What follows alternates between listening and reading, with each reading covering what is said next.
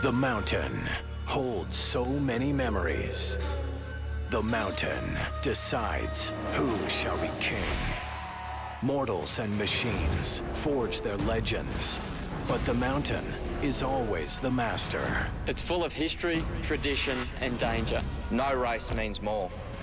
Adventurers come in search of its glory, but the mountain dictates the truths they face. It's the most unforgiving, fastest, wildest circuit you'd ever drive on. Questions they must answer from deep within.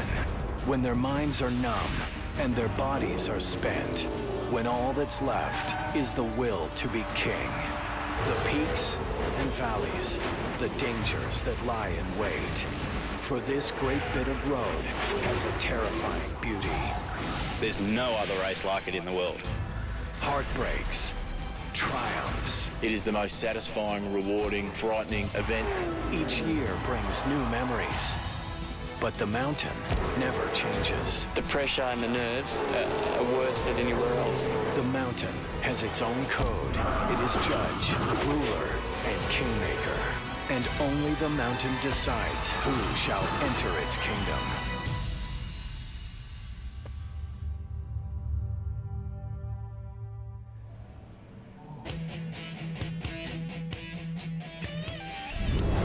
Speed welcomes you to live coverage of the Super Cheap Auto 1000 from Mount Panorama in Bathurst, Australia. And what a wonderful week it's been. It began Wednesday with the Bristol, Tennessee like hauler parade through town. And the drivers, they keep busy all over town with autograph sessions, personal appearances, and the on-track action. With 5 racing classes in action here, it has been simply tremendous. These drivers are gladiators. They're revered in Australia as true national heroes.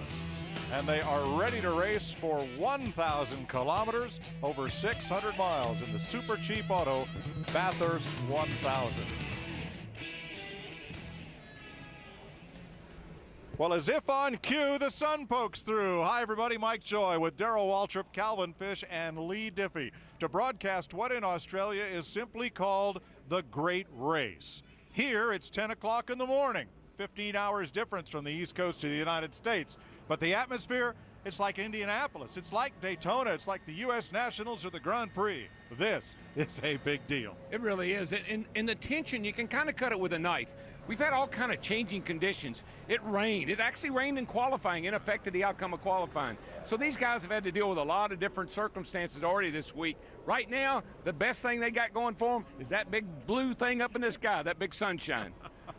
Great weather and variable to be sure. Let's show you where we are, because it takes 34 hours to get here from Charlotte, North Carolina, 4 to LA, and then a great flight on Virgin Australia across the sea to Sydney, and then a 3-hour drive inland and up into the hills to this brooding mountain, this Mount Panorama, which celebrates its 50th anniversary next year. Darrell, it's 1,000 kilometers, 621 miles, but they drive it like a sprint race. Yeah, the equipment is good. These cars are so dependable, have very a few problems with the engines, transmissions, gears, so they can go hard. And you know, they kind of pace themselves for a little while, but when it gets down near the end, they turn it up a notch, and that's what you want to be around for. Highlights from last year's race. Let's begin with the winning pass. Craig Lowndes took the lead from Holdsworth on lap 117 and never looked back. But as the race wound down, Jamie Whincup was reeling him in, and it came down through the chase into the final corner, and in the last short burst of a straightaway, Lowndes held off Jamie Whincup to win here in Bathurst. He's won 4 of the last 5 years. Whincup, Lowndes, Scape, certainly they are among the favorites. Winterbottom for the Fords, but virtually anyone can contend. And Darrell, we've had crashes here, but no backup cars. You're not allowed to roll out a backup. No, actually, it's kind of old school. Yeah. They wrecked a couple of cars in practice. They get out to saws. They cut the little section of the frame that's bent. They weld another one back in, and they go again. So these cars, like I said, they're very durable. They're very dependable. That's why they can race so hard. They bang on each other, man. They push, they shove.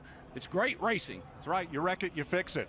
Many of you in America are watching because of the success there of the Tasmanian Devil, Marcus Ambrose, who had a 5-year run with Stone Brothers Racing that included 2 V8 Supercar championships. Marcus now makes his home in America, where he's won in the Nationwide Series, and he has scored a victory at Watkins Glen in the NASCAR Sprint Cup Series.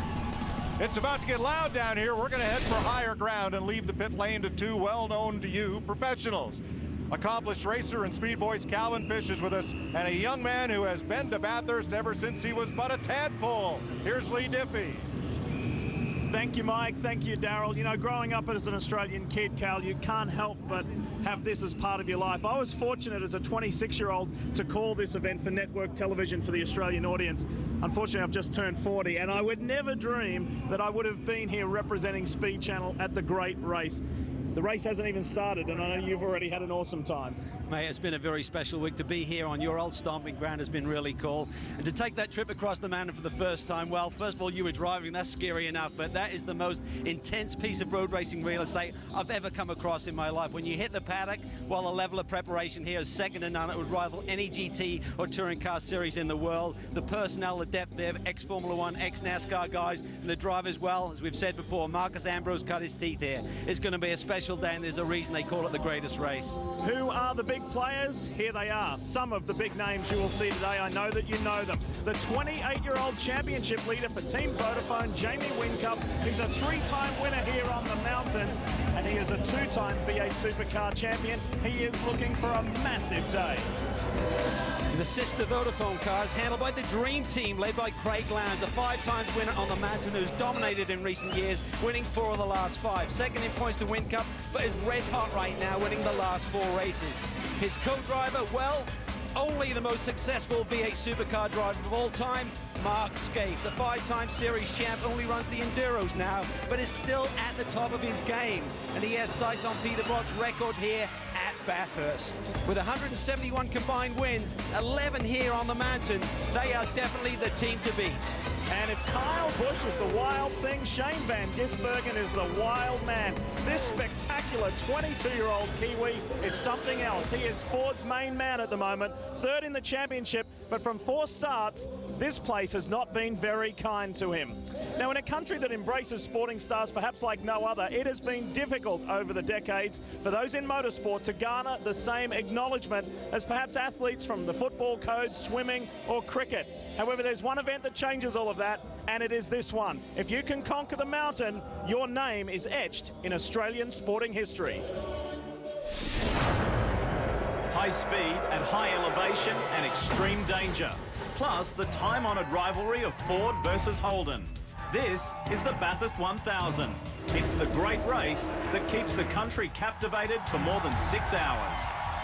Viewers are glued to the television because this place creates legend and legends, and none bigger than the late Peter Brock. The 9-time winner and Holden icon made magic on the mountain, and coupled with his good looks and charm, had the Aussie public in awe. His rivals were household names in their own right, drivers like Ford heroes Dick Johnson and Alan Moffat. 2 outspoken yet revered men who lived their lives around this October weekend. And former F1 driver and Holden star Larry Perkins, a character so big he had to drive fast to live up to his words. But nobody positioned themselves more perfectly in the public's mind like Brock. There have been many winners of the Bathurst 1000, but if there are 2 who are close to breathing the rarefied air that Brock lived in, it's the reigning champs Craig Lowndes and Mark Skaife. These 2 were disciples of Peter Perfect and have been made by the mountain. In a very similar vein to the Daytona 500, winning this race is a life changer.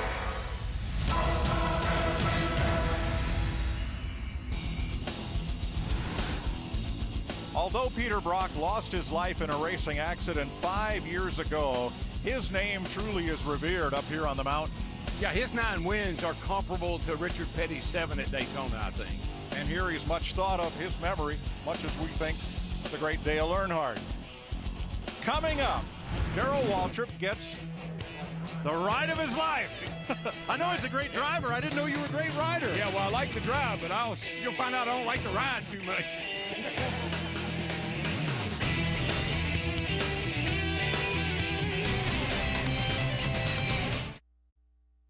this or we can't it. Have you ever seen anything like this? Whack! Scapers in the wall. Oh, huge moment. Oh, it's Dodgem car stuff.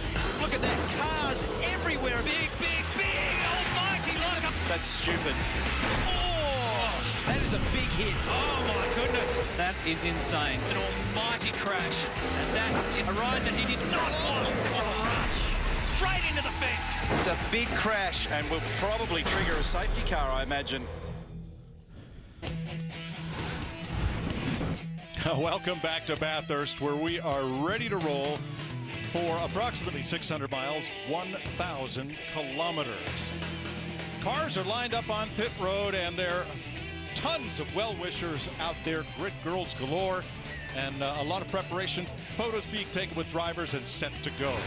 Let's talk about what a V8 supercar really is. Like our stock cars, they're mass-produced. They call them touring cars. We call them sedans. Yeah, they look exactly like what they are. They're Holdens and Falcons and Ford Falcons, and they are cool-looking cars. I love them. They are right-hand drive cars, and by the way, those four doors actually open. They have 5-liter V8s. Not as much horsepower as a Sprint Cup car, but they weigh a lot less, and the tires are a bit narrower. Top speed is regulated by gear and by rev limiter chip. 189 miles per hour from 650 horsepower. Probably the biggest difference, Daryl, the gearboxes. Yeah, they're sequential. Of course, you sit on the right side of the car, and you sequentially shift with your left hand. There was a time when they were the H pattern. I can't imagine doing that, but the sequential gearbox really makes it a little easier to drive. Big crowd on the grid as we get ready to race in the Great Race here in Bathurst. There will be 18 Holdens, that's General Motors car, and 11 Ford Falcons. And the Holden-Ford rivalry in Australia is as big as any rivalry in sports anywhere in the world. Lee Diffie explains. The Ford-Holden rivalry is evident everywhere, even here in Australia's National Motor Racing Museum at the base of Mount Panorama, where the history of the two manufacturers is on display for everybody to see. But interestingly enough, and by fan demand, the Holdens are on one side and the Fords are on the other. Now, there's nothing new to this toxic rivalry. It's been going on for decades. But one volcanic moment in time was in late 2000, leading into the 2001 season, when Holden's young hero, Craig Lowndes, announced that he was defecting to Ford. In Australia, you're brought up either blue or red, and the fans are just so passionate about it. I know when I was one of the first guys to ever change brands at the same time as Craig Lowndes did, the fans really didn't appreciate drivers changing brands back then, and the amount of emails and not so friendly threats that we got. Some people follow their drivers, but most people it's in their blood. So blue blood, red blood, and you stick with them. So you kick them up if they off. The Holden-Ford rivalry is what V8 Supercars was built on, and the passion behind that. When you grow up in Australia, you're either a Ford family or a Holden family, and you're born into that, and that's what you grow up supporting. And you go up the top of the mountain, and if you've got a red shirt on, you're not allowed to go in certain parts of the areas. You can't go in the blue area. If you've got a blue shirt on, you can't go in the red area. It's always been Holden versus Ford in Australia, in this country, since day dot. So when we're here on the mountain, we're enemies. When we're at home, we're great friends. But yeah, on the mountain, Holden, all the way. Till the day I die, definitely, absolutely. I'll be buried in this red shirt.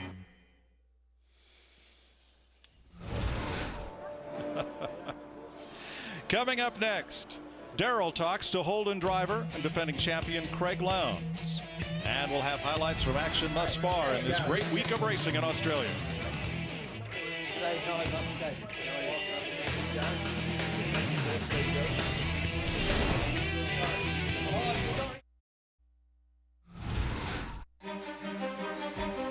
Those who've chosen to tackle this journey know it is long and unforgiving. You're right on the edge. You're running up against walls. You're knocking the mirror. This 600-mile marathon is merciless on man and machine. Risks must be measured and taken. It's what I do this job for. It's what I live for. These drivers, the finest in Australia, have surrendered themselves to the mystical power of Mount Panorama. There's no race more prestigious. Like the pilgrims who follow them, they are on a quest, and their holy grail is this, the Peter Brock Trophy, in honor of Bathurst's most revered legend, Holding this trophy aloft is the greatest glory in Australian motorsport. Victory means you've climbed the mountain. But nobody conquers the mountain. It stands supreme in all its brooding majesty. It is ruler and master. Only the mountain decides who shall be king. Down to the starting grid and Lee Diffie with our pole sitter. And Mike, there is something special between Mount Panorama and Greg Murphy, or Murph as we call him down here.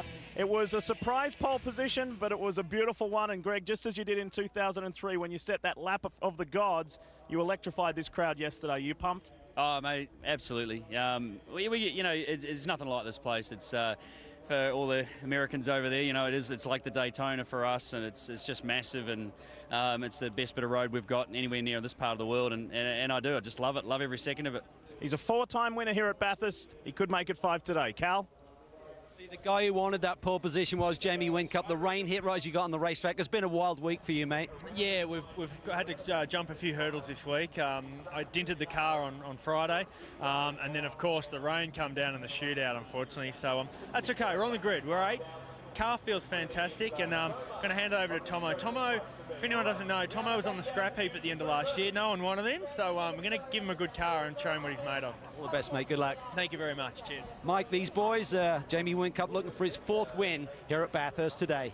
Perhaps the man he'll have to beat is Craig Lowndes, who's won 4 of the last 5 here and is the race's defending champion. Lowndes sat down with Darrell.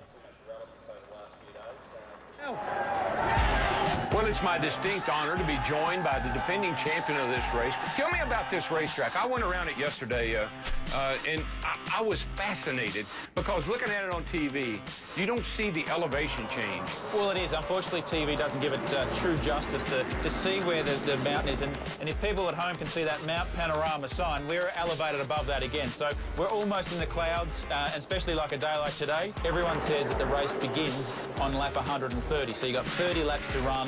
That's when it all begins. You want to be on the lead lap, you want to be with the leaders, in touch with the leaders, and have a good car in good shape, and then it's game on. So, I guess to be successful, you got to have a good teammate, right? You got to have a great teammate. And we're bringing in Mark. Yeah. Mark, how are you, my man? Good to see you. Thank you. You know, between the two of you guys, y'all own this series. And of course, Mark and I have driven together against each other in the same teams, and now we're back together again. So we both have such great respect. This track is all about experience, and we both, combination-wise, have bring a lot of that. Who's going to start? We don't know yet. Oh, that's the thing. We're still playing around with our strat. Yeah. Flip a coin? Flip a coin. I started last year. Would you rather start? I mean, do you have a preference? You know, I would rather probably start because you just get it done and you get on with it. And that means that you get on with a good, strong start to the race. Did you ever race with Marcus? Yes, sure. He went some great races with him. I love it. He's the reason I really am here, because I watched him race and I said, I got to go see the guys he raced against. Yeah. Marcus is always trying to get me to eat Vegemite.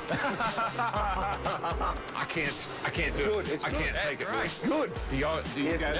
Yeah. Press on, keep going with it. Try. Yeah, you'll get there. Press on. That's a good one. Press on. Now that's the spirit. They'll be pressing on for 1,000 kilometers, as it may well come down to the last lap. Years ago in America, Max Helton and Darrell Waltrip founded Motor Racing Outreach, of which Darrell is chairman to this day. A man who came to Australia with Max Helton, Gary Coleman, is here today to represent that organization, give today's invocation, and still this grid is just jammed with people, so much so you can hardly hear the cars. Yeah, this was Mac Helton's vision, worldwide. We do NASCAR, but his vision was worldwide, and that's why we're here today. The grid beginning to clear. Let's go trackside and begin today's opening ceremonies. Ladies and gentlemen, would you please stand for our prayer and our national anthem? Gracious God and Father, we are thankful for this mountain and for this great race. We're thankful for our great country and the history of both. We're thankful that you've made us to be people of passion, enjoyment and challenge. Passion to feel deeply, enjoyment to thrill at success, and challenge to help us stretch and grow.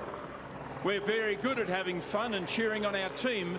We're not so good at who to help, seeing past ourselves and remembering you. But even so, we want to ask that in your grace and mercy you would be pleased to move amongst us today in protection and wisdom. And for all our drivers and teams and cameramen, medical, officials, fireys, supports and control tower, grant sharp minds, quick reactions and freedom from harm. And for us in getting home, help us to be smart and sober and patient. And we ask all this in the name of Jesus. Amen. Lee Kernaghan will sing the national anthem. He was part of the pre-race entertainment earlier, and we'll also see Lee a little bit later in our show. They have begun clearing the grid and getting ready to race here in Bathurst.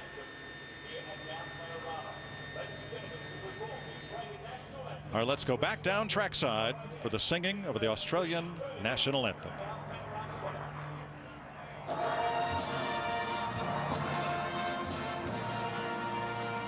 Australians, all let us rejoice, for we are young and free.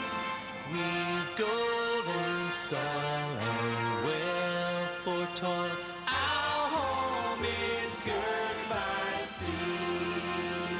Our land abounds in nature's gifts of beauty, rich and rare. In history's page, let every stage advance Australia fair. In joyful strains, then let us sing. Advance Australia fair.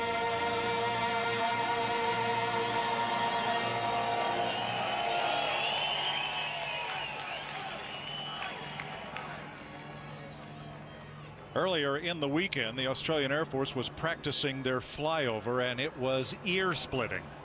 They come right down in on the front straightaway. I mean, it was unbelievable how close to the ground they got. Well, it's pushing past 60 degrees this morning. Realize it's still an hour and a half until noon, and the hottest part of the day a couple of hours later. But we know how the clouds can roll in over the mountain and put rain down on one part of this track where the rest of it remains dry, as happened yesterday in qualifying. The Mount Panorama track is 6.21 kilometers in length. That's 3.86 miles, very close to the Daytona International Speedway, a road course as it was. 23 turns. The cars are limited by rev limiter and gear, 7,500 RPM. That's 188 miles an hour. The average speed, 111. Well, I love the names of these turns around this racetrack are appropriate. Trust me, I know I've been on it. Hell Corner, the first corner down there. And then you go up to the mountain straightaway, hard into the second turn, first turn up there, around the second turn into Griffin's Bend, and then across the cutting, and then up to Reed Park. And then you get into the rhythm section of the track where you can really make some pretty good speed. A lot of grip in this track. They move left, they move right. They kind of go through all those S's, all the way across the skyline where you can look across and see the valley below and see how high you are. And then you come down out of the dipper, which I call the corkscrew, very similar. Down out of the corkscrew into Forest Elbow. That leads on to Conrod. Conrod, because that's where the engines are known to throw a rod, to break a rod. Down the back straightaway at 200 miles an hour, about, well, 190 to 200. You come down into the Chase, right? You look like you're going to run into the hotel over there. Come around the Chase, come down here to Murphy's Corner that leads on to Pitt straightaway. It is a track that tests the mettle of driver and machine. Let's have a look at lap 1 last year. Early in the lap, Fabian Coulthard appears to have cut a tire. And later, as he comes down into the Chase, off he goes into the dirt, and over he goes.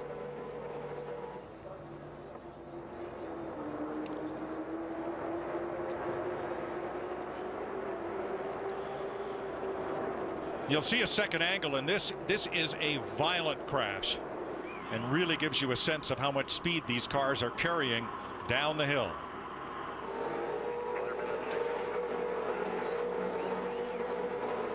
The wildest ride in motorsports is the one Darrell Waltrip took with Jason Bright this week. Well, we're rolling down pit road here. Getting ready to take my first look at this famous racetrack, Mount Panorama. And we're off and we're rolling. And we're heading up the mountain straight away here. At a pretty high rate of speed, I might add. We're going uphill, hard as we can go. He ain't even thinking about slowing down. Oh, Jason ain't messing around. Whoa! That's a breathtaking experience right there. Just lost my lunch. I didn't even have any. My gosh, you can't even see where we're going, and he ain't slowing down. That is impossible. That can't be done. This is a geological oddity. This is the toughest thing I've ever done. Oh boy, hang on, Jason. Oh my gosh. Oh no, the dipper. The old dipper. Oh, I am out of breath already. We're not even done. Right here. Oh, the corkscrew. Not the corkscrew. You can't race on the track like this. There's no way. This man is one wheel man. That's all I can tell you. This is a wheel man over here. My life is in his hands. Here we go, one more time. I can get my breath for about 1 second. And then right up here, top gear, at 200 miles a damn hour. I have never been on a ride like this in my life. It's hopping around like a shortstop in a Little League baseball game. And I'm about to give out of breath. Take me home, Jake. Holy crap. Oh, pit road. Woo. Woo. Woo. Oh my gosh, you can't even go slow in the pits. I'm good. I had to work my way out of here. I got to work around the skid marks in my underwear. Asked Darrell if he saw Elvis. He said, I saw everybody. How would you like to win the helmet Darrell was wearing, signed by Darrell and Jason Bright, complete with all the sweat and the tears? Here's what you have to do. Go to facebook.com/TeamBOC. One word, TEAMBOC. Write your name on their Facebook wall, and on Wednesday, one of you will win that helmet. Let's have a look at the starting lineup for this year's Mount Panorama race. Greg Murphy in a Holden, Will Davison in a Ford, a Holden Ford front row, Team Vodafone and Toll Holden with Lowndes and Courtney in row 2, Van Giesbergen, the Wild Child in his Falcon, Steve Owen in a Holden, David Reynolds, Jamie Whincup 7th and 8th, and Garth Tander and Mark Winterbottom were both candidates for the pole, but the rain during qualifying relegated them to the back of the top 10. 18 Holdens, 11 Fords make up the 29-car field. Like that Lowndes and Scaife team, that's like Jimmy Johnson and Jeff Gordon. That's the super team. Those are the guys to beat, I think. Several cars having trouble in the morning warm-up. Matrisi in the number 12 will start toward the back. And also the 61 of Fabian Coulthard went off, but without damage in the warm-up earlier. The cars are on the formation lap. They've already had a sighting lap, next the formation lap, and when they come to the grid, when the last car reaches its position on the starting grid, the starting official will hold up a board indicating 5 seconds. Revs will come to the limiter and will be set to go. These standing starts can really be tricky. In race 8 this year at Barbagallo, Steve Owen slams into the stationary number 21 of Carl Reindler. Reindler didn't start. Owen had a full head of steam as he came up through the starting grid, but without good field of vision. And that was a very, very hard crash. So these standing starts can really be tricky. But you got to time them. You'll hear the engine revs go up. Pretty exciting.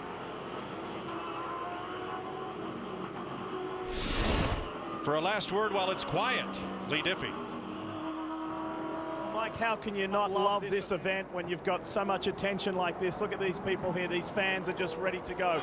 For the drivers, it was interesting to watch the inner calm. I was standing here right next to Mark Scaife. He was in his little cocoon of quietness before this mayhem begins. You know, studies from the Australian Institute of Sport have said doing one stint here is the equivalent of a half marathon. Yes, there's a Ford and Holden rivalry, but these drivers truly are heroes. Cal?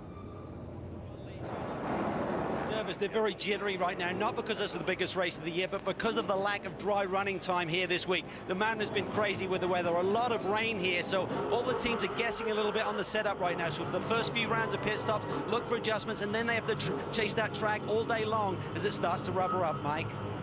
Greg Murphy, Will Davison on the front row. Get set for the most exciting moment in all of Australian motorsport. The start of the Bathurst 1000. Last cars filing into position. Those last yellow flags at the back of the grid will go down, signaling that row is filled and ready. The signboard will go up, and it'll be time. 1,000 kilometers, 600 miles, 6+ hours. And it's upon us. Get ready, everybody. Here we go. Boogity, boogity, boogity. Let's go racing, boys.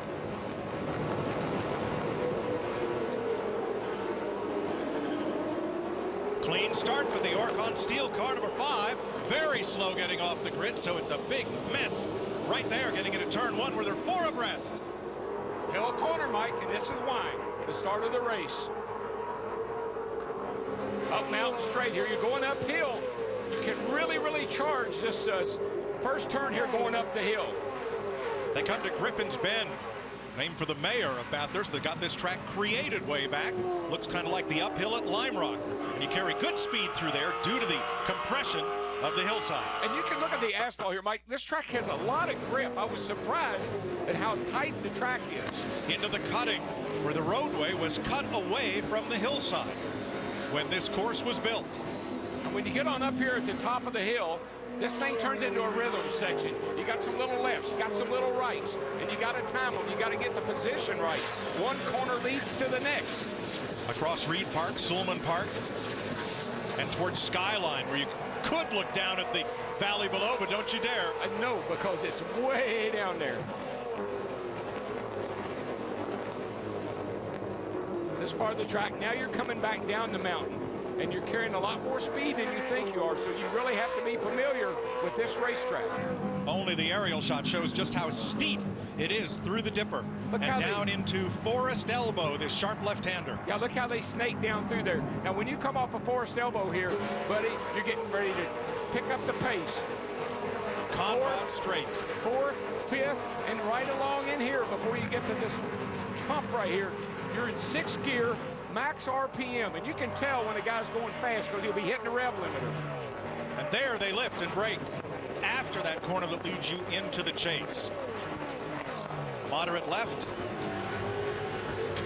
That sand trap will be busy today. And then into the final corner. Murray's Corner. Calvin.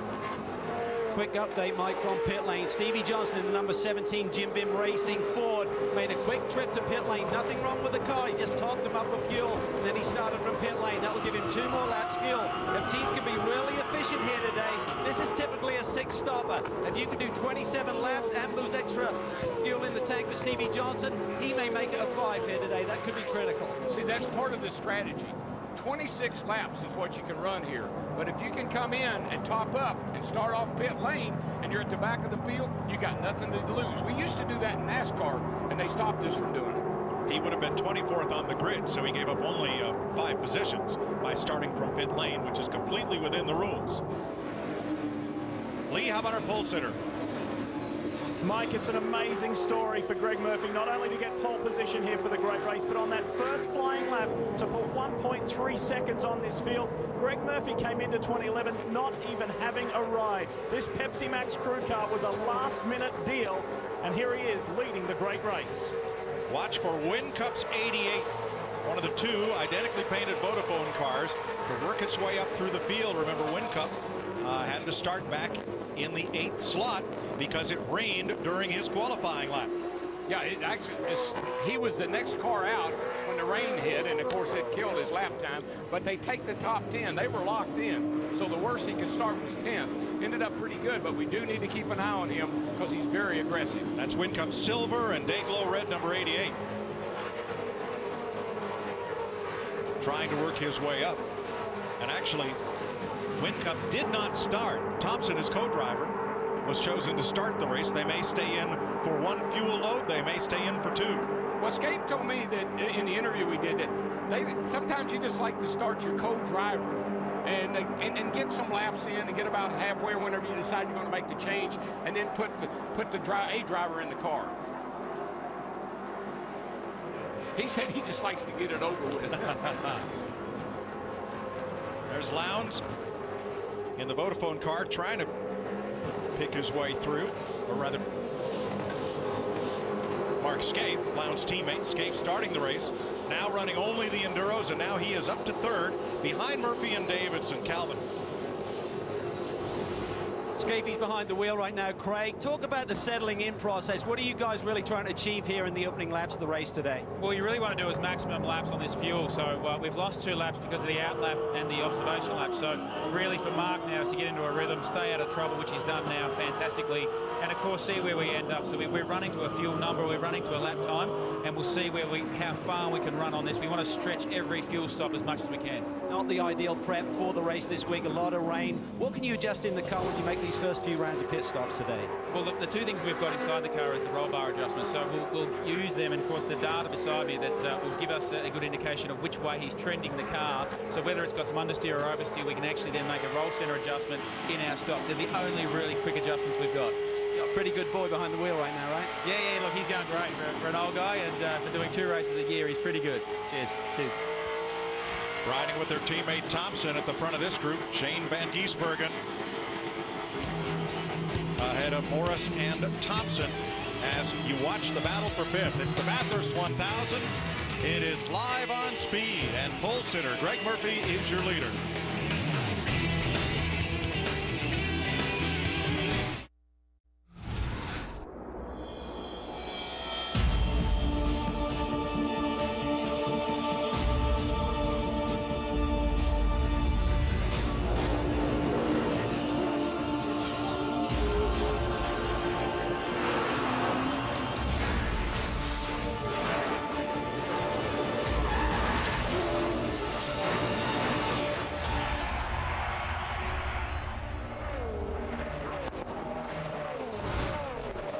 Welcome back to Mount Panorama. 3 of 161 laps in. Big pass here down to the inside comes Garth Tander, who was fastest in the first qualifying session. And he makes the pass on Morris in the 49. He's a man on a mission. He loves this racetrack. Lee? Listening to the radio scanners at the moment. Garth Tander's giving plenty of feedback. Holden against Ford, 1-2. Scaife in 3rd. Courtney, Van Gisbergen, and Thompson. Tander up for 7th. Tander's a good wheelman. He's got 49 wins, 3rd all time. He's got 26 poles, so he's somebody to keep an eye on. He's a contender. Fastest lap of the race so far, Davidson in 2nd place, 2 minutes 10.5. Trying to move up, Tander in 7th. As they climb the hill, get a little bit airborne, and you got a sense of the elevation here. Talk about Tander moving up in the number 2. Lee. Really positive radio reports from Garth Tander, Mike. He's loving the balance of the car. He feels comfortable. But think about the bigger picture with that Holden Racing Team number 2. He has a Bathurst rookie in Nick Percut as his co-driver today. Now, Nick has done the Development Driver Series. That's kind of like our nationwide series in the United States, but he has never done a Bathurst 1000 in the big game. He acquitted himself very well at the LNH 500 at Phillip Island 2 weeks ago. We'll see what he can do with a former series champ and a 2-time Bathurst 1000 winner. It'll be an interesting combination today in car 2. These co-drivers are fun. I mean, you know, you pick somebody you think can complement your driving style, help set the car up, give good information, good feedback. Big thing is take care of the car. Man, we got a challenge here. Davison wants to put his Ford out front, and he is just all over Murphy's Pepsi Max machine. Under the Armor All Bridge. He's looking at the chase. Final corner. That's spotter talk. He's looking. Murray's corner, and there's the start-finish line. Just a short squirt from Murphy's corner. The grid is much further down the pit straight. Back into Hell corner. And begin to climb the mountain straight. And remember, this is 161 laps, 620-mile race, and these guys will challenge each other all the way. This corner right here is it's so deceiving because you're going uphill and you can really drive in a lot deeper than you really think you can and still make the corner. Yes, imagine a banked corner tipped down so the entry is flat. You still get that compression and that good lift up through the cutting toward Reed Park. And you saw a little bit of a brick wall there and what looked like a gate. During the week, these are public roads. Those are driveways to the houses that line the Mount Panorama Scenic Highway. Yeah, they have a break every now and then for the residents so they can get in and out. Calvin. Quick update on Will Davison. I just spoke to Tim Edwards at FPR. He said he's just trying to see what Murph's got in the bag right now. He said whilst we sit behind him, we are saving a little bit of fuel in the draft here. That is critical around here. He said we're also only running the fuel mixture number 2, which is the leanest of the race mode. So these guys, again, everyone's got that fuel number in their head, even in the first hour of this race. See, Mike, unlike our cars, these guys have on the steering wheel. Steering wheel is a lot like a Formula One car. Got a lot of adjustments. They have 4 fuel settings, lean and of course full rich. And right now what they're doing is they're playing with the fuel. It's monitored back to the pit. They have it on the screen. They can tell the driver how much fuel he's using. And that way they can calculate when to make the stop. You do not want to run one of these cars out of gas up on top of the mountain. Here's Courtney to the inside. He's going to grab the 3rd spot from Mark Scape. He haunted him all the way down the hill, all the way down Conrad and through the chase, and moves up into 3rd. That's just the old veteran Scapes. He says, you want to go? Go, baby. Mark Scape, the all-time winner in Australian V8 supercars. Lee? Mike, I just spoke with Barry Ryan, who is race leader Greg Murphy's race engineer. I said, Barry, what's Greg saying about the balance of the car? What's he said to you so far? And Darrell, you'd enjoy this from a driver's point of view. Murphy has said nothing to this point. He is in the zone. Well, it really looks like he is. He looks very comfortable. I don't really think he's running at 100%, maybe 90. So I think, yeah, he's a happy guy. He's a happy camper, like a lot of the other people up on top of the mountain. You saw replays of that 3rd place pass with Courtney moving past Scaife. And now we're back to the leaders climbing the hill. Greg Murphy has led the first 6 laps from pole in the Pepsi Max machine. Davison in the Ford Falcon has been right in his shadow the whole way. Holden versus Ford, just what we expected.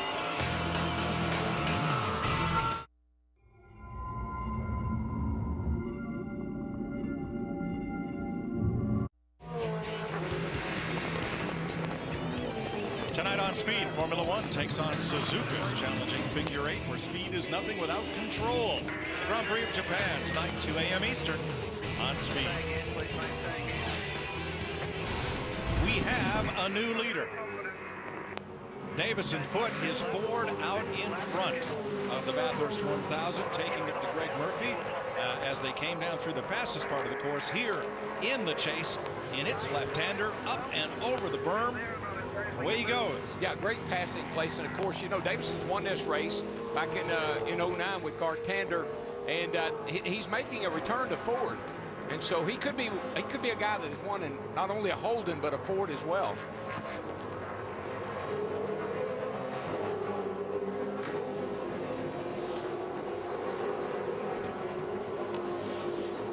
Let's go down to the Holden Racing Team, Lee.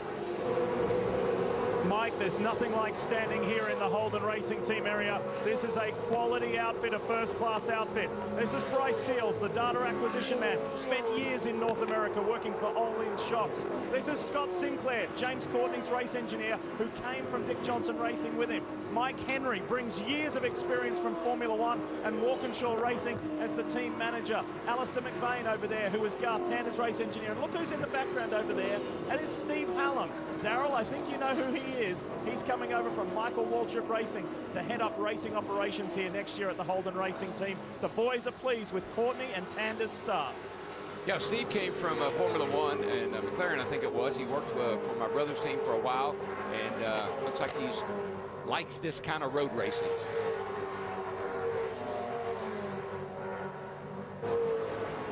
Two top Holden teams, Toll Holden. Toll is an over-the-road trucking firm here in Australia, and Vodafone, a cell phone company.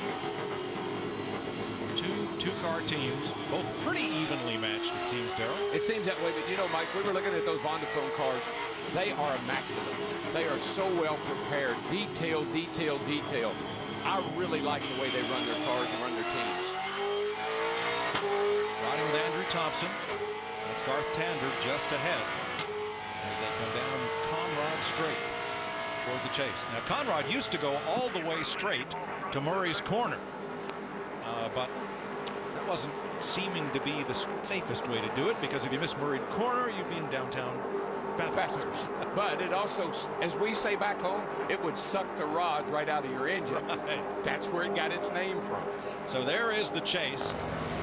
And the final corner. And that's 33 of Holdsworth.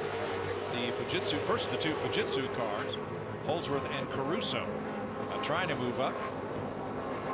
49 of Morris. Calvin?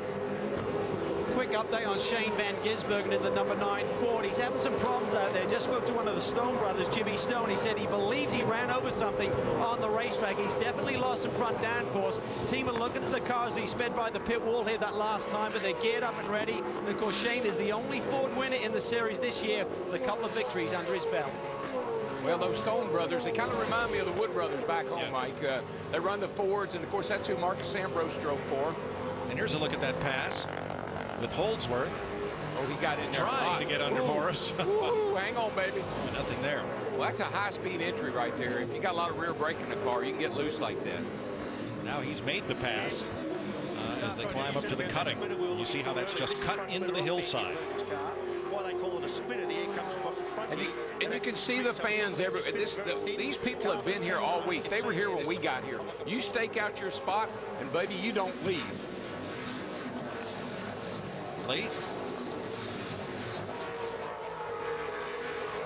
Lee Holdsworth. To see Lee Holdsworth make that positional move, it's a very different race for the young man who is making his last Bathurst start for Gary Rogers Motorsport. He's on the move next year. He led the first 117 laps here last year, only to see victory slip away when his co-driver sped on pit lane. It is such a long race, but still, DW, those vital rules you've got to follow. Oh, yeah. It's a funny thing about racing. They got a lot of rules, no matter where you go, and you got to abide by every one of them. And the pit lane speed here is it 40 or 60? 40 kilometers, 24 miles an hour. Right around 25 miles an hour, yeah. It's pretty slow. But they do have a pit road speed limiter, and so they can push the button. And other than possibly entering too fast or leaving too fast, not much of a chance to speed on pit road. You saw Caruso in the second Fujitsu Valvoline car try the move on Morris. Not that time. Davison's Ford leads in Bathurst. As an event at Bathurst, you roll in there on the Tuesday to Wednesday, and you see, as you're coming into Bathurst, you see on the top of the hill Mount Panorama, and straight away you get that buzzing feeling in your guts, and you really just can't wait to get out there. It's just so much history about the place. There's been so many amazing races up there, and it's just the atmosphere on the first lap as you go across the top of the hill, and you can hear everyone cheering. It's not like anything else we ever do. That was James Courtney, who runs third behind Davison and Murphy. This is Fabian Coulthard. You saw in the pre-race the accident he had, the big flip he had on lap 1 down at the Chase. This year, the car up on Jackson, going on the rollers, which means a push to the garage. Yeah, he was off on that same turn there in the warm-up, the morning warm-up. Ooh, that's a heavy hit. Looks like a good bit of left rear damage there. Not sure if he got a little help there or not. It sure did appear that way. And we saw Morris go off, and the second of the Fujitsu cars, Caruso, make that pass. Now watch how this bottlenecks everybody up, Mike. I mean, it went 4 wide there going into Murphy Corner. It's coming out of the elbow and down the long straightaway. But just look at this chain of cars. Like they're snaking up through here. We're 12 laps, 11 laps into the race, and these guys are not holding back much. All right, Lee is in the 61 pit. Yes, Mike, and that left-hand side is heavily scuffed where it made contact. Robbie Starr and the crew, as you can see, are going to work. Mike Henry is in there. 8 people only, if it stays out on pit road, are allowed to work on this car at any one time. Same rule in most sports car GT touring car championships. More people can work on it when you push it back behind the line. So this is part of the Walkinshaw Racing Group. It's a 3rd car in this entry, and they are going to work to try and rectify this problem. And quickly, an update on car 8. This is DW's car, Jason Bright. They had an engine problem. The team leapt into action. Jason just reporting the engine simply shut down, and as quickly as it shut down, it reignited and kept going. Wow. More on the 61 in just a moment. All right. 12 laps complete of 161, 6.5-hour endurance race, and they're driving it like it's a 30-lap sprint. As we said in the opening, Mike, these cars are well built, well put together for this type of endurance racing. The gearbox, I love the gearbox. It's 6-speed sequential. In other words, you don't have to hunt for a pattern. You just flip the shifter. It's got a load cell on it, so you just put pressure on it, and when you pull on it, it'll almost stall the engine out for a moment, so you can make the shift. Really neat.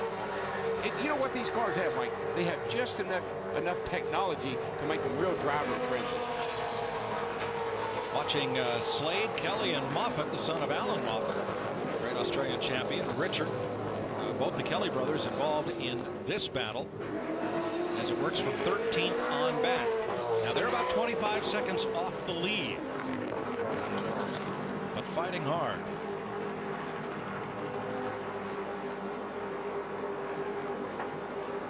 Now we're told Shane Van Gisbergen has a bit of damage on the front end of his number 9. Calvin? Yeah, Mike, we spoke earlier about potential damage on the number 9 machine. If these cars have to come into pit lane to change this whole nose structure, it should take about 60 seconds ideally, but you never know with the bracketry behind here if that's damage is going to take longer. The critical part here is this little splitter. The NASCAR fans will certainly know about the car tomorrow, how important that was in getting those cars dialed in. Same thing on the road courses here. This is really a critical element. We saw Paul Morris fly off the road as well. If they make that change, there are 4 bolts essentially, 2 on each side. And what they'll do, they'll just take one of these speed wrenches, insert it in there, and get this thing changed as quickly as they can. Now remember, if they can do it under a minute, they do it during a full service, it's still going to cost them time on pit lane because the full fuel load is only going to take about 35 seconds today. Yeah, I walked through the garage a couple of times, and half the guys had their nose off laying on the floor. That's how they work on them, so they're very accustomed to making that change and making it pretty quickly. How about this camera shot to show you what it looks like as Courtney comes across. Now he's still coming up the hill at this point. Now let me ask you something. How would you like to be sitting on that side of the car going up through there? Up Reed Park, across Skyline, and now you're going to see this demon drop that starts right about here.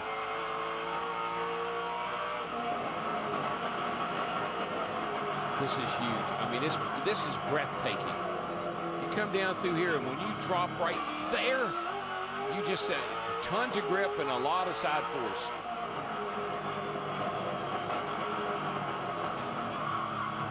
And the old Forrest elbow. The old elbow. Got to have an elbow in a track like this. You know how they named that? A motorcycle racer named Forrest had a big slide there, and it ground off his elbow. That's a badge of honor right there, brother. I would say. All right, trouble for Jason Bright, Brad Jones, Kim Jones, the brothers that run that team. looking on, reporting a bit of engine difficulty, shutting on and off. But Bridie continues. What a shame. They have been such gracious hosts. They put a seat in that car for me to take the ride with Jason. Been so helpful. They have the helmet up on their website to give away. And man, I hate to see Jason having trouble here today. Facebook.com/TeamBOC. That's where you put your name up on their Facebook wall, and they'll give that helmet away on Wednesday. One car on pit road of the 29 that started. Lee. Yes, Mike, and you remember I gave you that update before about Jason Bright's car. Its engine cut out and then reignited. Well, that was the route of the course here. Fabian Coulthard, Bathurst has not been kind to you in the last 2 years. Explain what happened up the top. Oh, it's just we're coming down the mountain and come out of the dipper, and Bridie's car in front of me either lost power or had a surge of some description, and he started to go right. I went left, and all of a sudden he come back over to the left, and I collected the wall. But it's pretty disappointing. Obviously, I think we had a pretty good race car. The boys will fix it. We'll get back out there and see what we can salvage. Craig Baird is already behind the wall, and DW, as we've said so many times, this place can bite. Yeah, and it bites hard because you put so much effort into this race, preparation and everything else. We got a car in the pits. Yep, Caruso is in. Calvin? Caruso's out of the car. Marcus Marshall. Gary Rogers has gone a little bit off strategy here. You can see that as it changed really quick. Could be about half a fuel low, so this is a quick one. Struggling there to get the car going. Just the engine back into life. Now, this is very counter to strategy, Darrell, coming in at only 14 laps and being contrary. Yeah. Because one thing about when they have the safety car and a full course yellow flag, the pits remain open. You do not have to wait until the pace car picks up the whole field before pits are open, as we see in NASCAR. So you can pit any time. So this is the beginning of a counter strategy that now they'll have to carry through the day. Yeah, normally race strategy here is you figure on 6 stops. But if you can do it in 5, that's the secret. Yeah, that could put you on the podium as last year. Jason Bright, and you have DW's view right there, as Darrell did on his wild ride. As Jason Bright continues. He has not yet made a pit stop, so perhaps that's resolved himself. He is in 19th position. Davison's Ford continues to lead Greg Murphy's Holden.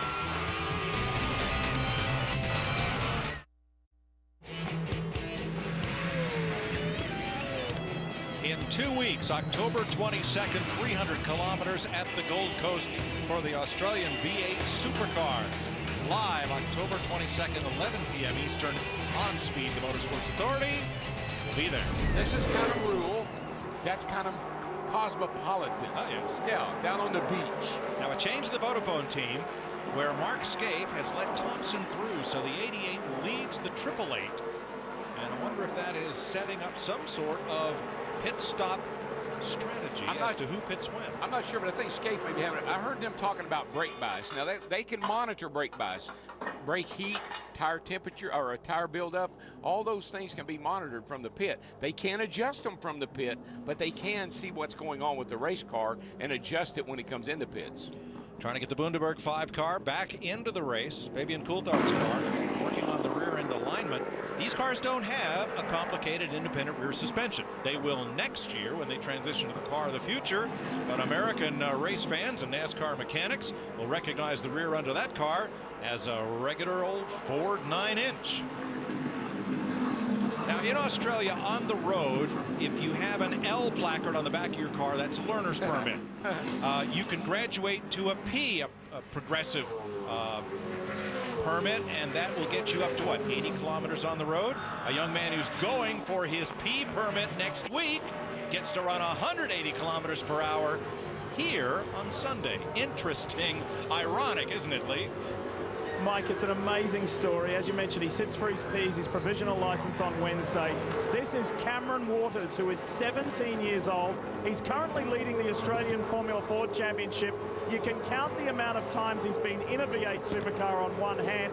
He got this opportunity by winning a reality TV competition. This is a 5th car in the Kelly Racing stable. And just think about what you were doing when you were 17. This is a huge moment, DW, for a young man. And there were a few concerns about him being out on track earlier in the weekend. All the feedback thus far is this young man, this teenager, is acquitting himself very, very well.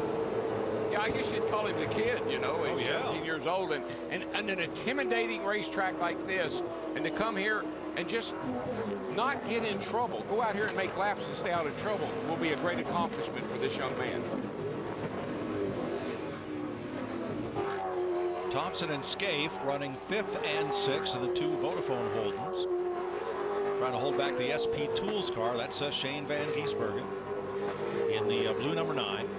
That's a Ford. Yeah, you know this what? battle is for 5th place. Mike, what I always tell kids like Cameron is when the day is over with and everybody says something about you, they didn't even know you were here. That'll be a good day for you. Now there, Darrell, there's how the pass was made. Coming down into the chase, Scaife goes way wide and misses the apex. Yes, he does. Wonder if he did it intentionally or did this just happen? No, I don't think he intended to run off the racetrack right. That's a little bit dangerous. I just believe he may be having a brake bias issue that they're working through right now. Getting a little too much rear brake in that car. Got him a little loose, got him wide right there, and certainly opened the door. Front suspension damage appears to be the problem on Coulthard's car. Look at the size of those huge Alcon brakes. They're replacing a steering arm right now, and you just get a sense of the stoppers on these cars. 6-piston calipers in the front, 4s in the back. They're enormous. Gives the driver a lot of brake to work with. Now these guys do have spotters, Mike. They can have as many as they want. They have certainly up top of the mountain. They have a spotter.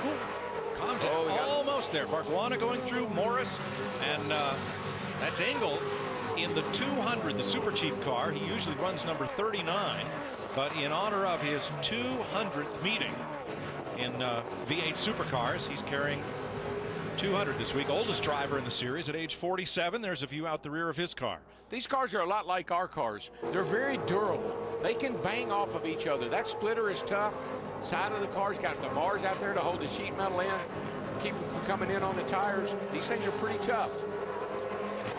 Russell Engel hanging tough there in that red and yellow number 200. Barguana just ahead of him in the orange car. Now that is the second of the Jones brothers cars, and had an off earlier and a lot of damage to the left front frame wheel. That's at number 14, the orange car. Damage in practice. But as the Stone brothers told us yesterday, they're prepared to completely rebuild the car because there are no backups to roll off the trailer. You break it, you fix it. Yeah, that's what we said about in the practice shows and everything else. It's a little bit old school. Like they don't have backup cars. They do have other cars here. They can take anything off the other car they want to, but you have to maintain this chassis.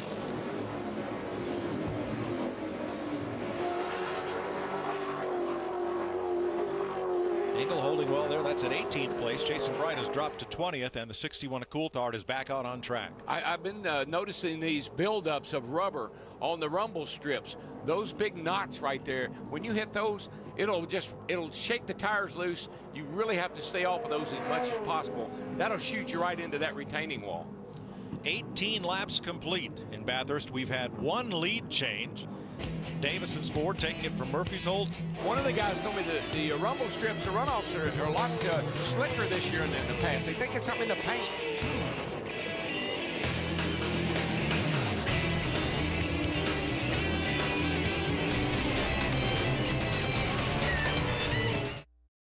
Told me could change drivers in 13 seconds.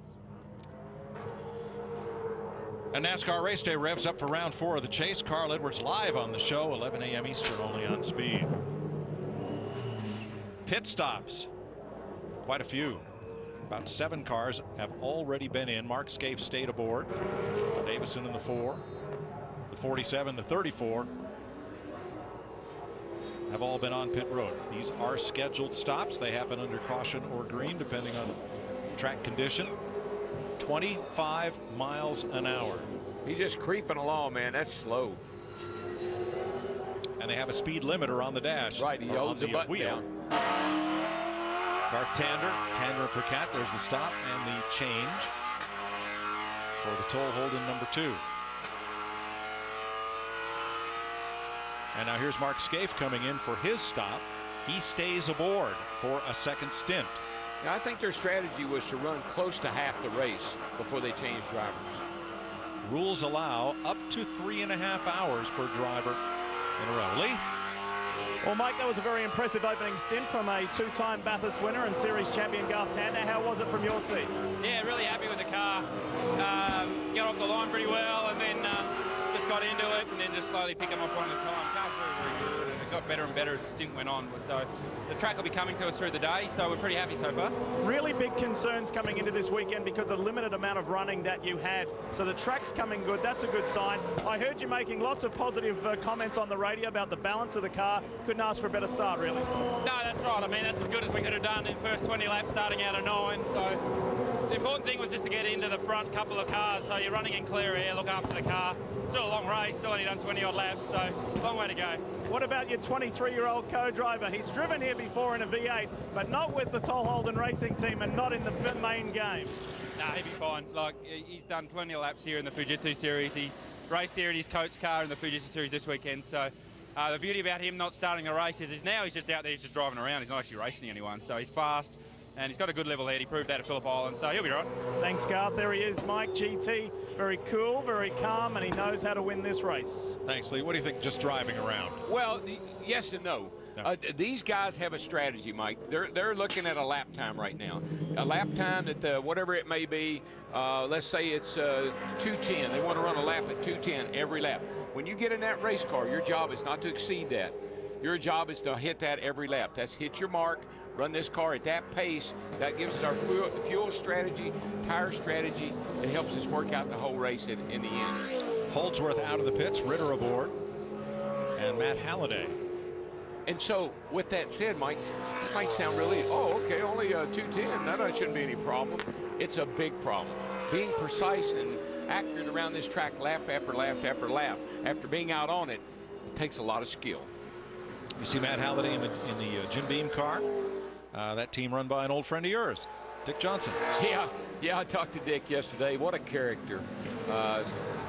Did a little racing back home at one time. He and Richard Petty are real good friends. So I remember.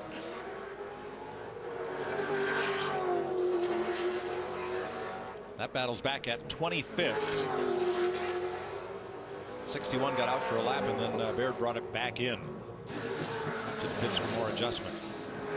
And I think at this point in the race, you see pressure being applied here. This is when you say, okay, it's way early to have somebody ride my rear bumper like this. Open the door, let the man through, and follow him a while, and don't try to race him. Halliday and Gaunt, the 18 and 47. There's a look at the pit straight and the control tower here at Bathurst, and that is Hell Corner. And when they try to go in there 4 abreast, as they did in the Australian V8 Ute Series earlier. Wow. Lee? Yeah, from one Bathurst winner to another, from Garth Tander to Jason Bright. We understand you had a slight engine problem, but it got going again. Tell us what happened. Yeah, I mean, the engine just cut out coming out of the dipper there, and you know, wasn't sure what happened. Baby obviously ran into me, had nowhere to go, and I was just trying to get out of the way, but it just came good again. By the time I got to Morris elbow, it was sort of back, and then it was back to sort of normal power. But yeah, a bit odd. Hope it doesn't happen again. Wasn't that DW fella, was it? He didn't do something to it. Might have worn it out, you reckon? You know what he needs? He needs me in there riding with him. Yes, he does. You're his man. We did 212 on my little ride around. Here is the second of the Jim Beam cars. Steve Johnson, who is the son of Dick Johnson, aboard. There's the VIP pet food car coming back up. Paul Morris. And the Fujitsu cars, the Valvoline cars, having a go at it. That VIP dog food car is an interesting, that is a gourmet dog food.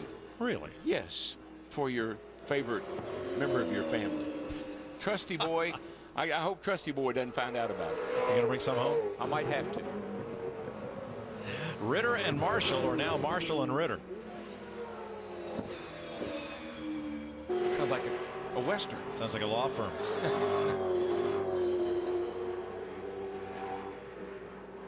Keeping close tabs on one another.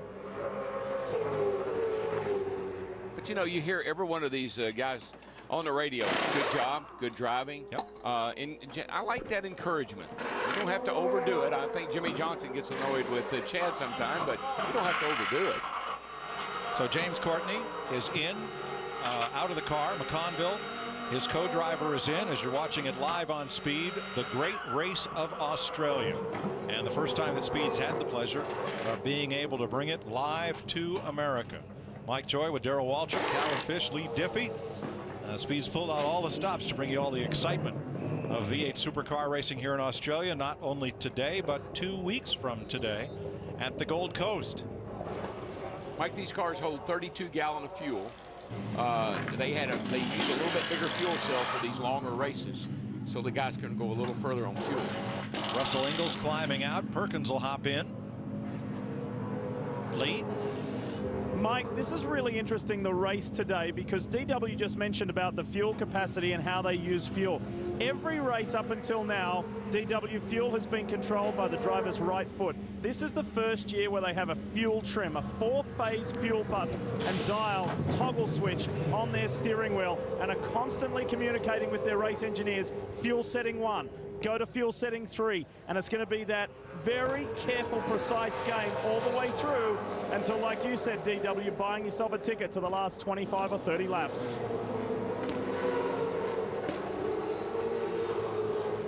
The Randler Wall Fair Dinkum Sheds car in, and here's a look at the driver change. They're allotted, Jason Bright told us, 13 seconds to get in or out of the car. Well, one thing that makes it easy, obviously, is the doors open, so you don't have to climb through a little window. It's one of the reasons that enticed me to get in and go for a ride. I could actually get in the car. Of course, I regretted it later, but... Right. And here's your leader. Will Davison in the pit lane. For the first time, took the lead on lap 7, and he pits at lap 24. Now, see, this is pit strategy like I thought the guys would use. Some of those other guys have pitted a little bit earlier, I thought. They said you could run 26 laps on normal fuel consumption. We're right in that window right now. Greg Murphy in as well. And Thompson in the 88, along with Van Giesbergen. He just took his seat with him. Well, some of these there's a big difference in size between some of these co-drivers, so they've got to have a seat insert. Yeah, get your own seat. And there's a driver change at the 88. Thompson coming out. Jamie Whincup hops in. That looks like one of your chrome wraps on one of your race cars, but we checked with the team, had a close-up look, and that burnished chrome is actually paint. Those are beautiful cars. I love the way they look on the track. Certainly a lot like the Formula One cars. Those are great looking cars. Back to Lee. Mike, not only is this race brutal and grueling on the drivers, but it is on these Dunlop control tires. Just standing here and having a look at the rear left that just came off James Courtney's Holden Racing Team Commodore, and there are some very discouraging signs. There were several instances of tires delaminating here last year and sending drivers for a very hairy spin, and the HRT boys are examining these tires very closely. Problems there on shoulder. There's the pole sitting car, and here back to the pit stop. But I think that will improve, Mike. It's like all the races we go to back home. The more rubber gets put down, the better tire wear will be, the more endurance, the longer the tires will be able to be run. So maybe you're seeing some problems with the track being a little bit green early on, but that should improve. And those big knots we see around the racetrack building up on the runoff areas and the curbing, they cause those tires to do a lot of chattering, and that could cause you some issues as well. You see Steven Richards, who's in for Mark Winterbottom. That was one of the cars that had a shot at the pole, foiled by Mother Nature with rain at the top of the hill during top 10 qualifying yesterday. It was funny. We had heard about that. We thought, oh, that can't happen. Happened right off. The number 16 of David Reynolds has taken the lead during this pit stop sequence. 24 of 161 laps complete in the great race. The Bathurst 1000, you're seeing it live on Speed for the very first time, and we're thrilled to be here in Australia to bring it to you.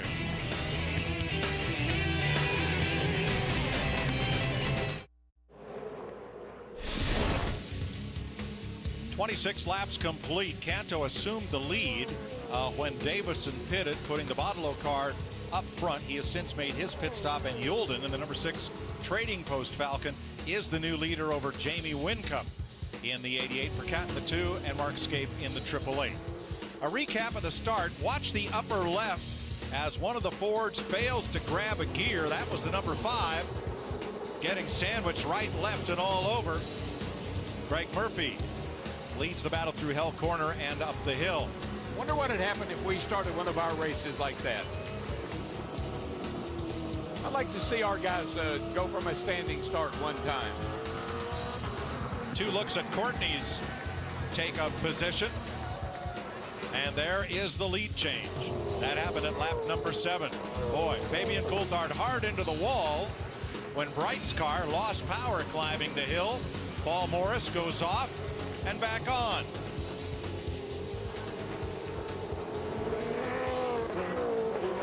Murphy, the early leader through the first 7 laps. Chased by Shane Van Giesbergen's car. Now driven by McIntyre. SP Tools Ford. And here's Lee. Mike, 2-time winner here on the mountain and former series champion from Jack Daniels Racing is Rick Kelly. Rick, you are used to being up front. You're 4th in this championship this year, but you just got taught a lesson about being patient back in the traffic, didn't you? Patient doesn't exist for me, unfortunately, so I get grumpy very, very quickly. I was trying to make that a 3-time win. It's a bit of a struggle, though, to be honest. Once you get back in the field a little bit, it's hard to get further forward because you just can't pass, particularly where I'm quicker than the guys in front across the top. It just sort of stuck there, so we've got to be a little bit clever now and just work out how we can chip away and move a few spots up. I think we've moved up 3 and we need another 13 or so, so it's just going to be a tough day, but we can still get there when the clouds come over and the track cools down. Your engineer coaches you on the radio. Do you have to coach yourself to say, I know this is a long day, I've just got to be there at the end? You certainly do, and you've got to try and work on the driving where the car's good and try and capitalise on that, because sometimes when the car's a little bit nervous and bad, it outpsychs you for everywhere else, so you're constantly trying to work out where to chip away at it, and I think we did a good job then once we had some clear air to make up a little bit of time, but it's going to take a lot of clear air, and that's what we need to find.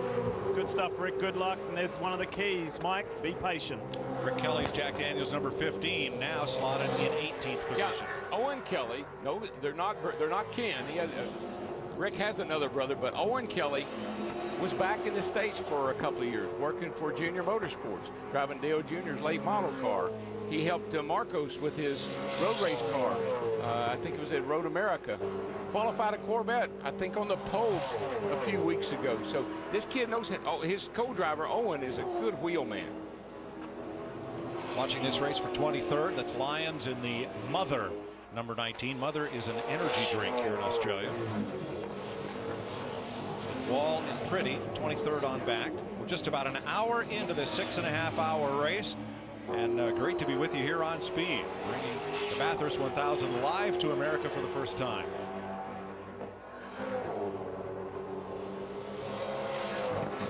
Coming up through Reed Park. Incredible elevation change. Distance top to bottom about the same as the height of the Washington Monument.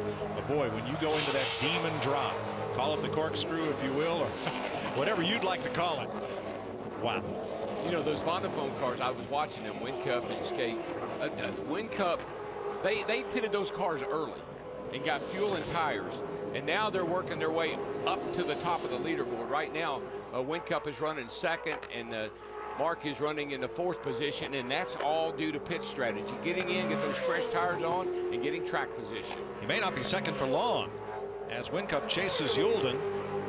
Win-Cup's makes the move to the inside. He's going to go. Coming for the lead. And we have our second on-track lead change of the day as Jamie Win-Cup comes through. Right there at turn 2, and now coming up the hill. You heard him say, stay off the curbing at turn 2. That's where we saw those big knots, big rubber buildups. I think that's causing some tire issues.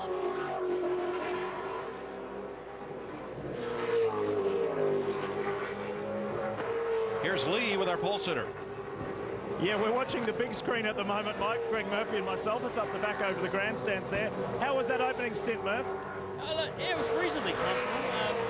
The conditions out there's a bit of stuff on some of the curbs. Some of the curbs seem to be breaking up a little bit. You've got to be a bit careful where you put the car and on which angle you put the car on the curb. So sort of keeping a bit of caution on that. It's you know, just had to settle down into a groove and find where the car wanted to be run, and it seemed okay. But we lost a heap of time in the pits there for some reason, don't know why. So dropped back a few spots.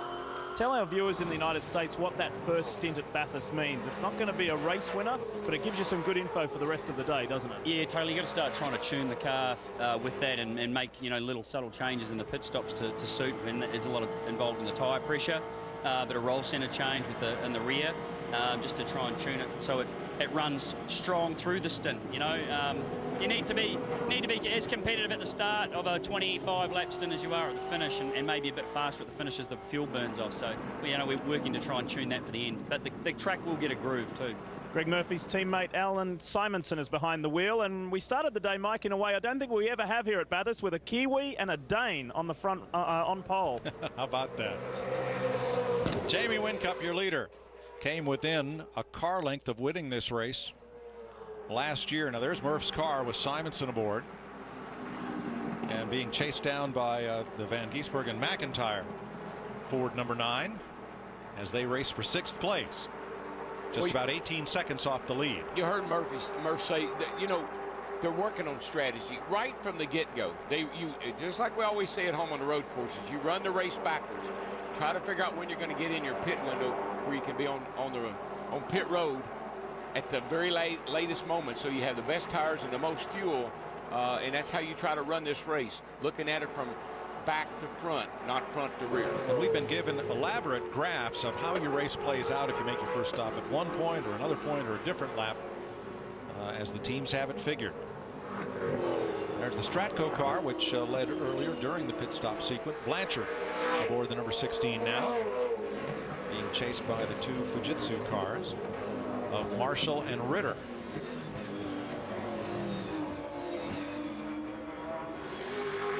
"29 laps, 1 hour and 5 minutes into this race, 132 laps to go." First time live in America. We're thrilled to be here for Speed to bring you all the excitement of the Bathurst 1000. Jamie Whincup is your leader.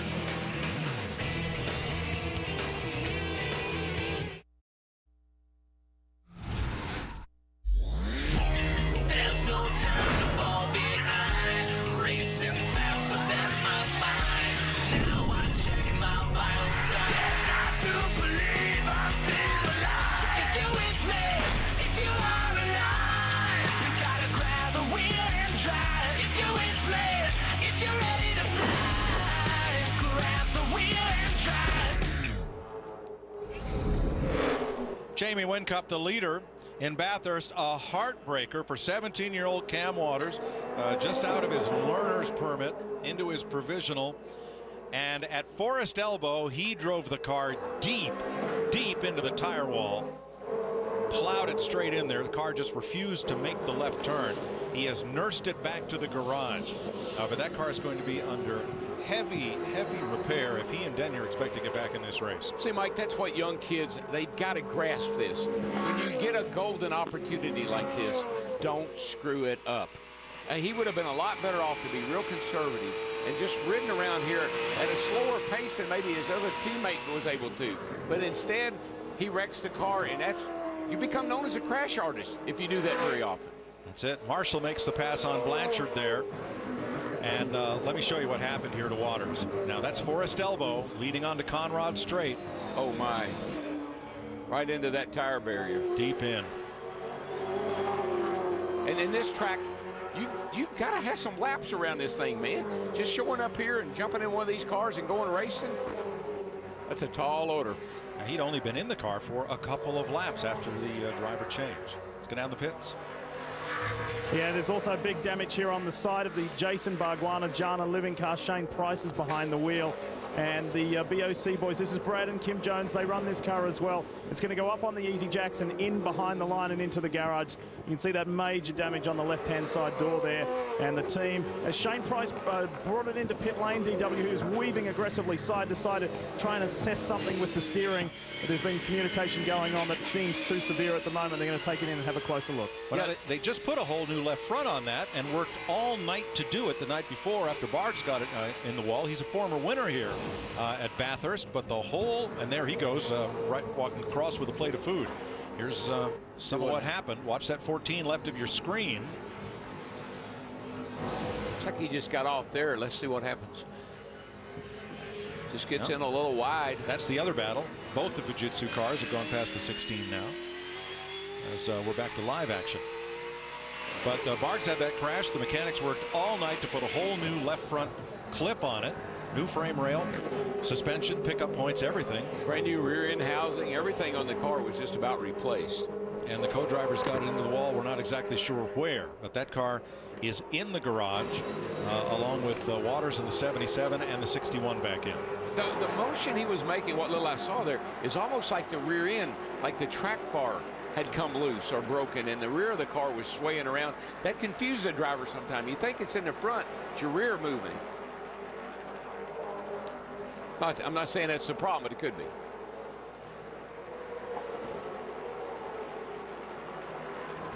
Here's Lee. Well, Mike, I feel privileged to be here with King Courtney. He is the defending series champion. He's sitting on his throne. Do you like my throne? I always feel short talking to most people, but now I feel extra short. I guess you're as tall as your teammate Garth Tander, but hey, really positive stuff for both the cars, both the 1 and the 2. Tell us how things are running. Yeah, look, we're running really good. We're just cruising behind Murph there, saving fuel. We had a little bit of an issue with one of the tyres in the rear, started to break up. Saw it. It didn't look that flash. Yeah, that's not what we want. So we're just trying to work out where it happened and whatnot. There's a few guys up and down pit lane that have had the same issue. So just try and isolate where the part of the track is which is cutting it, and then deal with it. But there's plenty of sticks and stuff on the track. I think it's got quite windy, so maybe it could have been a stick or anything. So see how the tyres are after Cam gets out. He's doing a cracking job. We're 5th at the moment, so head down and see what happens. You left home at 15 here in Australia, lived in Europe for 10 years. You've raced all over the world. You ever been live on American television? Oh, it's probably a first. And that's pretty cool. Welcome to everyone in the US watching. It's an awesome championship, and we'll be there in a couple of years. Good on you, James. He has an incredible record, by the way, here on the mountain. He finishes on the podium nearly every time he started. Thanks, Lee. There's a look at Percat, the number 2. And tracking him is Mark Scaife, who's doing a double stint, at least a double stint. Now, you see the little green light in the bottom of the windshield in the left-hand corner. That is the indication to the officials and to the fans and the television that the co-driver, as opposed to the car's regular driver, is aboard. They have a switch that lights that green light and also interfaces with timing and scoring, so we know who's driving the car when. Yeah, and you can flip a coin between these two guys. You know, that certainly Scaife is he's shooting. He's trying to decide, Mike. He's in a dilemma. He's got 6 Bathurst wins. He'd like to.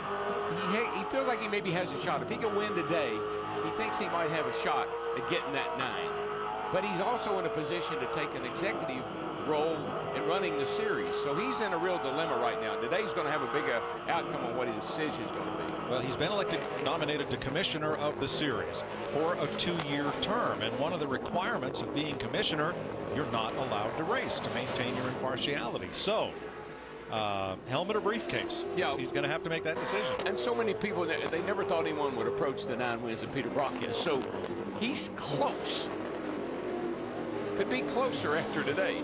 Mark Scaife has 6. His co-driver Craig Lowndes has 5. Hoping to move up 1, but as we saw in that footage just in pre-race, where the finish of last year's race was decided by 1 car length after 1,000 kilometers of racing, just how close things are and how just anything can happen. Calvin? Lee, excuse me.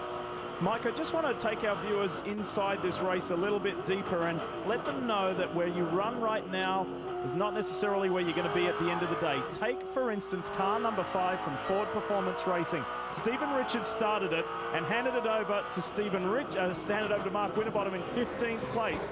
Winterbottom has already crept up 3 places. I want you to remember this now, and we'll revisit it at the end of the race, because Bathurst is all about being there at the end, staying on the lead lap and chipping away. Well, you saw Craig Lowndes there looking on with a smile as the 888 comes through for 3rd place. And Mike, that is the job of the co-driver. Keep the car on the racetrack, don't get in trouble, and turn it over to the driver, the regular driver of the car. And that's what looks like it's working out pretty well for Winterbottom and these guys. Watching the 47 Gaunt in 17th. David Russell, Owen Kelly, Paul Morris behind him. And here's another look at this pass, Darrell. Hey, you're coming down into the chase right here. It's a great passing opportunity. All you got to do is just drive in a little wee bit harder than the other guy, force him up, make the pass.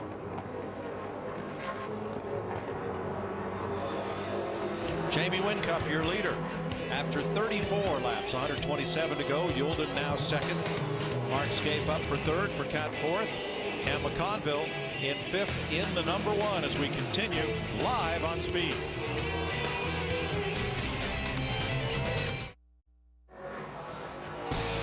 Just as soon as tomorrow's Cup race from Kansas is over, tune to Speed for expanded post-race coverage you can't get anywhere else. NASCAR Victory Lane, fueled by Sunoco, right after every Sprint Cup Series race, and right here on Speed.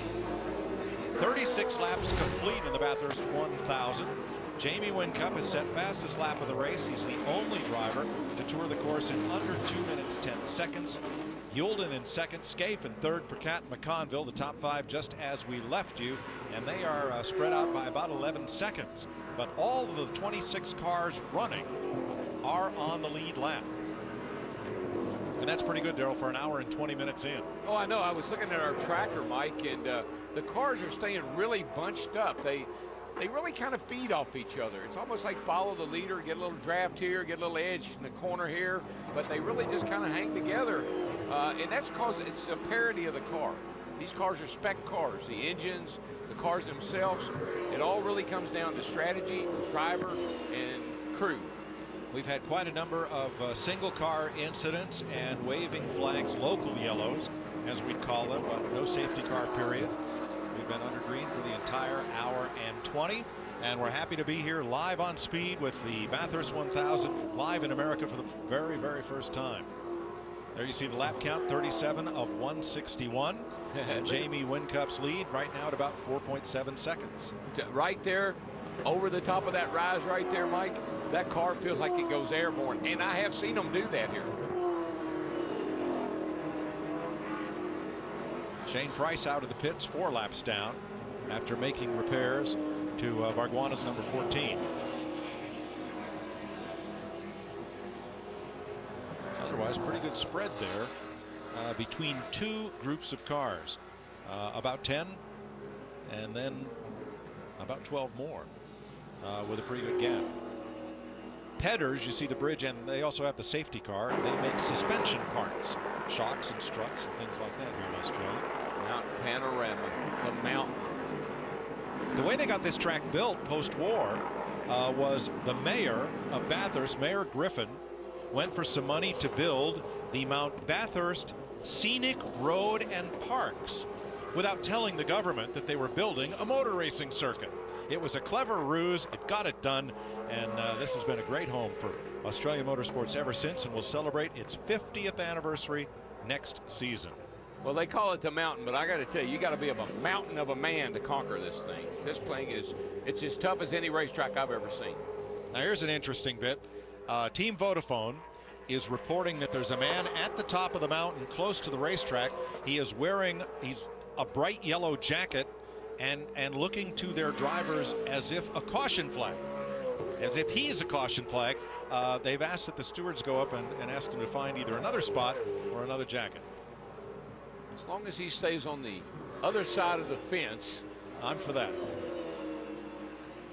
The two Fujitsu cars, Marshall and Ritter, Lee continue to hold very close station, nose to tail, and running a strong race, 9th and 10th. Mike, these two cars belong to Gary Rogers. Gary Rogers has been racing here in Australia since 1963, and unofficially they call Gary the star maker in this paddock, in this garage area. He has given drivers like Jamie Whincup, Garth Tander, Jason Barguana, Stephen Richards and Jason Bright their start. He has won this big one. He knows how to win it, and you're not seeing those cars run line astern by mistake. He is very, very clever. Line astern. Write that one down. Yeah, I picked up some new phrases. Yes. Most of them I can't use, by the way, but I've picked up a lot of new phrases. True. We've had a wonderful week here in Australia. I really want to thank Tony Cochran, Scott Young with V8 Supercars Television, the folks from Channel 7, everybody. We have just had a wonderful time and been treated like visiting royalty. It's just been so much fun to be able to walk around the garages, talk to everybody, and just really enjoy the week and this series and these great race cars. Everything has been first class. Even when I took the ride with Jason Bright, they had my name on the car. Yeah. I mean, they thought of everything and giving the helmet away, and just a first class operation. We're at Mount Panorama in Bathurst for the Super Cheap Auto Bathurst 1000. 38 laps complete, 123 to go. We're just almost an hour and a half into what promises to be a 6+ hour race, weather permitting. Mike Joy with Darrell Waltrip, Calvin Fish, Lee Diffie to bring this race home to America Live for the first time on speed. Greg Murphy led the first 7 laps. Davidson took over from there. A Holden-Ford battle. And now Jamie Whincup out front. And here's trouble with one of those two Rogers cars. This is Marshall in the pit lane. Trouble or scheduled stop? Calvin, what's up? Remember, guys, these guys pitted a lot earlier than everyone else out here, so I just think them just running through their full fuel load. I think they split the strategy here with GRM in terms of bringing one car in early and just really trying to catch a break with a yellow potentially, but a lot of these teams will mix it up a little bit. Marcus Marshall still behind the wheel. See some servicing going on that right side. Waiting on the fuel, a full fuel load, 120 liters. Just over 31 gallons, should take about 34, 35 seconds, so the rest of the servicing can be completed whilst that's going in. Good, clean stop for Gary Rogers Motorsports. The noise you heard was the car coming down off the air jacks. Center lock wheels, 1 lug nut. Boy, some of our tire changers would love that. Oh, they would. And the air gun, I mean, it sounds like an engine when they engage it. It's loud. So Marcus Marshall stays aboard. A scheduled stop, as Calvin points out. Their second of the day.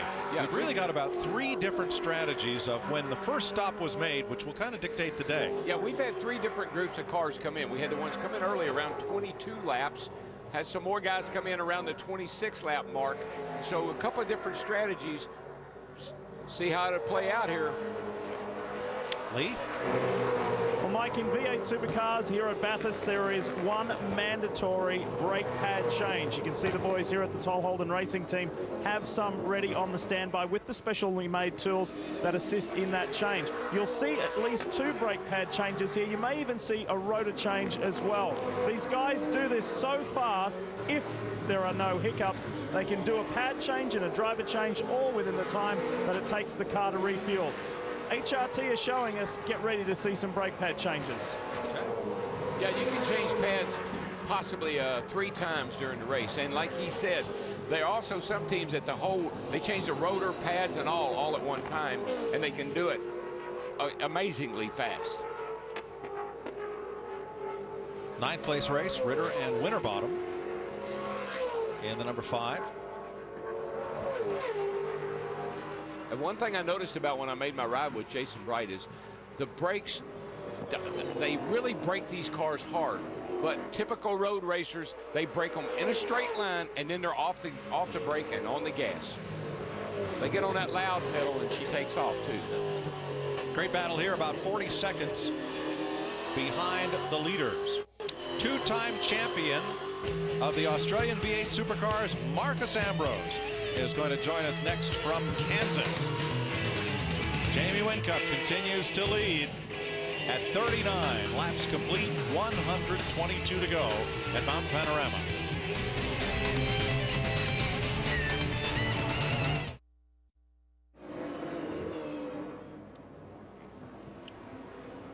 .40 laps complete at Mount Panorama. Pit road is abuzz because we're under the first full course caution, we would call it. Here it's a safety car period, and there is some debris on track and a little bit of lift up of the asphalt up in the top of the hill section. Yeah, I believe, Mike, that's causing these guys some tire issues. That build up along the curb, it's getting pretty serious, and I think that may be what the guys are going to take a look at. If that's asphalt, that's really, boy, really got to be rough rubber. on It's those just, tires. yeah. And rubber buildup. Exactly. Gives it a bit of a bounce. We've got a special guest. Kind of amazing that DW's in Australia and Marcus Ambrose is in Kansas, but that's where we find him. Welcome. Thanks, guys. You're doing a great job with the telecast. Here I am in Kansas getting ready for a huge race here tomorrow. watching the Bathurst 1000. I never thought I'd see it, and I never thought I'd see W short for words after that hot lap around the track. Marcus, that did not turn out the way I thought it was going to. I thought I was just going to go for a little reconnaissance mission, check out the track, and get a few of the characteristics of it, but that was the wildest thing I've ever done. And by the way, I had my Vegemite this morning on my toast. There you go. You're going to get used to all things Australian. But I tell you what, it's just great to see this this famous racetrack on TV in the US. It's one of my favourite places in the world. It really takes your breath away to drive around this place.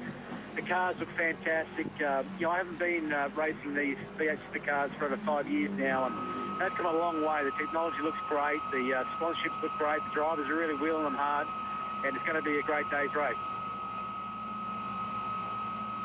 You know, Marcus, I find you to be a calm, cool, collective guy, but have you ever had any issues over here at this race? Oh, I've had quite a few. And Greg Murphy, the guy who led the first part of this event, I've had a big run-in with him a couple of years back. I feel like he cost me, you know, the big race win in 2005. There it is on TV, just watching it now, and I can't believe that they're still playing this replay. The only thing I regret is I should have knocked his block off. Well, we've got a little surprise for you, Marcus. Greg Murphy, say hello to Marcus Ambrose. Ah, g'day, Marcus. Yeah, isn't it funny how we say that we tell the same story? Yeah, there you go. You know, the older what did you do to him, Murph? Yeah, that's pretty well right. No, you know, we had a little altercation, Marcus and I. We didn't see eye to eye that day.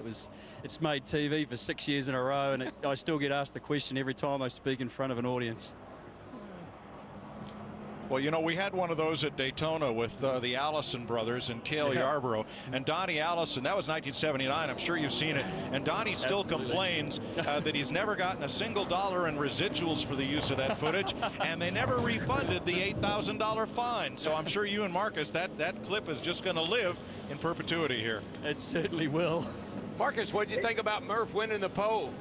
Oh, look, just awesome. You know, Greg, in 2005, the last year I was there, I think, Greg, you had the pole that year too, an incredible lap. And to do it twice, just amazing. But, you know, good luck today. I know you got a lot of races to come, and I wish you the best. But I got to tell you, I'm rooting for a Ford to win.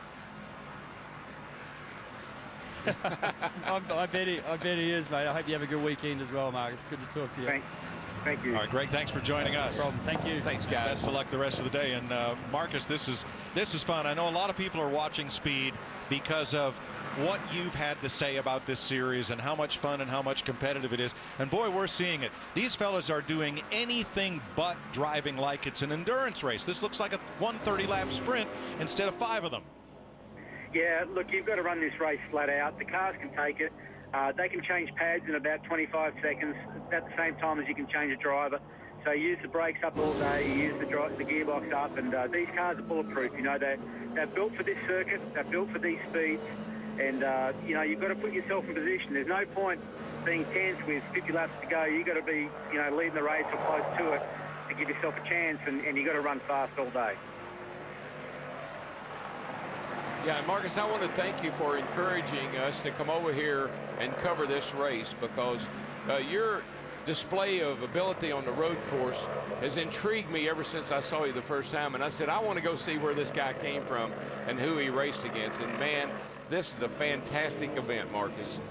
Yeah, it really is. And the quality of drivers in Australia racing V8 supercars is amazing. You know, I learnt my craft in Australia against these guys. Mark Scaife, Craig Lowndes, Greg Murphy, you know, they're as good as they get on road courses. They're very talented drivers, and this series is super competitive, and you've got to get the most out of yourself. It's a full-on professional sport in Australia, and it really is, you know, big-time racing. Well, thanks for joining us, and glad you're enjoying the coverage. We're thrilled to be here to bring this race home to America live on Speed. Yeah, good luck in Kansas, buddy. Yeah, thank you very much, and just a big thank you to Speed for putting it on, and wait for that rain to come. When it rains this afternoon at that track, all hell will break loose. It really is a crazy event. Okay. Thanks, and have fun in Kansas. We can't wait. Thank you. Marcus Ambrose, 41 laps are complete. We're under a safety car period as they work on the track surface. More live from Bathurst on Speed right after this.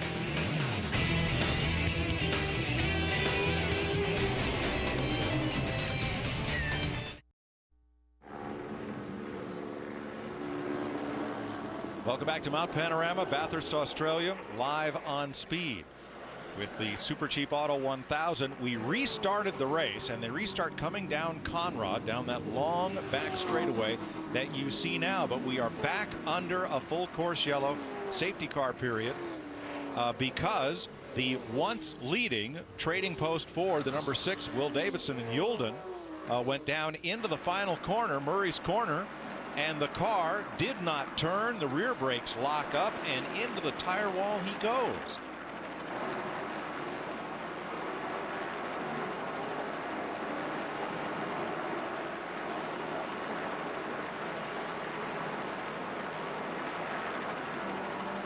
Darrell, it looked like the car just did not turn in.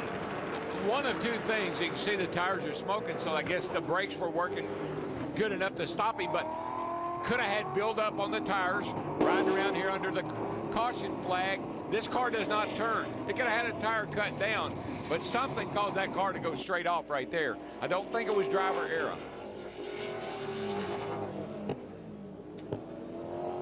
Cold tires, no grip is the report from the number 6 team. We are back under green. Thompson in the 88 leading Prakat in the 2. Craig Lowndes now aboard the 888 in 3rd. Simonson 4th. McIntyre in 5th.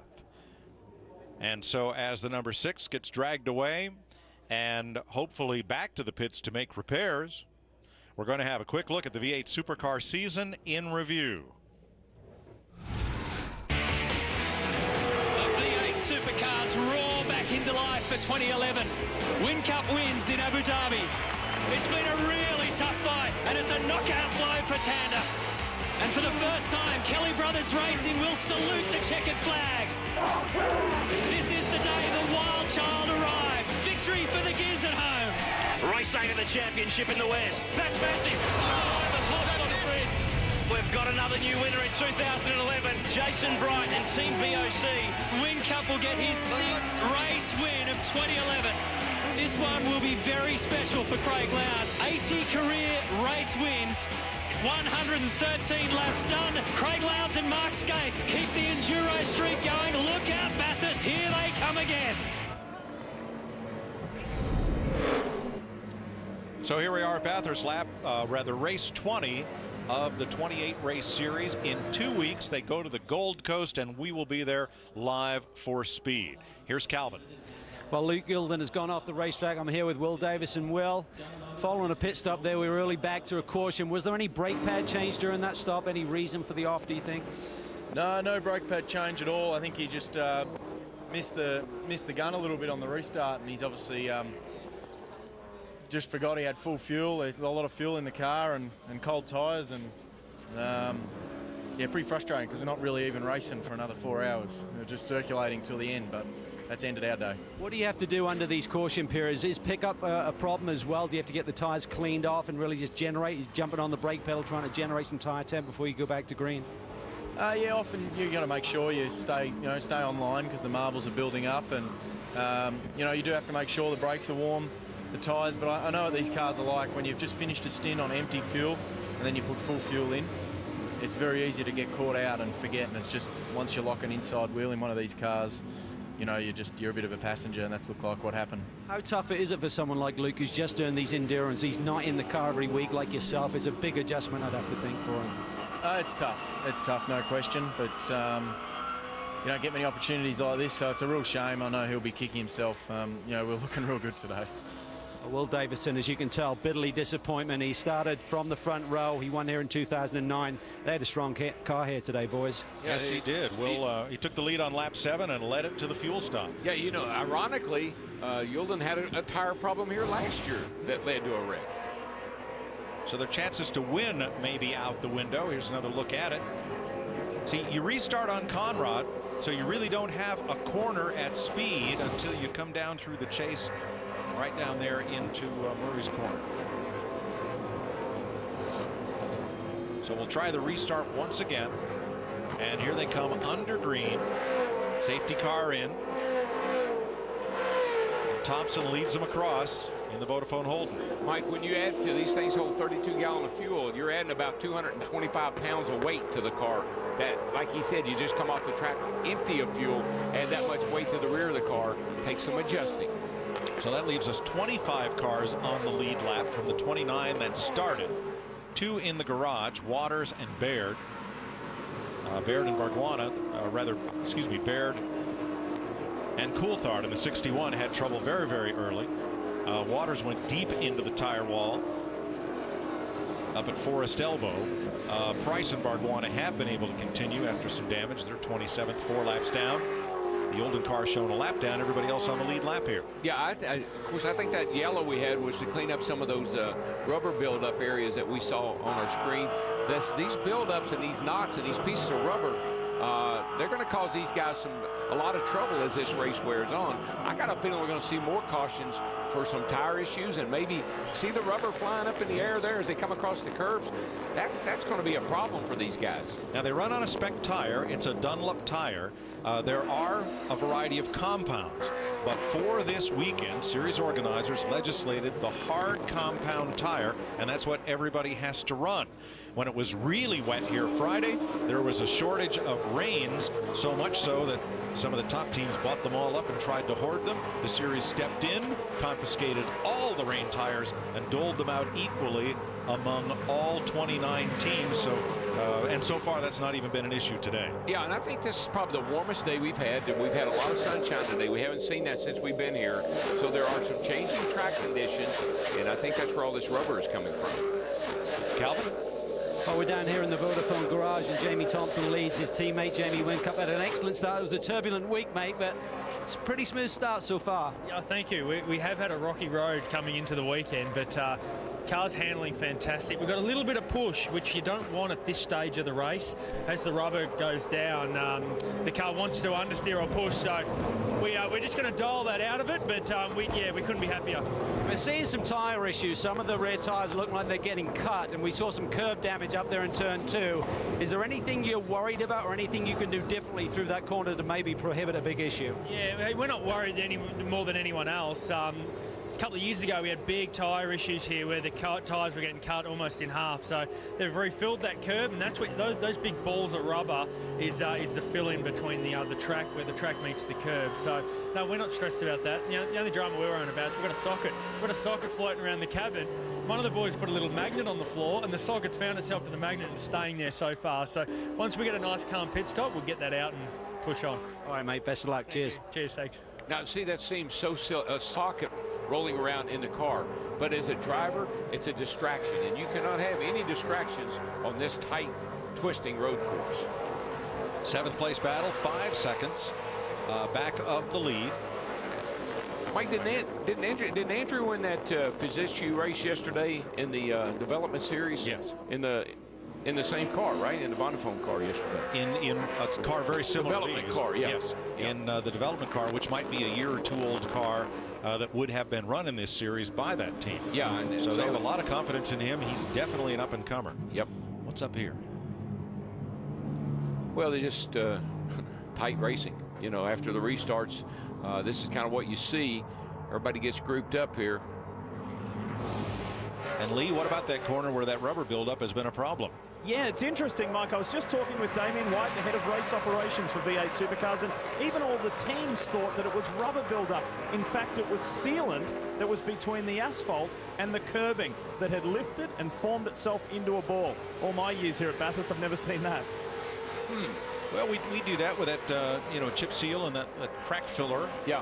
Between the courses of asphalt at both the road courses and the ovals in NASCAR. And yeah, occasionally the rubber, because it's gummy, the rubber will stick to it. It'll come up and it can become a problem. Yeah, the hot tires pull that up out of the racetrack and create those big balls that we saw. We used to call it bear grease. That's what they call it when they put it on Darlington. It was bear grease. Calvin? Well, a quick quick thought on Andrew Thompson. You mentioned it, boys, that he won the Fujitsu race here yesterday. He also won one on Friday. And with this lack of dry running time, I really think that was a big advantage for both Andrew and the 888 racing team in terms of getting dry laps. Both those races were dry. The Fujitsu cars are really essentially the same as the V8 supercars, just a little bit older in terms of when they were built. So I think that the guys would have got a really good read on this racetrack and may have a leg up on some of the teams up and down pit lane. Thanks. Yeah, I really like that series. It's not like our nationwide series, but it's a second-tier series. Older cars, development drivers, team members, engineers. It's a really great idea for developing talent for the future. 46 laps complete, 151 to go. We're almost 2 hours into the Bathurst 1000. When we come back, we'll tell you how to tell if that's a Holden or a Ford up ahead. Note position of the tail lights and the supports of the rear wing. Those are the clues.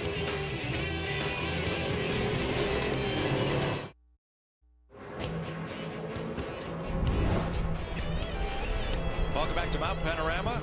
Andrew Thompson in the number 88 Holden, continuing to lead. Holden 1, 2, 3. Percat and Lowndes second and third. Then McIntyre, Simonson, Richards, and McConville. Still 25 cars on the lead lap after nearly 2 hours of racing. Here's the first lead change of the day, lap 7. Ford going in front of pole sitter Murphy. That's Will Davidson going up. And that's Coulthard having to jam on the brakes and bounce off the wall.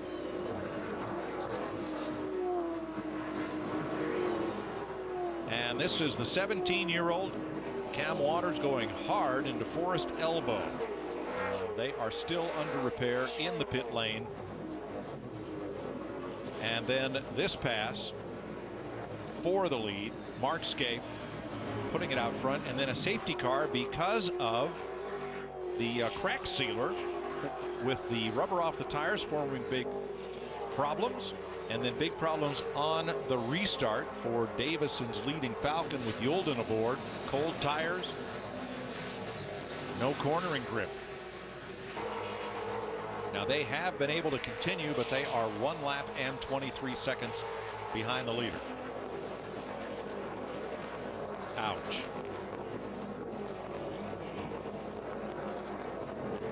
Back to live action at 49 laps. With Thompson's lead just 0.8 of a second over Percat and Lowndes. Then it's another 6 seconds back to McIntyre. I think we got a special guest down in the garage down there with Lee, a fellow that's been to Franklin, Tennessee, and knows a little bit about it. Who's with you there, Lee? Yeah, he certainly does, DW. Next week at the IndyCar Series finale, we're going to be hearing a lot about Frank Kitty, but that's Dario. This is his little brother, Marino. And Marino is chomping at the bit because he'll be at the Armour All 600 in 2 weeks' time at Surfers Paradise on the Gold Coast for his very first V8 supercar race. I know how excited you are, mate.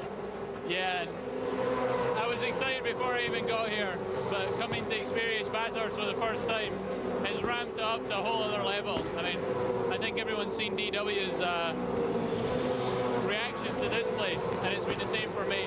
It's electric. It's like an Indy 500, Le Mans 24 hours. It's that kind of atmosphere. It's unbelievable. It's just completely electric and really intense. I know that Dario steals the family headlines because of his accomplishments in IndyCar. You have done very well for yourself, establishing yourself as a world-class sports car driver. This is another string to your bow, isn't it? It's exciting. Hugely. Dario and I know he's watching back at home in the US. We used to watch this as kids back in the UK. You could always see the Bathurst race on TV. Something I always dreamed of doing. So to be here, to know I'm going to be driving the Lucas Dumbrell car in a couple of weeks at the Gold Coast is just fantastic, and really excited for the Speed viewers that they're going to get to see that as well live on Speed. So it's going to be really cool. Deal, mate. See you up there. Mike? Yeah, Dario sent me a tweet earlier, said he'd be watching tonight, and so hello, Dario, and keep the Ford down, keep everything under control there in Franklin until I get back. Well, business is picking up. Andrew Thompson has just run the race's fastest lap at 2:09.8, and this coming 49 laps into the race. And he's opened up another 0.2 of a second of margin, 0.9 over Percat and Lowndes, and then about 7 more seconds back to McIntyre, who's all by himself. And then Simonson, Richards, McConville, and Canto, and a whole group here of about a dozen of them, just virtually nose to tail. And all on the lead lap. Coming down Conrad Straight. Sucrogen is a sugar company that supplies the 85% ethanol fuel that these cars run on. Into the chase. Oh, got it locked up, got it locked up. Oh, no. And around goes Perkins in the 200 off the front bumper of the number 4 of David Brabham. Boy, that car just, it almost looked like the throttle stuck, but I think once he got on the brake, once Brabham got on the brake, he just couldn't get it to blow up. The smoke in the tires did a lot of damage to the car. Well, Brabham continues further back in the pack, but without incident, it appears.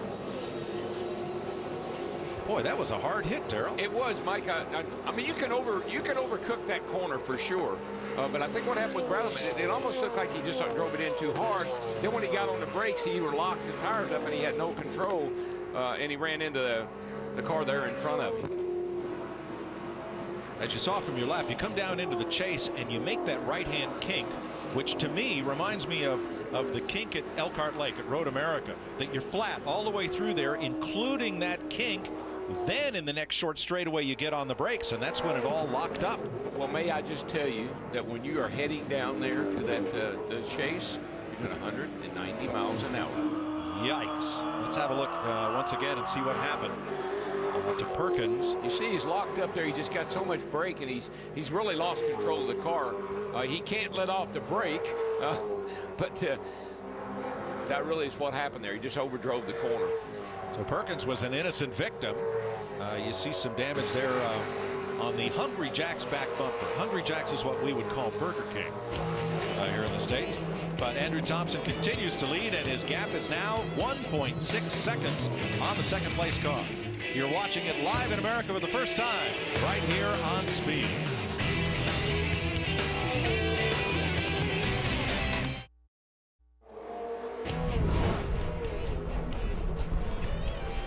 Welcome back to Bathurst live on Speed with the Super Cheap Auto Bathurst 1000. Great pitched battle here. We're watching for 7th place. Alan Simonson in the pole winning number 11, trying to hold off Canto in the 55. The Fujitsu twins, Marshall and Ritter, and Blanchard in the 16, all in a pocket from 7th back through 12th. Track conditions are deteriorating just a little bit. We're seeing a lot of rubber come up off these tires.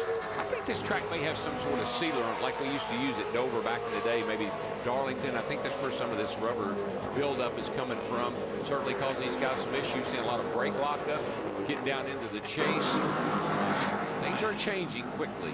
Look at that drop. Oh, yeah. Down through the dipper, that'll make as they call it. That'll change the octave of your voice considerably. And the position of your lunch. Yes, that too. Absolutely. Through Forest Elbow and onto Conrad Straight. Let's have a look back at Nick Percat has been running in the second position. Here's how he loses second at corner number 2. Greg Lowndes moving up into second position there. Really lucky. I think Percat got away with that. I don't think it hurt the car. Didn't see a lot of damage. Kind of kissed the wall. I think he's going to be okay. Lee, the car really slid along the wall for quite a ways there before he wrestled it back onto the circuit, but it does not seem to have slowed his pace. That's right, Mike. I just checked in with Mike Henry, team manager at the Toll Holden Racing team. He said Nick has reported absolutely nothing wrong with the car. They've been out on the pit wall to observe that left-hand side of the car. And he said Lowndes was just making the most of the rookie situation for Nick Percat. DW, remember you were telling us the other day when you used to see Dale Sr. coming in the mirror, sometimes you'd move over and let him go by. It wasn't worth wrestling with him. I think that's what Percat did with Lowndes, but he kind of got a little too wide and got out into the marbles. Yeah, that corner is really quite treacherous. And yeah, I mean, you know, when you see Dale Earnhardt behind you, you knew he was aggressive. And if you didn't want to end up, you know, courteously moved out of the way, you just sort of made a little room for him to get on by, and then you followed him. But that point, right where these cars are coming to now, Griffin's Bend, is the end of the second longest straightaway on the course, so could be a good passing position, except that the road curves sharply upward right there at the beginning of the corner. You know, just back on the Earnhardt, I remember you used to race Earnhardt. You'd finally get by him, and you'd pass him. And then you'd look in the mirror, and he's all over your rear bumper, just nudging you along, you know. And you'd say, why did I do that? Why did I pass him? Oh, boy. All right. David Brabham was assessed a penalty, a drive-through penalty for the crash with Perkins up in the chase. Here's Calvin. Well, I'm here with the 97 winner in the Super Tourism. David, it looked like a pretty good start to the race then. What went wrong down into the chase? Yeah, it was a good start. I mean, we were running 8th, and then obviously when we had the pit stop, we couldn't get into our pit, so we dropped quite a way back. Got past someone and then caught the group in front really quickly, and just went into the chase. Just didn't try to pass because I wasn't close enough, and the right front locked up, and I come off and it kept locked, and it just stayed locked, and you know, I just lost all my grip and just ended up hitting Jack Perkins, I think, which is really unfortunate. It's wrecked his race. It's sort of wrecked ours a bit, but it's a long race, and you know, you never know. Sometimes these things play into your hands and you don't quite know. Certainly this is the biggest race of the year. I know you come back as often as you can, schedule permitting, to compete here. What would it mean to get another win here? It'd mean a hell of a lot. It really would. You know, this is a very tough category to just jump in and try and be on the pace with everybody else. They're tricky cars, and you know, for Owen Ford and you know, Alex to win this race would be pretty amazing. But you know, we have a long way to go and a lot of hard work to do. All right, Brabs, best of luck, mate. Thanks, mate.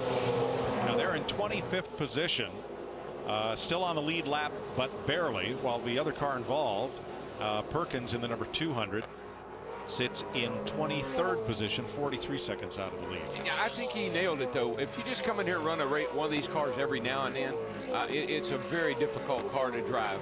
It's right-hand drive. You've got to, you shift.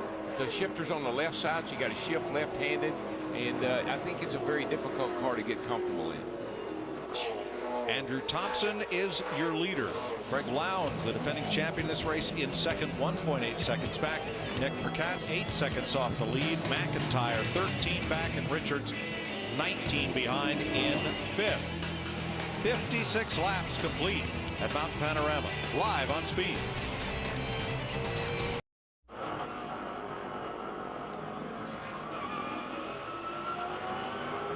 You're riding along with Nick Percat in the third place car, the Toll Holden number 2. Left foot breaker. Turning in left. And up through the gears. Watch his right foot, though. Once he gets headed in the right direction, never lets off the gas, sequentially shifts the gearbox. Now he will, see, just look, one-handing it down that long straightaway, you can do that, and the car drives pretty good. You know what he's doing there? Testing the brakes. See him making sure that brake pedal is up there. Little heel in toe. See the heel over on the gas pedal, toe over on the brake. Let's listen.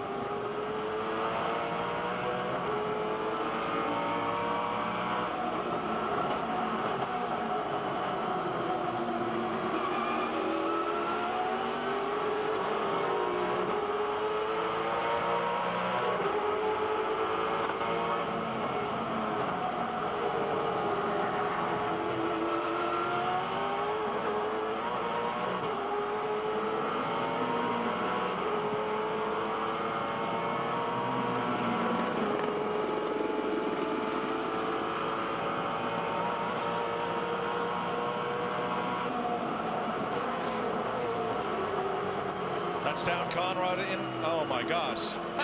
and Mike, that little motion he does, checking the brake. If a driver ever has a brake failure, he will continue to do that the rest of his career. Always touching that brake to be sure it's up top where it needs to be. But just holding that throttle down almost all the time.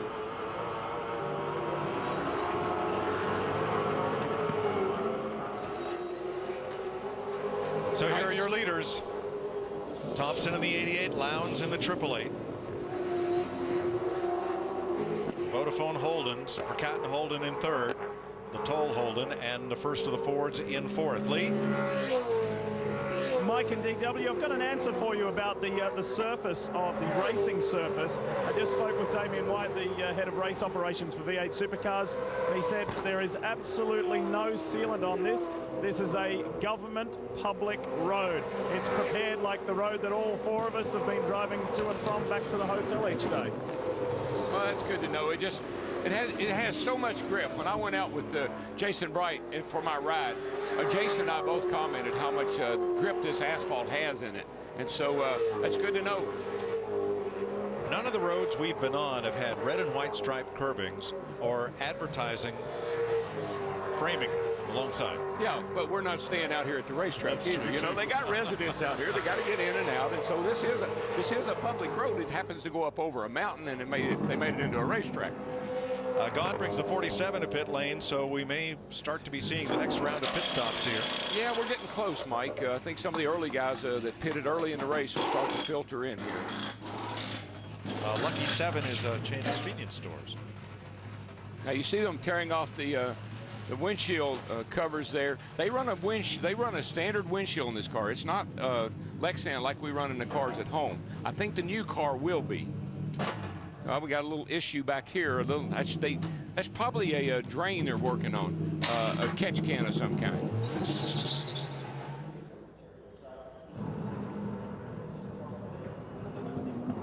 All right, let's go to the far end of the pit lane. By the way, pit stalls are assigned, garage and pit stalls are assigned in the order of the championship standings, with the defending champion having the spot at pit out, usually the preferred spot in NASCAR, and earned by winning pole position. Not here. Pit positions are decided when the trucks roll in. The list is already out, and you know where you're going to be. So all the way down toward turn 1, Calvin Fish. Well, Mike, I'm down here at Team Vodafone. This is really the super team in this series. They're not only sponsored by Vodafone, they look like the McLaren Formula 1 team in the way they prepare for one of these events. You can see a nose here ready to go. Now, Mark Schaefer's at the ready. He's not in for quite some time, but if they get a yellow or something, they want to be prepared. Back here is really what I call brain central. There's going to be a guy I'm going to talk to in a moment. He's Roland Dane. He's the team owner and principal. He's really like the Rick Hendricks of NASCAR, or the Ron Donis as he used to be when he was team principal at McLaren. Let's get a quick chat here with Roland.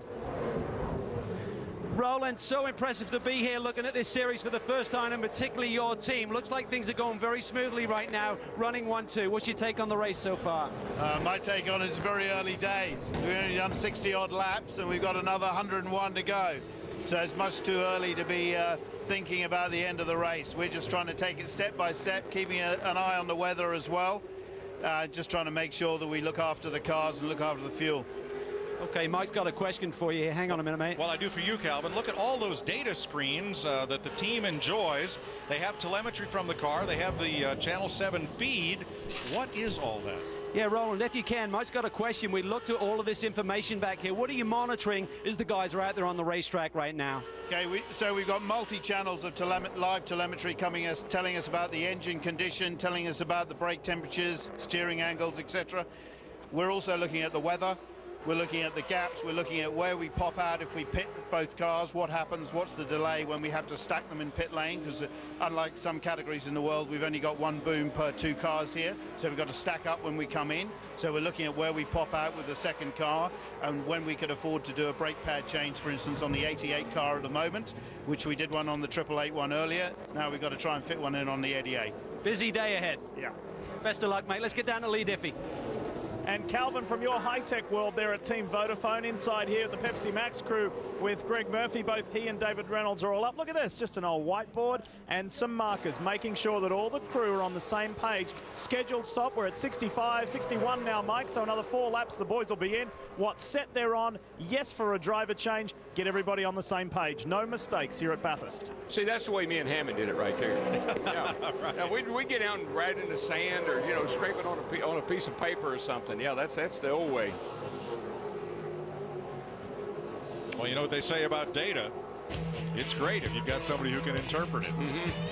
I learned that the hard way.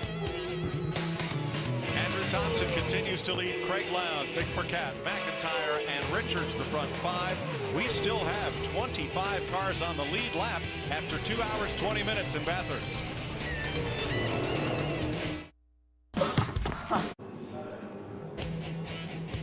Welcome back to Bathurst. We're about a third distance and about to get into the next round of pit stops. How about all that telemetry? What do you think our friends back in the motor coach lot in Kansas are saying? I bet the crew chiefs are saying, wish we had all that. And if the drivers are saying, well, if you could monitor throttle position and steering angle and brake, is that a good thing? Well, the driver wouldn't think so necessarily, because they'd always say, you're not holding it wide open, and you swear you were. But anyway, hey, wake up, you bunch of lazy guys, and get out of the way. Well, let's turn on the TV, watch this race. This is a great race. Hope you're enjoying it. Mike, I have been so impressed with coming down here. I feel like I'm at home. I mean, they speak the same language, they spend the same money, they eat the same food. I'm a guy from Kentucky, okay? And you know what's right next to our hotel? A Kentucky Fried Chicken. But we haven't been there. We've been eating, you know. Oh, we've been eating healthy. We've been to McDonald's. But we're having a great time, and it's a great race, and it runs a lot like a NASCAR race. Get out, find a pace, but boy, that pace is hard, and the battling for position is even harder. The cream always rises to the top, and right now those Vodafone cars are in a league of their own. They look like they're just putting down some laps right now. You heard their engineers say, their owners say, take care of the car, take care of the engine, and that's what's happening. Well, right now, Thompson and Lowndes running a little more than a second off of their fastest race pace. Bad day at the beach for the 33 of Ritter. And this could be a safety car period. Yes, it is. Full course caution. And we'll see whether this benefits the teams that have already stopped in this sequence or those that are going to come in right now, because you don't have to wait for the safety car to make that stop. Here's a quick look at what happened to Ritter. Oh, under pressure. Just a lot of rear brake. It's probably getting awfully close to time to pit this car. Low fuel, light in the rear, lock up the rear, spin out. Under pressure there from David Russell. Lee? And Mike, this links directly back into Calvin's point before about the co-drivers and how difficult a job it is for them to step in twice a year. All of the V8 supercar teams only get 6 test days a year, and then they are allocated 4 times over the races at specific events where their co-drivers can run in one session on a Friday morning. Greg Ritter has a full-time job. Monday to Friday, he puts up drywall. He's a plasterer, as we call it here in Australia. In fact, his nickname is the Australia's fastest plasterer. But there's such a massive load and expectation put on them to come in with the country's best twice a year and perform at the same level. Yeah, we've seen a number of these co-drivers make huge mistakes, and of course we know why. And here's the leader in the pit lane. Andrew Thompson coming in at lap 64 with 97 laps to go, and Craig Lowndes coming in right behind him. 24 miles an hour. Calvin. Andrew Thompson brings it in. There's going to be a slight change here to that roll center. They're going to drop it a little bit. They're looking for a little bit more bite coming off the corners. One of the concerns is, watch this, right behind him, the AAA car has to wait. There's only one boom with the air guns and everything. They're doing a brake pad change here as well. Take advantage of that. Second brake pad change for these guys today, I believe. So look at that, the AAA car has to wait. Now, if anyone else gets a good clean start with a single car, they're going to leapfrog around the AAA machine. Lee? And in comes Nick Percat, out goes Garth Tander. It was a fairly clean stop, no pad change, 4 tyres full of fuel, also replenished the water unit, which they can do externally for the drivers. I'll catch up with Percat in a moment and ask him about that incident with Lowndes. Well, let's explain about these pit stops. You see the booms out over pit road for the air guns. There's only one per 2-car team.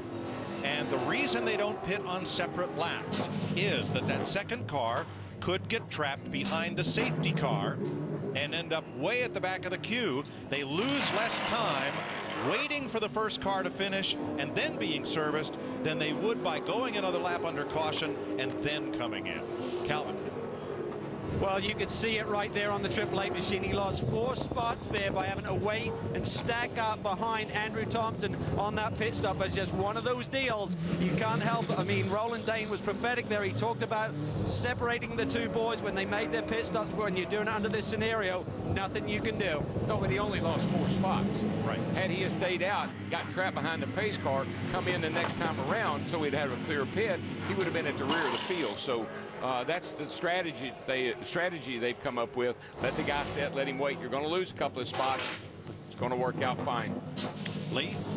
Here at the Holden Racing team with Cam McConville, who was just handed back over to James Courtney. Give us your rundown on what happened out there.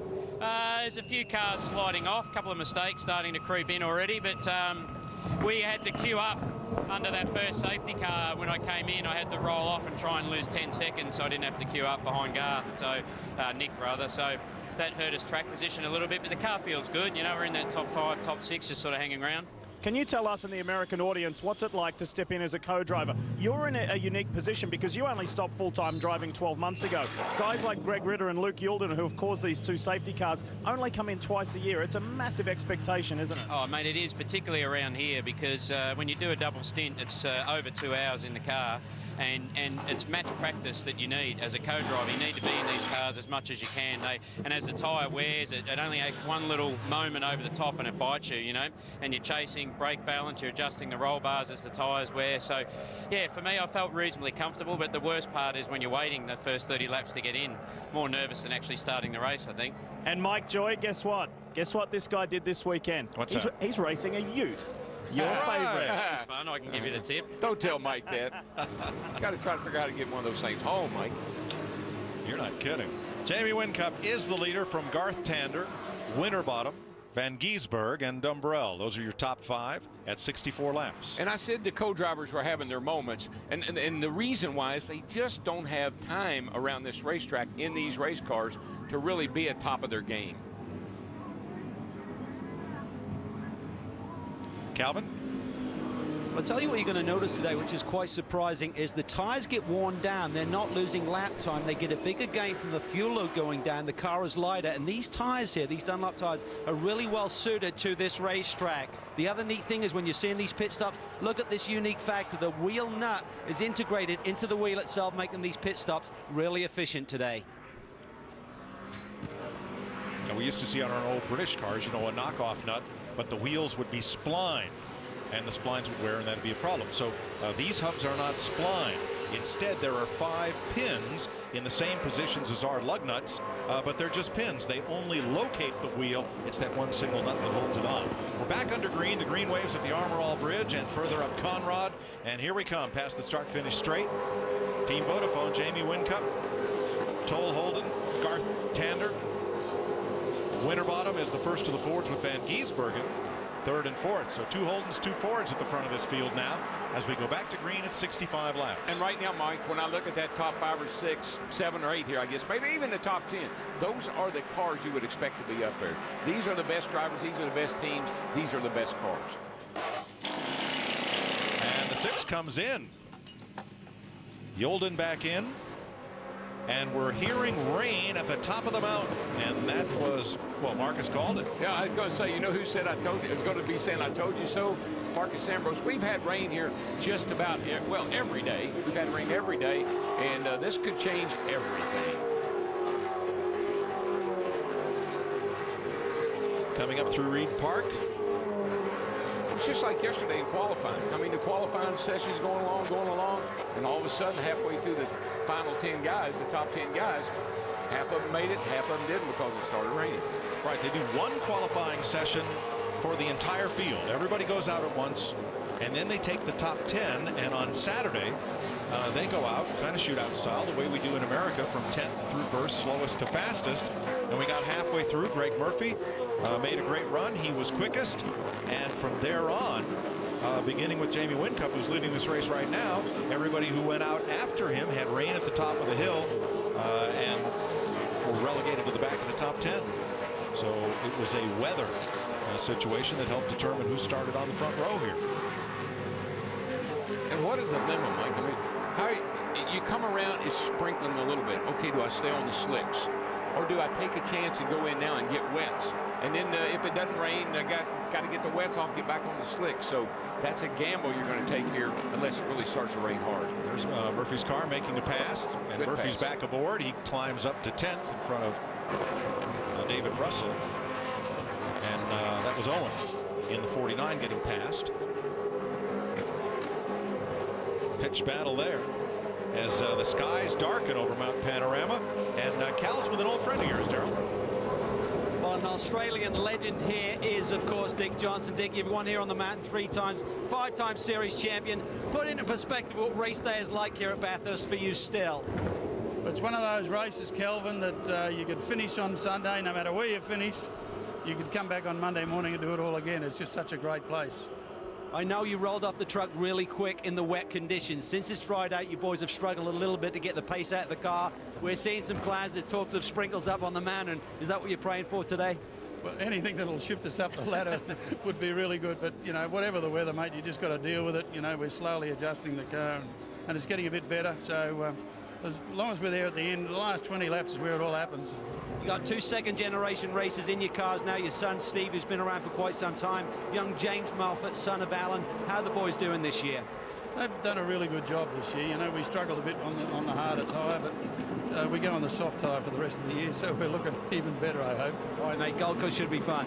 Looking forward to it. Cheers. Dick Johnson's 2 cars are in 11th and 19th place right now. Yeah, he's a 3-time Bathurst winner, and of course, like I said, he did a little racing with us back home back in the day. Made a few friends while he was there. 66 laps complete, 95 to go.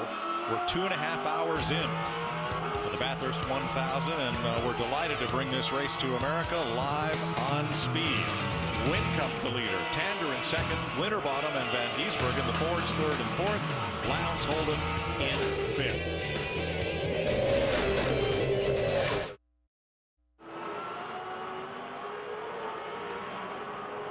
Welcome back to Mount Panorama.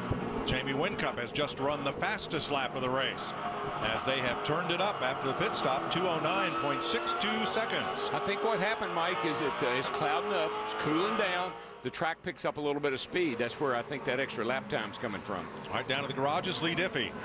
Yeah, Mike, some of the teams are pretty hot at the moment. About car 17 from Dick Johnson Racing has allegedly passed that last safety car before being instructed to. V8 Supercars has it under investigation. I'll have more for you in a moment. Okay, that would result in a drive-through penalty if he is guilty of having passed the safety car under caution without being directed to. Now, once the safety car is out on track, they will wave cars by to pick up the race leader. So some question as to whether or not the 17 was waved by or not. Find out. 69 laps. 161. And you see how dark it's gotten going up toward the top of the hill as the clouds roll in. Yeah, and it's much cooler, Mike. Pretty nice out there before right at race time. Right now, the wind's picked up. Temperatures dropped a good 10 degrees. Certainly, that will affect the track temperature.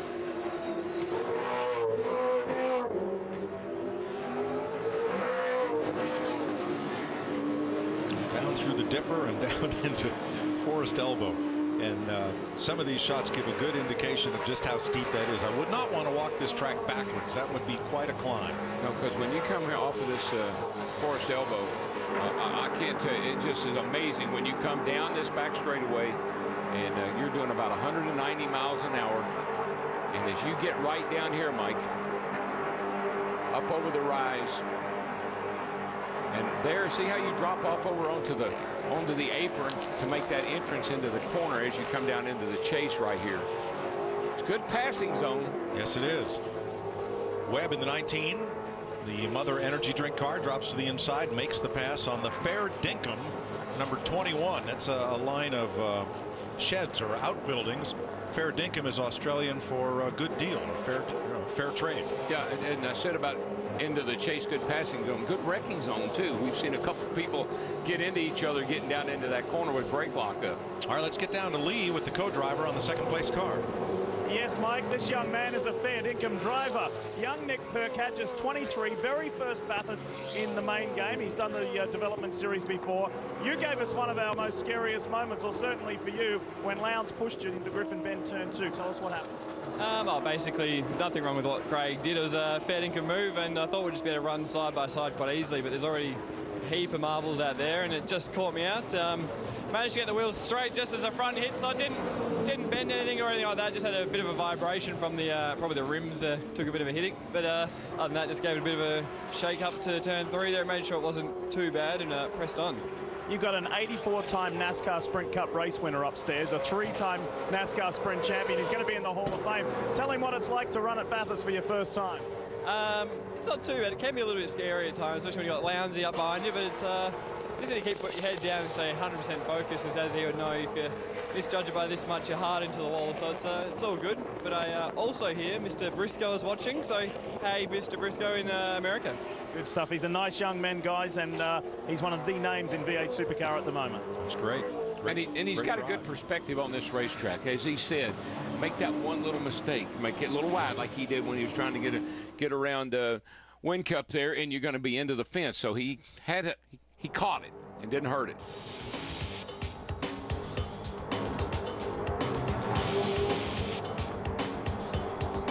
Well, there's some of the action. There's the 17-year-old Cam Waters hard into the tire wall at Forest Elbow, and that car, I don't know if it's still under repair, but it is still in the garage.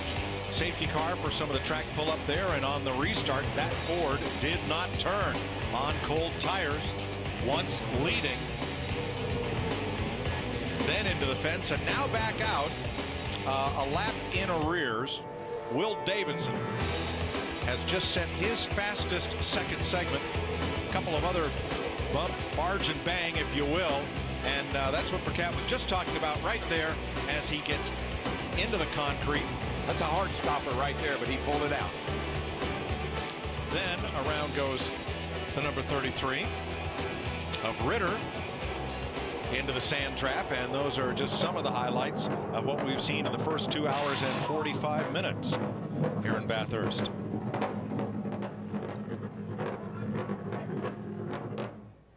Oh, and they shut down that Jack Daniels car. That is the 17. Or excuse me, that's the 7. That's trouble right there. Yeah, they've got something broken on the rear of the car here. Yeah, that's the 7 of Tom Kelly, David Russell.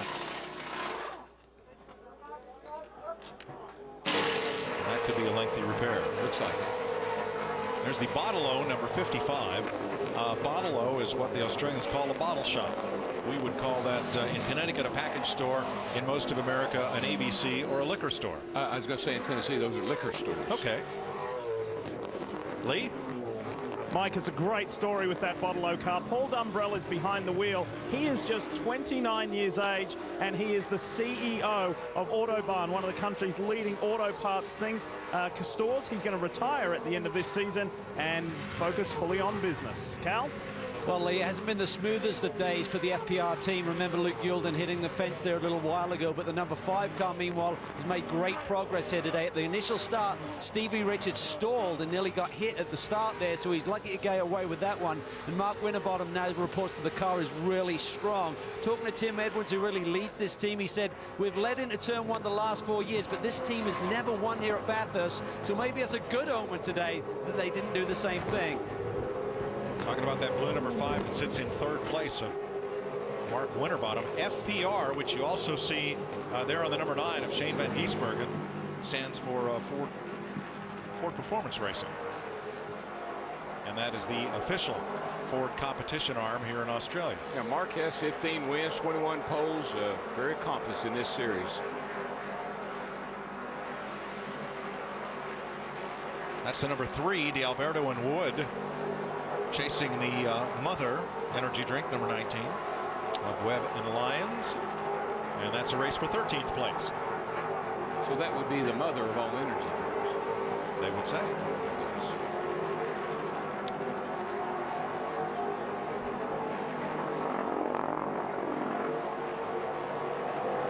71 complete, 90 laps to go. We've been racing at Mount Panorama for 2 hours and 45 minutes live on Speed.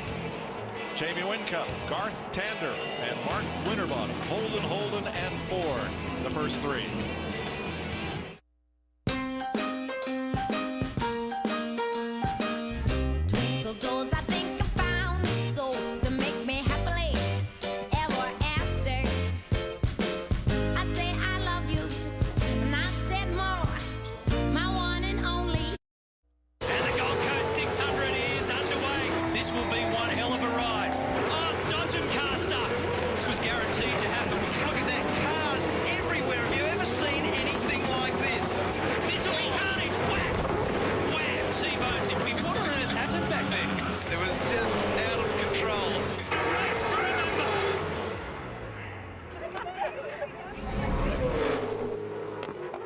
That's the kind of action you see at the Gold Coast, and you will see it live on Speed in 2 weeks' time. October 22nd, 11 p.m. Australian V8 Supercars on speed. Mike, those first two cars, Whincup and Tander, they've kind of pulled a gap on third place Winterbottom. But last time by, Whincup ran a 2:09.6. And Tander was at a 2:09.9, and then everybody else was in the 10s. But look here, Winterbottom is under a tremendous amount of pressure from defending champion of this race, Craig Lowndes. Craig Lowndes is in the 09s. He just ran his teammate ran a 62, 2:09.62. He just ran a 2:09.72. So those are the two fastest cars on the racetrack right now. And this is the race for third. Winterbottom in the blue Ford and the Holden of Lowndes. From the back, the taillights are mounted lower on the Ford, and the wing uprights are outboard. On the Holden, the wing uprights are inboard, closer to the center of the trunk, and the taillights are mounted up at the top of the fenders. That's how you tell if you can't see the blue oval. There you go. I knew we'd get around to Merritt Jackson. I knew sooner or later Merritt Jackson would come out in it. Can't tell the players how to program. Yep, raindrops down Conrad. Just a drop here and there. No, baby, but we know what's coming next, a downpour, and you got to be ready.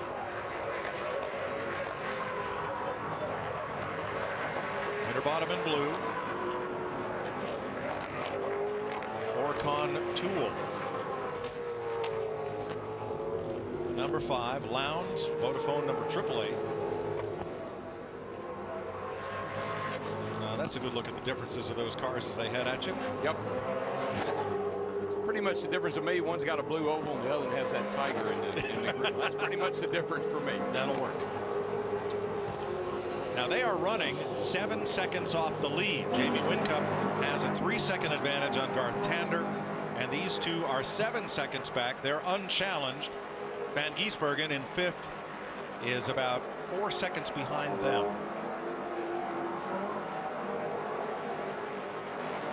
Looks like you pick up quite a draft here, and a little slingshot. Here's Lowndes going to the inside as they go to turn 2. Yeah, nice move. I think that's I think it's not a time to make a challenge right now. That was a good move. Got a long, long way to go yet, and don't force the issue. All these guys know these Vodafone cars are bad fast, and so when you see one of them in your mirror, they're probably going to get around you sooner or later. So a shout out to our friend David Hill, who grew up in Australia in a Holden family. Yes, he did. They're running 1, 2, 3, David. Yes, here's Lee. Yes, and David Hill knows very well how intense that rivalry is between Ford and Holden. But what about the rivalry between Holden and Holden? Between Roland Danes' Team Vodafone 888 team and this, the Toll Holden racing team from Walkinshaw Racing. The man you see on your screen with the blonde hair is Ryan Walkinshaw, the son of the late Tom and legendary Tom Walkinshaw. There has been a lot of human resource management problems at this team at the beginning of the year. Ryan took control when sadly his father passed away. They put the broom through the place, so to speak. There is a harmonious atmosphere in this team now. Everybody is swimming in the one direction, and look at the results on track. But that rivalry between the two Holden teams, this, the HRT team, is the factory outfit. Roland Danes' Team Vodafone team is only factory supported. They both want to be number 1, DW. Yeah, you know what? Ryan was in Indy for the Brickyard, and we talked to him, Mike and I did yesterday, and he said, it wouldn't be all that big a surprise if we showed up in NASCAR one day. Third, fourth place race once again as you're riding with Winterbottom. Now with a name like that, would you call him the Iceman? Well, they don't. His nickname's Frosty. Close. It's close enough. That's close enough, MJ. Hey, Van Gisbergen's catching them up. The Orcon Steel car in 4th, and Shane Van Gisbergen is catching that group as we go back and look at a battle deeper in the field. Back from about 12th on back, Moffitt, Webb, Engel, D'Alberto, and Bright. We saw the number 7 in the pits earlier, one of the Jack Daniels car from Kelly Racing. New left rear hub on that car. We'll get him going again. Lee? Just spoke with John Kelly, the father of Rick and Todd Kelly. He said it sheared all the drive pins off that left rear. That's why it is pit bound. Okay. As we mentioned, the 5 pins that locate the wheel on the hub, keep it from just sitting there and spinning. is Rusty Ingles, number 200, which after that earlier scrape, he's rebounded quite well. Up to 14th place, Ingle back behind the wheel of that number 200, celebrating his 200th race weekend in the V8 Supercar Series. He's usually number 39. D'Alberto right behind him in the 3. Looking back from Ingle. Super Cheap Auto would be like our AutoZone, or Advanced Auto Parts stores, let's say. Jamie Whincup, the leader over Garth Tander now by 3.6 seconds. Craig Lowndes in third, all in Holdens, then Winterbottom and Van Gisbergen in 4. NASCAR said, "Have at it, boys," and the drivers sure took that to heart. It's all about no limits in Texas. Hell, we've seen Gordon and Burton scrapping on the backstretch, and Kyle Busch lost his damn mind. These are my kind of guys. Get 2 front stretch tickets for only $99 to the AAA Texas 500 and see me, Trace Atkins, in the Axe Salute to the Military pre-race concert. Go to TexasMotorspeedway.com for tickets. NASCAR, it's in my blood. Whoa! Do you know what our favorite part of shooting hoops is? 3, 2, 1. Overtime! Well, without doubt, Bathurst is our holy grail, and I think there's 3 elements which make Bathurst so special. And the first one is the track itself. It is one of the best bits of tarmac you'll find in the world. I think we're very lucky that we've got it here in Australia. It's the history of the event. It's you know, the history going back. I've watched Bathurst for years and years and years, and it's that history which makes it so special. And the third element is just how grueling the event is itself. 1,000k, so hard to win, so easy to lose, and it's always a big day. Jamie Whincup is the leader here in Bathurst, and he's kind of pulling out all the stops. His fastest lap at lap 68, 209.62, and the lap he just turned, lap 77, 209.66. So running right on his fastest pace of the day, trying to keep Garth Tander 4 seconds back. Craig Lowndes 8 seconds in arrears. Then Winterbottom and Van Gisbergen. I think it's Lowndes he's keying off of, because they're matching lap times pretty good. Heard on the radio they said, you know, Lowndes is coming.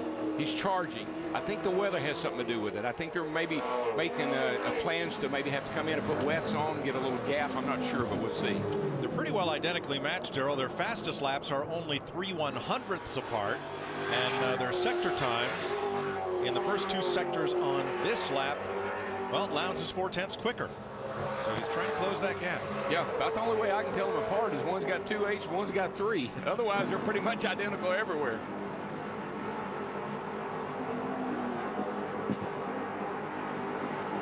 Let's get out of the Stone Brothers garage. Here's Cal. I'm here down in the garage of one of the most famous racing teams in V8 Supercars. They've been here since the very beginning in 1993. Looking at Jimmy Stone here in the middle, Ross Stone here. These are the guys who led Marcus Ambrose to his 2 championships back in the 90s. Ross, I know you have fond memories of Marcus Ambrose. What was he like as a driver when you had him under your wing? Well, we never won here, but we did everywhere else. You got this young kid, everyone's raving about this 22-year-old Kiwi, Shane Van Gisbergen. What do you see in him? Does he have a similar drive to Marcus Ambrose? Is he a future champion in this sport? Yeah, he is sort of really natural like Marcus as well. And I'm hoping he doesn't have any NASCAR interests, because we want to keep him for a while. What do you look at on this race so far? Things are just settling in. We're barely getting to halfway now, but when do you start to tweak it? When are you looking at sort of like backing up the end of this race and having a good strategy for the end? Yeah, well, one of the things you have to do is get your co-driver to do 54 laps as a minimum. So one more stint with John McIntyre in that 9 car, and that'll be out of the way, and then you can really lock in and let them loose, you know. All right, mate. Best of luck the rest of the way. Yeah, cheers. Let's go down to Lee. I'm just keen to hear DW talk a little bit further about intra-team rivalry, not inter-team rivalry, but what goes on in the one team, DW, when you've got a good teammate, because you and Mike were just talking about Lowndes and Whincup. Think about Lowndes' position a few years ago. He's the biggest name in V8 Supercars, and along comes this hot shoe called Jamie Whincup, and all of a sudden he's won 3 Bathursts and 2 championships. Lowndes is on a mission here. He has his own agenda. It's pretty tense in that team, although the guys give you the smiley face. There is some serious business going on. Well, I'd like to call that co-opetition. It happens to be inter-team co-opetition. But you might, I would like to ask Jeff Gordon that very question about Jimmy Johnson. He's very similar situation. Jeff was the man. Along comes a kid he brought on board, and Jimmy obviously has done very well. And so I think that's what we're seeing with these guys here in this series. Watching Jason Bargwanna, he had that crash in practice. They rebuilt the entire left front of the car, and then today his co-driver Price got it against the fence, and they had to do some more surgery to the left front. But he's back out running competitive lap times. He is a former winner of the Bathurst 1000, but unfortunately right now he is 4 laps in arrears in that number 14. Jana Living on the side of that car. It's kind of like a Pulte Homes back in the United States. They develop land, carve out individual lots, and then we'll build your house on it for you. Of the 29 starters, only 2 are in the garage. Fabian Coulthard, 61, got some damage when Jason Bright suddenly lost power at the top of the hill in front of him, and he had to put it into the wall to avoid Bright. Baird got the car back out after repair, but not to good effect. And then the 17-year-old winner of the V8 Supercar Challenge, the televised competition to get to drive at Bathurst, the young lad put it into the wall hard up at Forest Elbow, and they are out of the race. Everyone else out there and running on a day that started out bright and sunny and now has turned a bit nasty. Lee? Yes, Mike, it's not looking the best. Wind has certainly picked up here in pit lane. The ambient temperature has dropped considerably. I'm inside Greg Murphy's garage here. The guys are keeping a watchful eye on the weather. Here is Sydney. Bathurst, we are right up here, just before where it says orange. So we're about 2.5 hours drive from Sydney. But I just want to get Gerald, our cameraman, to go over to the left here. Look at this. This is Barry Ryan, Greg Murphy's engineer. He's got his iPhone out. Baz is keeping his eye on the weather as well. So it is the topic du jour at the moment. Everybody. I like that graph on his laptop just above the iPhone right there, where it is showing us the pit stop progression. And how many laps on a tank from the end of the race at the right of the screen back to now. Where are you? What do you need to do? How do you need to go? Looks like a test pattern to me. Looks like I see late night on TV sometime. Pretty crazy. All part of the plan, Darrell. Yep, and you can see 72 laps, the liters of fuel they burn. There's Murph, our pole sitter, running in 8th place behind Dumbrell, with still 23 cars on the lead lap after 3 hours of racing in Australia. We're live on speed with the Bathurst 1000. Glad to have you with us. Almost tastes like one of Jack's cereals. Fiber One. Oh, I forgot Jack. Monday night, the Hub delivers the ultimate recap from Kansas. Highlights, analysis, hear from the drivers chasing the championship on NASCAR Race Hub Monday night, 6 Eastern, only on Speed. Mike, I'm watching these lap times, and it's kind of interesting to me. Cup, he's kind of setting his own pace, kind of holding Garth Tander at bay. But Lowndes is hammered down, and I think I know why. If we should have another caution, who gets to get in the pit box first? Whoever's ahead of each other. If he were ahead of Cup, he would be able to get in the pit, get his work done, and he wouldn't lose. He would maintain good track position. So I think he really wants to get up there and try to get around Cup. So if there is a caution for the rain that we may have, he might be able to get in the pit box first and get out ahead. Good point. Well, that's a helicopter shot, isn't it? Holy smoly. I thought he was going to land. Now that's Bargwanna and the number 14, Jason Bright's teammate, trying to chase down the 21 of Reindler. They are not on this. Are they on the same lap? I don't think so. I think they lost some time. Bargwanna's 4 laps down. Yeah, he lost some time earlier. Boy, he's running hard. But his teammate, Jason Bright, my buddy who gave me the thrilling ride, I've been watching him too. He's been back 15, 16 all day long. Hadn't really made much of a move yet. He's known to be a late charger. So there's some guys back in the field right here that I'm going to keep an eye on as this thing starts to get into the second half. See how they progress as we near the end of the race. Well, we are at halfway. 82 of 161 laps, Darrell. Funny you should mention that. We're right at halfway. Now 82 complete, so 79 remain. And there's the 34 car of Caruso, the Fujitsu car in 9th place, looking back from Paul Dumbrell. Well, the Bottle car. You can't run a 6-hour race. You can't run 620 miles on a road course without a game plan. And these teams, the good teams, they want to execute the game plan. They don't want the driver running faster than they want him to. They want him to conserve fuel when they tell him to. I just heard them say, turn off your helmet blower and run a few laps. Now, that may mean that they're having a voltage problem. I'm not sure, but they're just managed. The race is so managed from the pit. Right, and look at, we're at the midpoint of a 1,000-kilometer race, and look at how hard they're running here for 8th place. Dumbrell has just about a car length and a half on Caruso here, and it closes up a bit right there as they climb the hill up toward Reeds. Wow. I think the track's really settled in now. Some of that rubber and things that we were seeing build up early in the race from the cars running on the track has kind of gone away. I think it's kind of stabilized. All right, let's check with Lee. Mike, down here with the co-driver in the pole-sitting Pepsi Max Commodore, Alan Simonson, who is a Danish Australian. He's spent a lot of time down here in Australia. Greg Murphy, your teammate's making up some good ground. You've done this now 6 times for a lot of top-level teams.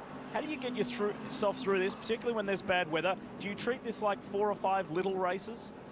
Look, you just got to look at it at the big picture. You got to make sure you bring the car in a good shape to your main driver, so he can do the business at the end. Bathurst always have a lot of safety cars, and I'm sure the last hour you'll see probably a safety car again, and then it's important to have a quick race car, and it's important not to get involved in too much other stuff. We're really just here to support the main drivers and make sure we do a reasonable job, and Greg's out there now doing really well. I'm about to jump in about 8 laps time and do a stint, and then it's all up to him to the end. Good stuff, thanks. Go and get ready. I know you're busy. Thanks for your time. Alan Simonson there, Mike. Well, we got a battle for second, and it's a big one. Tander and Lowndes are going at it. Craig Lowndes pulled out all the stops, ran a couple of laps in the 209.7s, and now he has caught Garth Tander. There is the gap, second to third, less than a car length. Here he goes. Not this time. No, and just follow a little bit up on Murphy. When he got in the car, he was in 14th place. Murphy has now driven that car up to 7th, so he's on a tear. Yes. And we know he's fast. He's pole setter. Now that was Lowndes' favorite passing point at Griffin's Bend. That's when he got the 2 car earlier when Nick Percat was aboard and eased it into the wall just a bit. A little early for to be telling them this is my favorite place and I'm coming through. Save that for later. Second and third place battle, a great one. 4.5 seconds behind race leader Jamie Whincup. Tander has picked up the pace a little bit, though. He was running 2:10s, and right now he's 2:09.9, so he's picked up a tad, but he doesn't have the speed that Lowndes has, I tell you. He ain't going to hold him off long.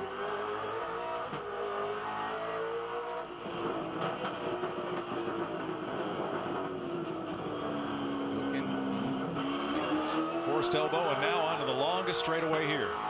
Could be a nice run down here. Get a pretty good draft here, Darrell. Looks like great draft. And we'll probably see that come into play as we get down here near the entrance to the chase. Sucks right up to the back bumper. Looks to the inside. Maybe going to get by before they get to the chase. Ah, there he goes. Little wiggle. Car, it's a little bouncy right there. The car gets a little bit loose, but nice move. Nice pass.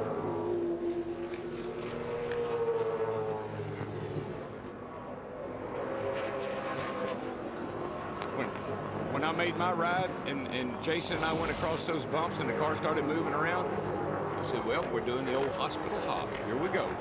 Now, single file, you'd be full throttle all the way through that little right-hand kink. And you saw the suspension bottom. There as Lowndes was offline. So the Vodafone hold-ins are now 1-2 with Tander in third and Winterbottom fourth. And the jam car's back out there. The 77 Cam Waters, 17 years old. He's back on track. He's back.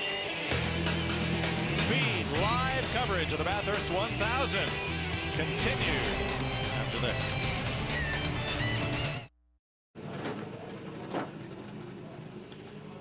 Welcome back to Bathurst, where we've begun the next round of pit stops. The Lucky 7 car is in David Russell, but a car is spun off at Murray's corner, the final corner, and he's in the sand trap. Yellows are waving there, and yes, we will see a safety car. So pit road will quickly become a buzz because everybody wants to pit before the pace car comes out. Yeah, and I heard someone say, I guess they saw that accident. I missed pit road, so that would have been a great opportunity if you were in a position to duck on pit road, thinking that a caution was going to come out. 85 laps in, 76 to go. And it means that all the team strategists will have to once again refigure the race from here.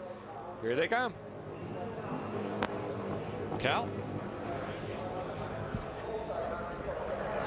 Okay, talking about that strategy, Mike, lap 86 was the exact lap these teams were looking at to do on 3 more stops. They're running full rich. They're doing 25 lap runs. That will get you to the finish on lap 161 with this stop and 2 more. But once again, these Vodafone cars are going to get hurt by this stack-up procedure. Just spoke to Scape. He said, man, the other problem was on that restart last time, a lot of the guys didn't get going. We got absolutely lost in track position. So here we see a driver change. Jamie Whincup jumping out of the lead car. Andrew Thompson, who's done a stellar job here today. A lot of pressure on that young man, and he has certainly performed. Here you see the routine. It's going to be close to 31 gallons of fuel going on board. Looks like a clean stop. Let's go down to Lee. And Cal, that stack-up effect is happening at the Holden Racing team as well, but it didn't hurt the #1 car as bad of James Courtney and Cameron McConville. James is climbing out of the car. McConville is back in, but that stack-up effect with these 2 top Holden teams is having an impact today. Well, the strategy along pit road was really interesting. Remember, Lowndes would have to wait until Whincup service was complete to get his car worked on. So he came down pit road at a very, very slow pace, slower than the 24-mile-per-hour pit road speed, and that stacked everybody up behind them, and it delayed all of them getting into their pit. Nice strategy. If you're the leader. Yeah, nice strategy. And of course, it probably will help him very much because he wants to get out in front of all these guys, and there's a good chance he'll be able to. Cal? I tell you what, that strategy worked perfectly because last time they had the stack up, they lost 4 spots on pit lane. This time only 2, so they don't snooze around this place, boys. They're certainly on their toes, and Roland Dane will have radioed that communication to his drivers. Just create a bigger gap, stack those guys up, and that worked to perfection. How about that cable cam that floats out over pit road, and that thing really whistles right along. So here's why the caution is out. Oops. Yeah, this is Dean Ferrari. I think it is in that 12 car right now, and looks like he just got it out from under him. Ooh. Yeah, Greg Murphy's car with Simonson aboard couldn't get out. Couldn't get out of the hole. Is this an extra battery? Battery change. Or a second battery going in? Yeah, I think this may be the car. I heard them say turn off your helmet blowers and so forth because they were having some sort of electrical problem. So most cars have a provision in the trunk to add a second battery. Instead of going up underneath and having to change out the first one, they just add a second and plug it in. So out of the kitty litter comes the 12. I think he just spun, Mike. I think he got into Murray too hard and spun. Lee? Yeah, there's dramas down here at the Stratco team, and they were going to look for that battery in the back. They have provision for that. This guy seems satisfied now. However, I'm watching the driver who just stepped from the car, David Reynolds, who seems to have injured his left wrist. I'll have more on that for you in a moment. The Stratco car is gone. Can the clouds get any darker than that? Well, I don't think so. That's where the rain comes from, over the top of the mountain. So, Darrell, what do you do? It's raining at the top of the mountain. It's dry at the bottom. You want slicks or you want dries? Do you want to chew up your wet tires or do you want to slide around at the top? I tell you, it's so treacherous. That is the rhythm section, the tightest section of the track. If it starts to rain there, I really got to think I need wets. Okay. Just to preserve my car so I don't slide it into the fence up there. All right, back to Lee. Mike here with Dave Reynolds from the Stratco Commodore. What's the issue with your wrist? What's the issue with the car? Yeah, there's plenty going on down at the Stratco garage. It's just not charging the alternator properly, so they're trying to replace the lead. My hands are sore from pulling the gear stick. They must have like upped the preload or something to 20 kilos instead of 10, just to give me some challenge. So no, it's all going all right. My car's pretty fast. You know, the tires just go in phases during the course of the stint. So you know, I just got to manage that properly. David Reynolds, another rising star in V8 Supercars. Cal?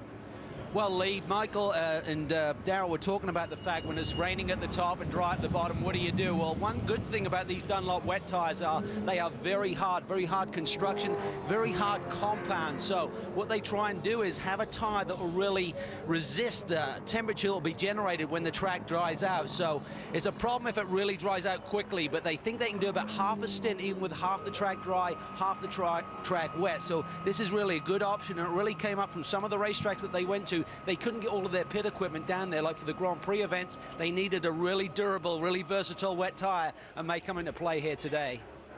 Thanks, Cal. Yeah, I think we'll see rain tires before the end of the day for certain. It's just a matter of when. Well, I will say this. When I watched qualifying yesterday and it started raining, they were a little quicker up through there in the rain than I thought they would be on slick tires. So, you know, yes, sir. What's the most famous Australian movie ever to make it to America? Crocodile Dundee? I wasn't thinking that way. I was thinking Mad Max. Ooh. Downstairs. Forgot about him. Oh, he's here. He's here. Let's go. You want big names at the Bathurst 1000? We've got a Mad Max Pappas. Your first visit, not down under, but certainly first visit to the mountain. What do you think? Just absolutely amazing, you know. Came over here to check out the V8s and they really surprised me. Great crowds, you know, really good cars, very good compromise between a NASCAR and the GT cars.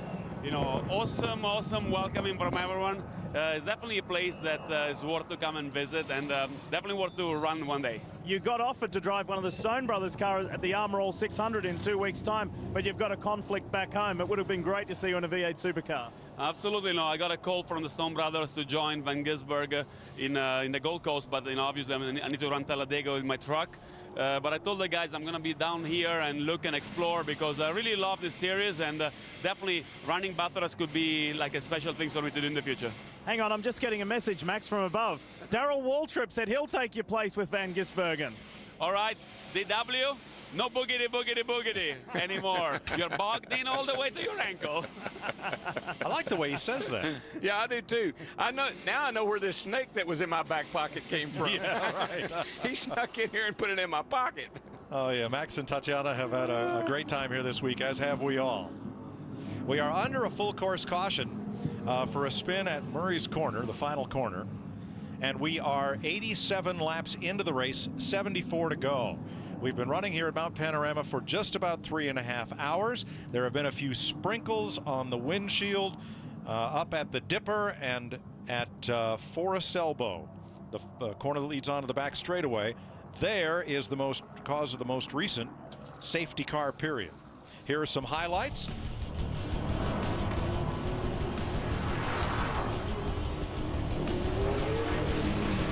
And I believe we're going to get a green flag this time by. There they are in Conrad as they come down into the chase at the Armour All Bridge. That's where we see the green displayed. Thompson now in the 88 is the leader. Nick Percat is back behind the wheel of car number 2. Richards in the 5. Then Mark Scape in the 888. Canto and McIntyre, the top half dozen. We still have 22 cars on the lead lap after 3.5 hours of racing. That caution came at a really good time. That full pull shell did make some driver swaps here. These co-drivers can get in the car and make some other, you know, whether put the main driver back in the car, make a driver swap right here, get close to the end, and then let it all hang out. And we're hearing that Thompson's leading car, the Vodafone 88 Holden, may have a charging issue, an alternator issue. Well, these cars have so many blowers and they have so many things that it pulls off the battery and the alternator. We're going green here, but if it starts to rain, even the windshield wiper, then you really got issues. The 16 comes back in the race, or actually back down the pit lane as the field comes by.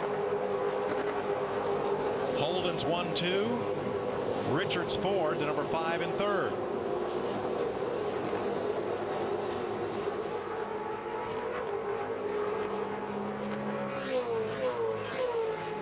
That's Mark Scaife back behind in 888. Canto all over him. Yeah, well, it looks like he's backing folks up right here because it looks like he's actually holding people up coming up the hill, and you got to have the power coming up that hill.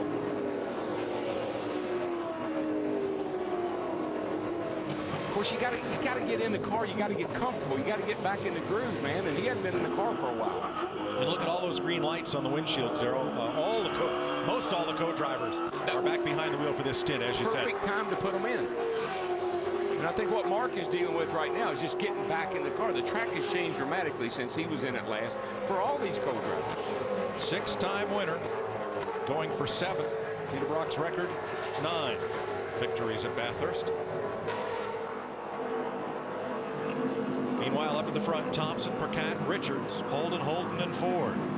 And Mike, they talk about Lowndes and Skate and how the rivalry between the two. But Greg told me, he said, I'd like to be a part of helping Skates get his number 6 or number 7 win. So I'd like to be a part of that, helping get closer to those 9.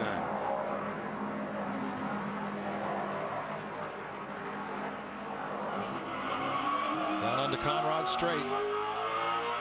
Big, long Talladega-style draft here. Yeah, just a few drops up there to make you wonder, is it or is it not going to rain? Ominous.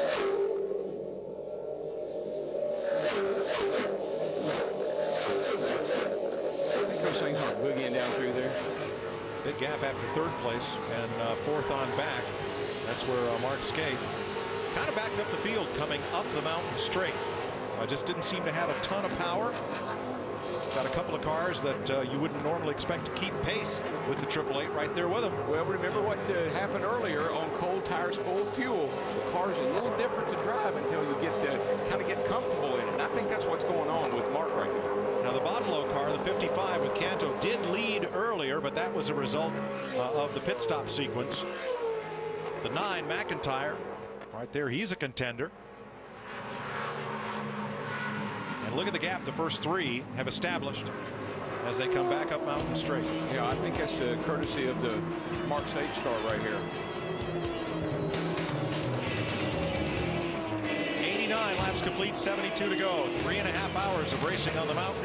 So far, live on Speed.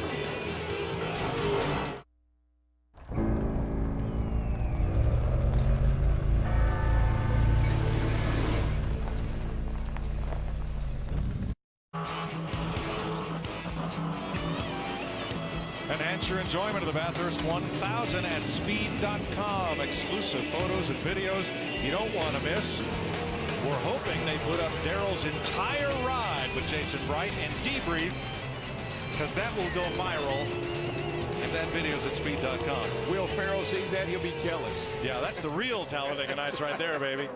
And one thing else is real, Mike. I see some windshield wipers on up on top of the mountain there. Rain is imminent, I think. Yeah, there's quite a bit going on, at least at helicopter level. As across come Thompson, Percat, and Richards. And the tarps come out, and the umbrellas, not though down in the garage, Cal. Well, the 888 car is having a great day, but for Craig Lowndes, it's been somewhat frustrating. Every time you get a sniff of the lead, suddenly there's a safety car and you're stacking up with your teammate. What's that been like for you? Oh, look, it is a bit frustrating. I think that's just part of motor racing. Really, for us, we only have that one boom, so the lead car always takes priority. And if they want to come in, we've got to line up, unfortunately. But look, it's still a long way to go. We're probably a bit over halfway, so it's still up for grabs. We just need to get up in front of him. We're seeing some sprinkles now, even down here in pit lane. We've seen some up on the mountain. If you switch to that wet weather tyre, how long can it last as it dries out?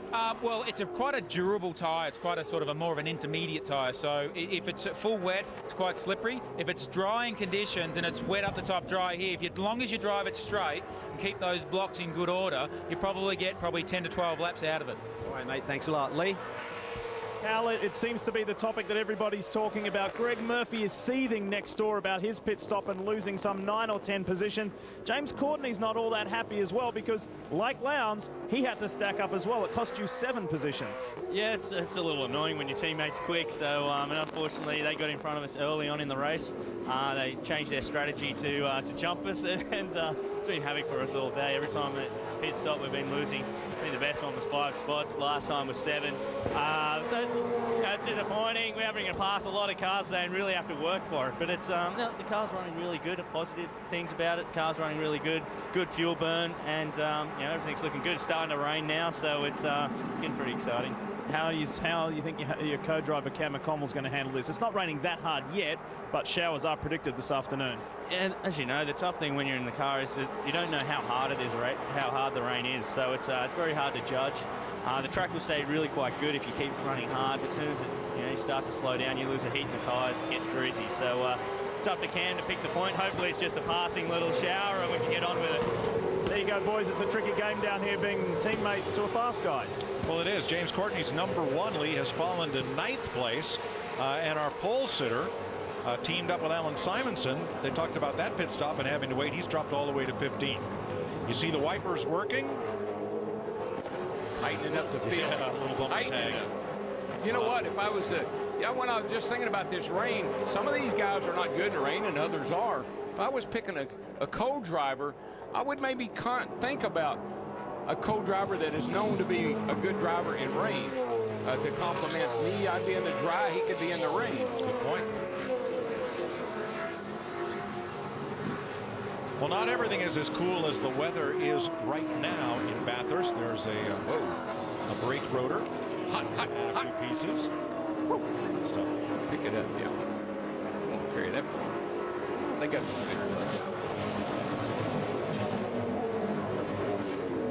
the The 88 of Andrew Thompson continues to hold off Nick Percat there, and the #2 Holden.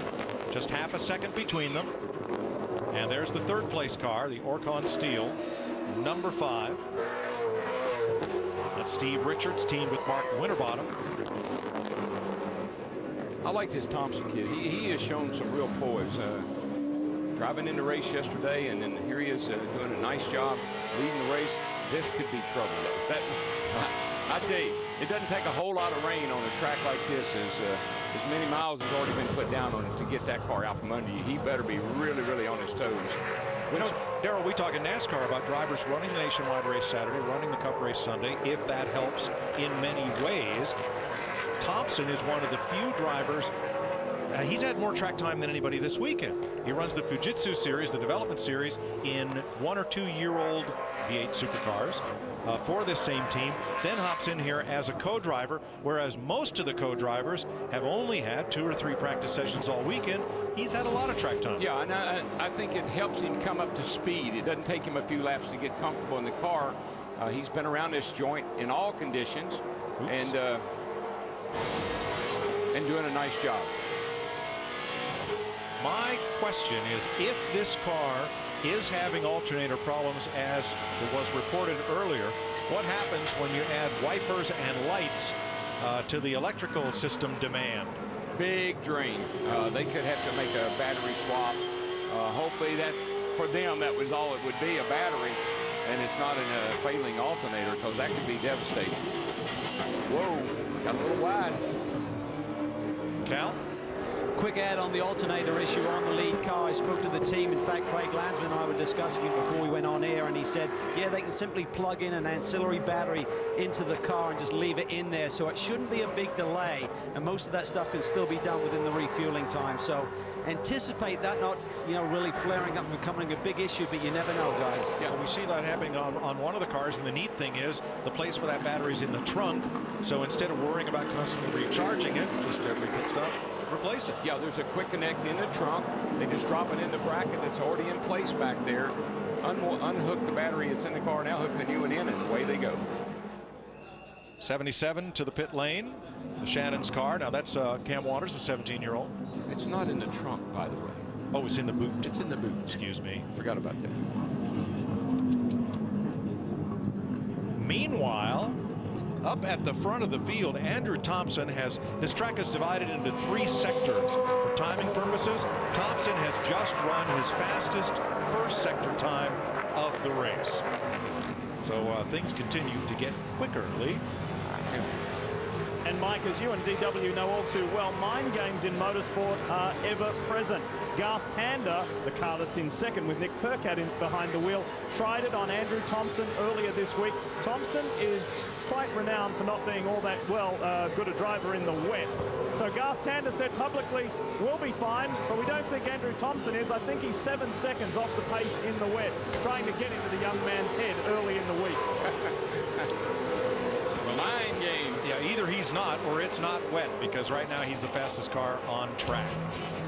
It's just right now. It's not wet enough to cause any problems right now. 94 laps in, 67 to go. 3 hours, 40 minutes of racing on the mountain so far in Bathurst, live on Speed. I think my ride with Jason Bright may make that show next week. That's a great idea. I'll suggest that.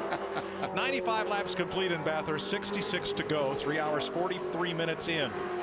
The Bathurst 1000, Andrew Thompson up on the lead at 95 laps. Nick Percat in second, and they are holding station just about 3 car lengths apart. Richards trying to hang with him has fallen to 3 seconds down, and Mark Scape has moved to fourth at 7 seconds back. Yeah, he's now up to speed, Mike. When he got in that car, I think he was just feeling the car out, trying to make sure he didn't do anything dumb and wreck it or anything like that. So he's up to speed now. He's running about the same time as Thompson is in the 88. Cal? Well, the Holden's certainly looking good out front right now, but one of the Fords, the only Ford winner this year is this man, Shane Van Gisbergen. And Shane, we're now getting close to game time. You're the second youngest driver in the field, but 22 years old. What's it all about? What are you going to put on the line here today to win the big one? Yeah, we've been cruising along at the moment comfortably, but we've got a top 5 car. How much better, I don't know, but next couple of stints, so when I get back in, I'll give it a big push. They say if it gets slippery out there, you are the man. You have great car control. What do you put on the line here to win it? I know the championship, your 13 points, is a strong year for you. Are you willing to put it all on the line today? Oh, definitely. It's one of the biggest races of the year. Everyone wants to win it. If it gets slippery, we'll get the balls and hang them over the mirror and give it a go. Sounds good, mate. It's good, Annalee. Well, Jason Bright, there's no doubt that Darrell Waltrip is cheering you on from our commentary booth because he wants to say he rode in the winning car. You've all of a sudden jumped from 18th to 12th, but it's been a tough day behind the wheel. Tell us what's been going on. Oh, mate, it's been a really tough day. I mean, we got caught out by that previous safety car, and I've got to get ready. You got to get ready. Go for it, mate. He got, what the story there, guys, was he got hung out by the last safety car where the safety car picked him up in relation to everybody else. He got mired in the pack. He's been suffering from understeer, trying to get by them, and when he got near them, he couldn't execute the pass, DW, but things are looking better. Caution flags are waving at the final corner. There are the medical cars, one Holden, one Porsche Panamera.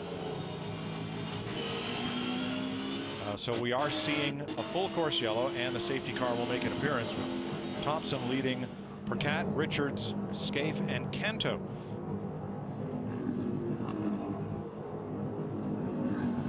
That Botolo car, Dumbrell and Canto, they're up in a surprising 5th place. Yeah, they're running pretty well right now. This is a tough time right here for a yellow to come out. We're not that far away from the last time we were in the pits. We're wondering about the rain. There's a lot of things. We've got a big decision to be made on this caution right here. Dean Canto, Paul Dumbrell's co-driver, was the Development Series winner in 2000 and 2005. The caution flag is because a marshal, one of the corner workers, has been injured at the top of the hill. So we go under the safety car. They'll dispatch rescue personnel up to that area. They have done so. The ambulance is on site and dealing with that situation. It is right past the cutting on the way up to Reed Park, where apparently this has happened. Cal?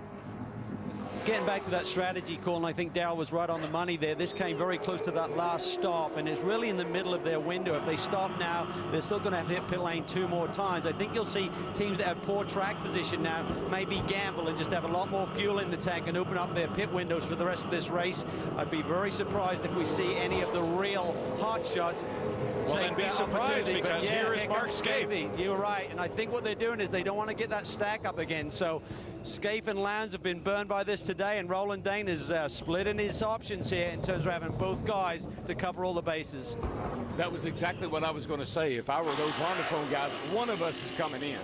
Right. So now you're off sequence. You're not going to stack each other up quite as well. And they're going for a brake pad change here too, Mike, on the car. So this is a timely caution for these guys. Scaife is in, Halliday in the 18, Kelly in the 15, Walls 21, Perkins of the 200, David Brabham, Yolden and Patrizzi among the lead lap cars have chosen to make pit stops under this safety car period. Well, Andrew Thompson continues to lead. The first 15 cars stayed out. Well, that changes everything. Strategy. Live from Bathurst continues.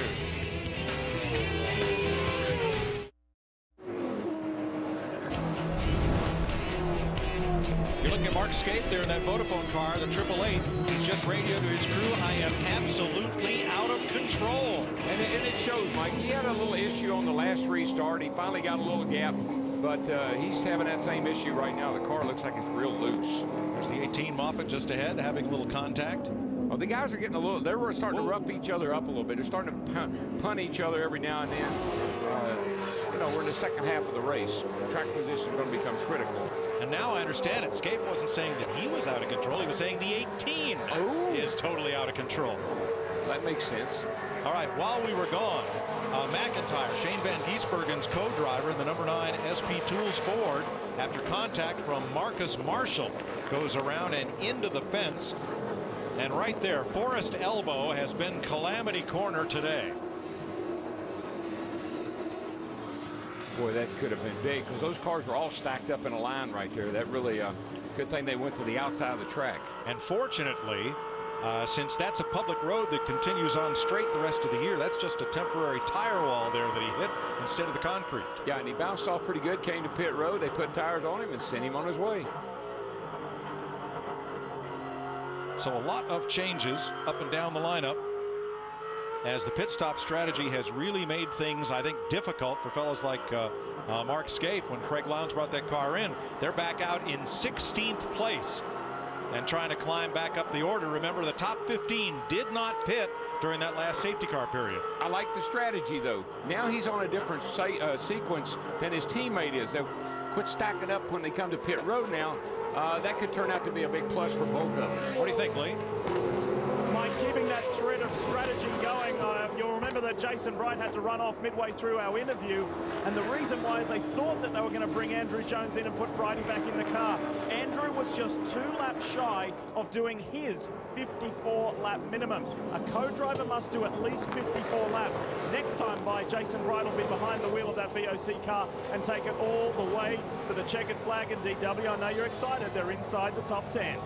Yeah, you know, I've been watching that car and I've been watching them, and they've been slowly but surely running some nice, consistent laps, but I don't think they've been pushing it. We'll see how it goes. Cal? Just checking in with the Vodafone team about that split strategy. Team principal Roland Dane said we just couldn't afford to keep getting stacked up.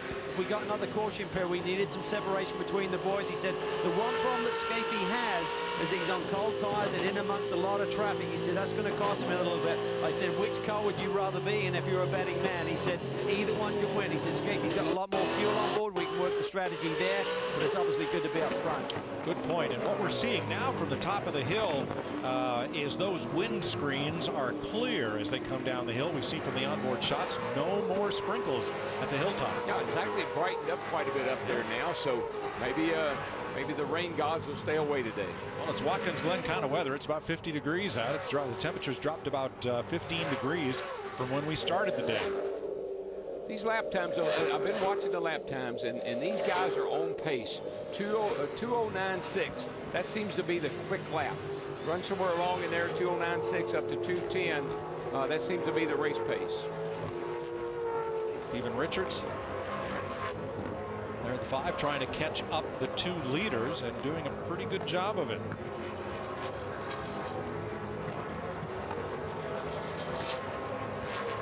Field cycling through as we still have 21 cars on the lead lap here in Bathurst. That is the final corner. Back onto the pit straight. But Mike, I have noticed the aggression has picked up a tad. These guys have been really courteous, giving and taking, and I've noticed now that when they get an opportunity to stick the nose in there, they don't back off, they go on, they make the move. Yeah, all that politeness of the middle distance seems to be gone, and we're not quite 2/3 of the way. 59 laps to go, 102, 103 now complete. I think now you're starting to think track position. You know, if another yellow comes, where am I going to end up in the queue? I think these guys are starting to really work that late race strategy, trying to position themselves in a winning spot. And the first 14 cars are on a different strategy than Mark Skaife there in the 888 on back, who have made a recent pit stop. You're watching the Super Cheap Auto Bathurst 1000, first time live in America, right here on Speed. On an all-new episode of The Car Show, Adam hits the mountain roads in the most hyped hybrid of all time.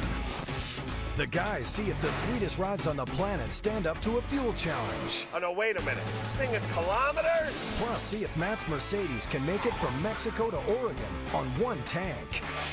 It's motor-filled. A new feature on the brooding Mount Panorama. Shadows and sunshine. Blue sky over the mountain. The sun has broken through, and even though the temperatures dipped to 50 degrees, the action on track is as hot as it's been over the 4 hours so far in the Bathurst 1000. Look at a little bit of the early action. Here's Jamie Whincup taking the lead. Holden from Ford. Couple of safety car periods. One to clean some sealer from the track. On the restart on cold tires, Lee Yulden in a car that earlier led the race with Will Davison. Ends up off the final corner, Murray's corner, and into the fence. He's still running one lap down. Lowndes makes a pass on Nick Percat. Percat slides the wall, but he's okay. Around goes Ritter. And the number 33 into the sand trap. And there's Lowndes making one of his patented passes into turn number 2. A little bit of a brake lockup. And around and into the kitty litter goes Patrese in the number 4. This is bad. And there's a big crunch because that's Van Wiesbergen's co-driver, McIntyre, in the fence after a punt. The sun is out and the clouds are disappearing as the 88 of Thompson, Andrew Thompson, Team Vodafone, leads by 2.5 seconds over Nick Percat for Team Toll Holden. Stephen Richards, he's the first Ford in the race in third, and a surprising, I think, run for the Botolo team. Paul Dumbrell, Canto currently in the car in fourth, led a bit earlier during a pit stop exchange, and Cam McConville, James Courtney's young co-driver, holds fifth. Then it's the 49 of Paul Morris, that's the VIP Pet Foods entry. Stephen Johnson, that's Dick Johnson's son, in the number 17s, worked his way up to 7th. Lyons, Jones, and Wood are the top 10, keeping in mind that the top 13 have done one less pit stop than some of those chasing them, like Mark Skaife and Davison in the 4 and others. Lee? Mike, it's really pleasing to hear you mention Dean Canto there. He's an interesting guy who did get a shot at being a full-time V8 supercar driver several years ago, but didn't really set the world on fire. He's a development series champion multiple times and really put his name up in lights several years ago when he partnered the 7-time champion Jim Richards. He couldn't quite get the job done as a full-time driver, but he's one of the country's best super subs. Very good.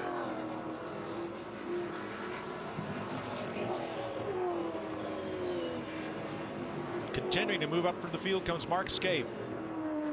Taking it to Kelly in the 15. Certainly one of the 2 or 3 fastest cars here, but remember, they made a pit stop while the cars that he is working through did not. Cal?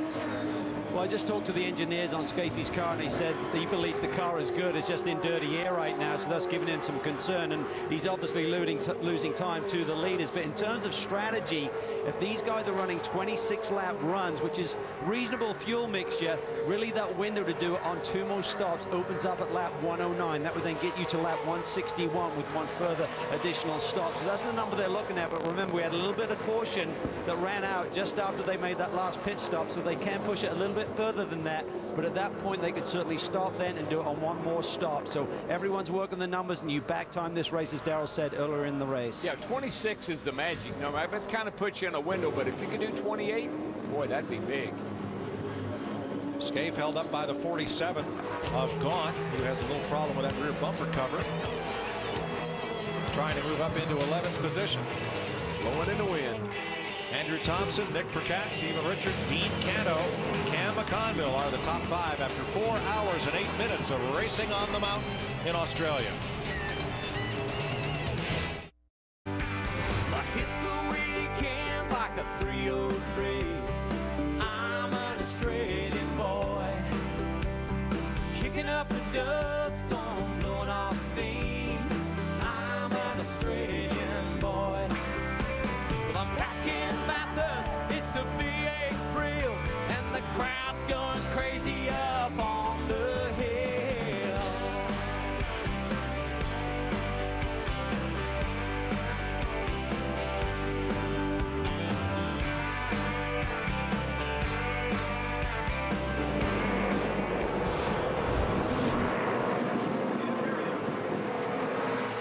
Little Lee Kernigan.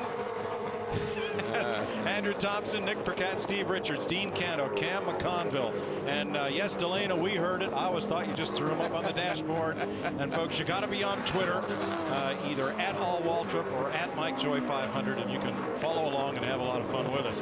We are having a great time in Bathurst with the Bathurst 1000. Thompson the leader. Here's what you missed while we were away. This is the 18. One of Dick Johnson's cars trying to find a way through. Over, under, sideways, down.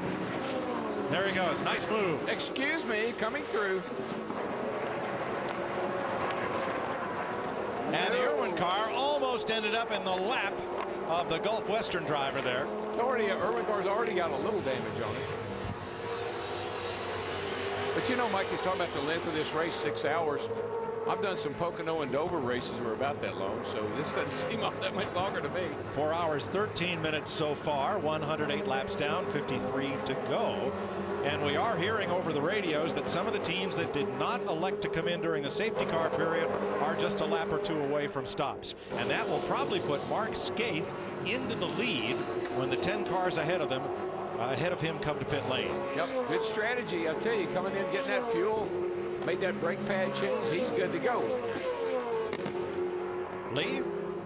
Mike, there's another car that's on the same strategy as Mark Scaife, and that is the Jack Daniels number 15 of the Kelly boys. Now, this is the car with not the brothers in it. It's Owen Kelly and Rick Kelly. They are on exactly the same call as Mark Scaife. They've had a tough weekend. They've been buried in the pack. They feel this might be the call that changes their day. Be a game changer, to be sure. Yeah, well, my buddy Owen Kelly is in that, you know, he's co-driver with that, with Rick, so that's a good combination, good car, and they do have good strategy right now, so carry on, mates.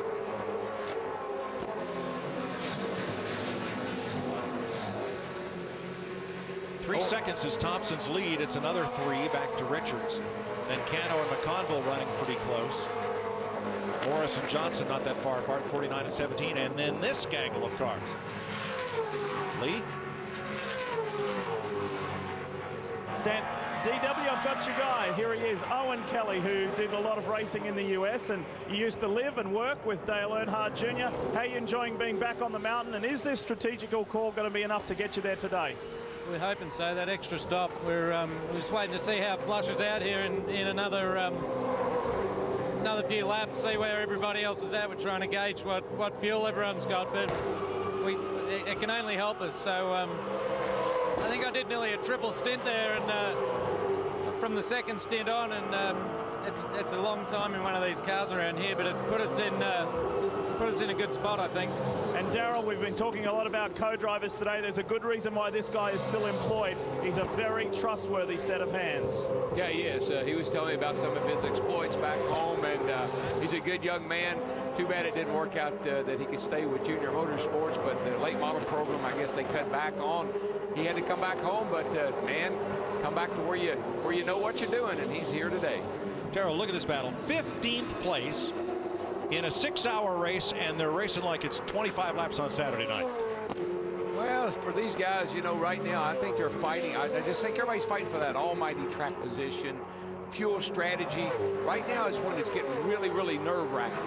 Are we on the right fuel strategy? How many more stops do we have to make? Do I need to pass this guy, race this guy? A lot going on right now at this point of the race. But I've been listening to all this B period, S period all week long about, well, we just ride until the last 25 laps. Baloney. If that's riding, I don't think so. I agree with you a little bit, but you got to get yourself in a position to have a good finish, right? And put yourself in a position to win. And you can't wait till 20 to go to do that. If you're back in the pack, you got to get up there, get ahead of these guys.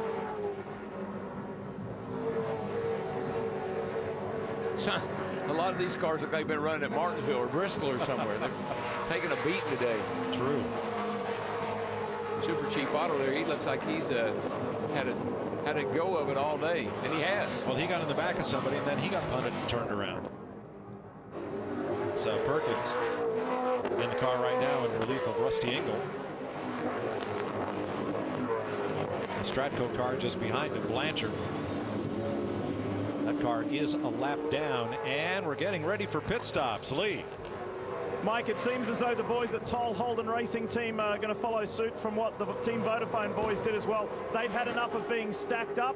Garth Tander is going to come in first and grab the wheel from Nick Percat, followed then by James Courtney climbing aboard and taking over from Cam McConville. Separate laps, not to have that same frustrating period of being caught up behind each other. Well, right now, McConville's frustration is evident. He can't get past Dean Canto. He's been all over him and off the track trying. Yeah, he's not got the best aerodynamic piece under him right now. He's another one that's been made quite a bit of contact today, and it's really hurting his straight line speed. So he's having to hustle it big time through the corners. Up Griffin's Bend. See all those King G signs. They make work apparel, kind of like Carhartt in the United States. Well, they make good boots. Not the kind Hammond wears. No. A lot of pit strategy being discussed on the radio. There you see 64 degrees. So the sunshine has had some effect. Track temp, just 75. 100 degrees in the car. I like that. The cabin temperature. Yeah. I wonder if your tray table is up. Bottle team's got to be pretty pleased about the day that they have had here. As we said before, with Paul Dumbrell and Dean Canto. You see on the top of the windshield strip, new Ranger. There's a new Ford Ranger pickup coming for some markets, not, however, for the United States. Cal? Well, Paul Dumbrell got his first win last year in 2010, but he's retiring at the end of the year in terms of full-time running. He's got a really huge auto parts business. 600 million is what they turn over a year, 2,000 employees. So he said business has just gotten too big, but he intends to come back and still do the Enduros. But in his spare time, he's now doing Ironman triathlons, just like DW. Every morning he does a 3.8K swim, 180K cycle, and a 42K run.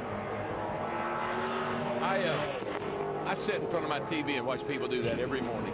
A cup of coffee, kick back. I got the same set of tennis running shoes I had for the last 5 years, bud. And here comes Canto. He's in the pit lane. So this round of stops for cars that did not come in during the last safety car period begins with the Bottle car. Here's Lee. Mike, down here at the Toll Holden Racing Team, fascinating something that just occurred. The team principal, Ryan Walkinshaw, was standing out in pit lane in his civilian clothes and had to be told by one of his employees, get back inside the garage, otherwise you'll be the 9th person over the line, will be penalized, and that would severely hamper Tander and Percat's chances. The 2 service is almost done. Yeah, there's a line right at the edge where the garage door would come down. And from that point forward, only 8 people are allowed to be out there to service the car. You see them changing brake pads on the 55. The tip is to change them before they're totally worn out. That way the pucks aren't so far out of the caliper, and you can get the new pad back in a little easier. Okay. The 30, Pretty coming in. And the 55 goes back out. Did they make the swap? Canto came out and Paul Dumbrell back in. Ooh, that's a hurt.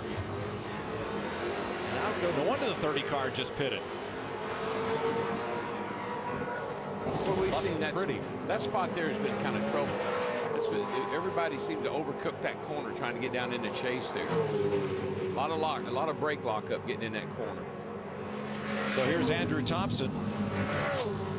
We'll see if he gives way to Jamie Whincup on the last stop. Now that some of those top 10 cars have begun to stop, how long do you stay out? When do you come in? Well, I think they're looking at their pit window and how many more stops are they going to have to make. Can they make it on this stop, or do they have to make another?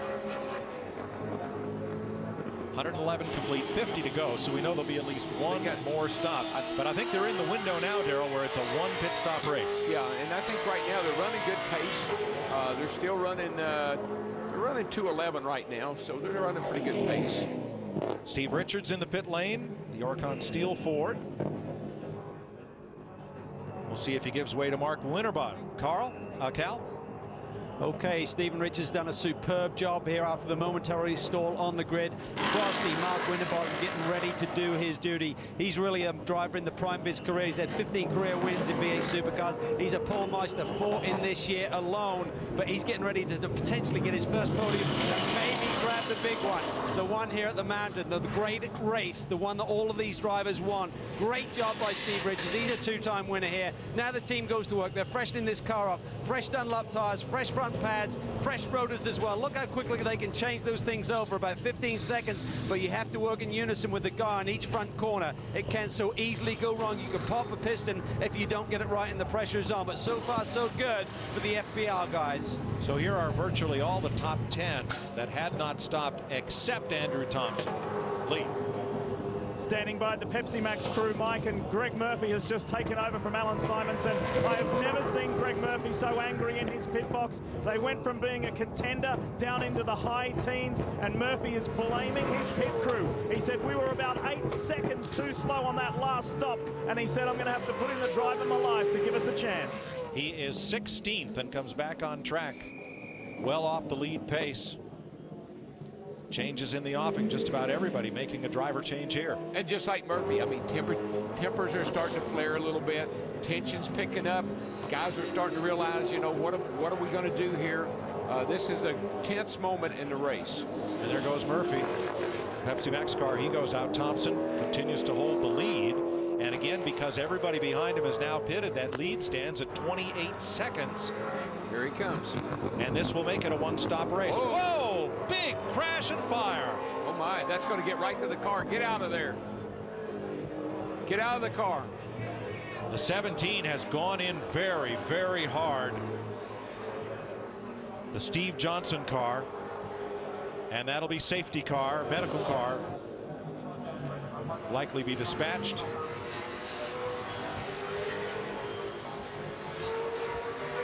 Now there is a path through, and we're told that the red flag would only be displayed in case of blockage. He's out and away. He just got out.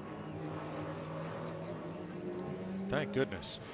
Well, that fire, you could see it going right, you know, it was going to ignite and go right to the car.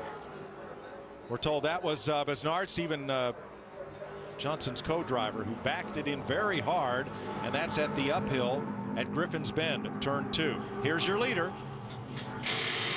Cal? Andrew Thompson jumps out. Jamie Whincup now behind the wheel, and seems like every time these guys are thinking of a pit stop, they get that safety caution. Here comes Mark Scaife right behind him. It won't be such a stack up this time because there was some difference between these guys on the racetrack. So just be a momentary loss of time for Mark Scaife. Whincup in behind the wheel. Car looking really strong. Fresh front pads and fresh Dunlops. Meanwhile, Scaife, he had a pad change a little while ago. Look how quickly they rattle those wheels on that unique wheel nut locking system. A little bit of a change on the front grille here. I think they're trying to get rid of a little bit of tape. Temperatures have warmed up here a little bit. That will change the downforce on the car as well. Other cars now leaving pit lane. Good clean stop for both Vodafone cars. You know, for a soft wall, that is an incredible impact into the tire wall for the number 17. Fortunately, the driver walked away. Safety car is out. We're under full course caution, and we're all pretty stunned here in Bathurst. Had a hard crash, but no injury. We'll be right back.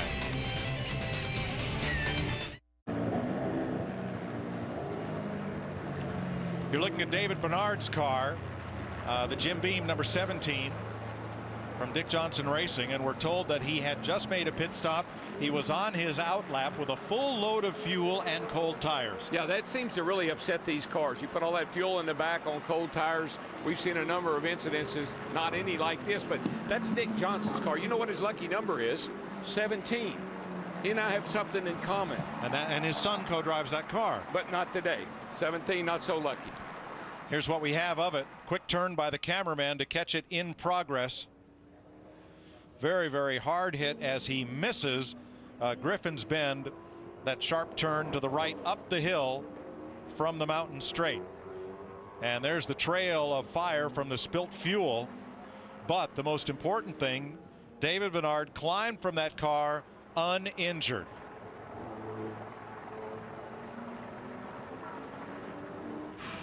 What a moment. Yeah, I think some hot part of the fuel went up the track. Maybe a brake rotor or something broke and ignited the fuel, and man, it engulfed the car. But for everyone else in this race, all their strategy just came completely apart. It all changed. Everybody's back to pit road, and now everybody's on the same cycle again. I kind of like that, though, because now everybody's on this, everybody's going to have to figure out what they're going to do on this last stop when we get to that point. So, 28 laps is max. Wow. Well, 47 laps to go. Let's go down to Cal, who is with Bernard's co-driver, Steve Johnson. Well, serious moment here, but a funny moment is Stephen just put me on the uphill like I do with Lee Diffie every day. But, Steve, I know it's been a great run for you guys today, well up in the top 10. What do you think happened there when David got behind the wheel? Not sure, Calvin. It just, we just done a stop and we just done a pad stop. So the only thing I can think of is that he didn't have a pedal when he went into turn 2 there, because it's a fair run up the hill there, and if he forgot to get the pedal up after the pad stop, that certainly would have had that effect. That's for sure. Rough end to the day for you, Stephen. I know you changed the brake pads there, and that could have been the cause for the issue, but I'm sure you guys will try and bounce back. A lot of work to be done, though, for the Gold Coast. Yeah, there is. We got a spare shell there, so I guess we'll have to weigh up what we do, whether we fix this one or pull another one out of the box, so to speak. But just a shame for the whole Jim Beam guys. We have had a tough weekend. We didn't qualify well. The car wasn't great at the start of the race. We started from pit lane, but we worked our way into it. We were slowly working on the car and making it faster and faster. Probably wasn't the fastest car out there, but I'm pretty sure it would have been top 10 car. Mate, we'll see you in a couple of weeks. Cheers. Thanks. Well, their team car stands 7th, and things have changed. Garth Tander, the new leader from Jamie Whincup, and Mark Winterbottom still under safety car condition.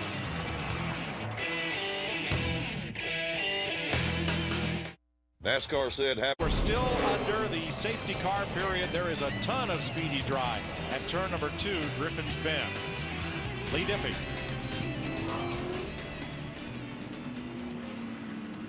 Well, Mike, last time we saw an explosion like that in V8 supercars, it involved one of Brad Jones's cars, the Fair Dinkum Sheds entry for Carl Reindler at Barbagallo in Perth. Brad, that was a very frightening moment, but fortunately it had a very happy ending where Carl just received a few minor burns and he was, for the most part, okay. Same result here with David Bernard. We don't often see it in V8 supercars. Extremely unusual to see one burn like that, and, it's been years, to tell you the truth, but things are changing, with the car of the future coming on in 2013. We're moving the fuel tank from that boot section down under the back of the car where the rear seat would be, under that.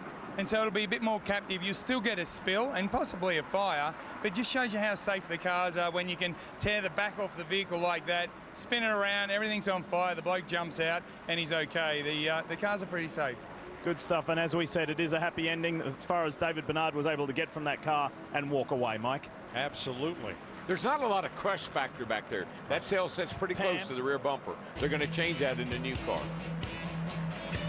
David Bernard walked away from that crash into the tire wall at the very fast Griffin's Bend. We're still under safety car period, but we'll be right back.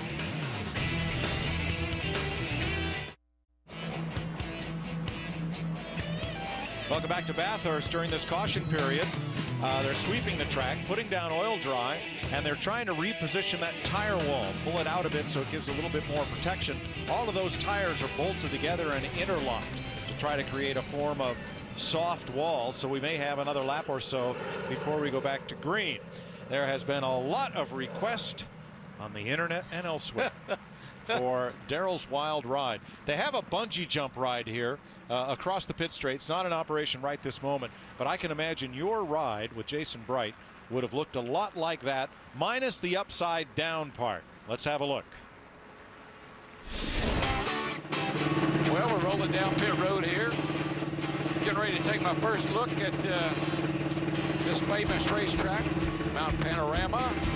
And we're off and we're rolling. And we're heading up the mountain straightaway here. At a pretty high rate of speed, I might add. We're going uphill, hard as we can go. He ain't even thinking about slowing down. Oh, Jason ain't messing around. Whoa! That's a breathtaking experience right there. Just lost my lunch. I didn't even have any. My gosh, I can't even see where we're going, and he ain't slowing down. That is impossible. That can't be done. This is a geological oddity. This is the dumbest thing I've ever done. Oh boy, hang on, Jason. Oh my gosh. Oh no, the dipper. The old dipper. Oh, I am out of breath already. We're not even done. Right here. Oh, the corkscrew. Not the corkscrew. You can't race on the track like this. There's no way. This man is one wheel man. That's all I can tell you. This is a wheel man over here. My life is in his hands. Here we go, one more time. I can get my breath for about 1 second. And then right up here, top gear at 200 miles a damn hour. I have never been on a ride like this in my life. It's hopping down like a shortstop in a Little League baseball game. And I'm about to give out of breath. Take me home, Jake. Holy crap. Oh, pit road. Woo. Woo. Woo. Oh my gosh, you can't even go slow in the pit. I'm good. I had to work my way out of here. I got to work around the skid marks in my underwear.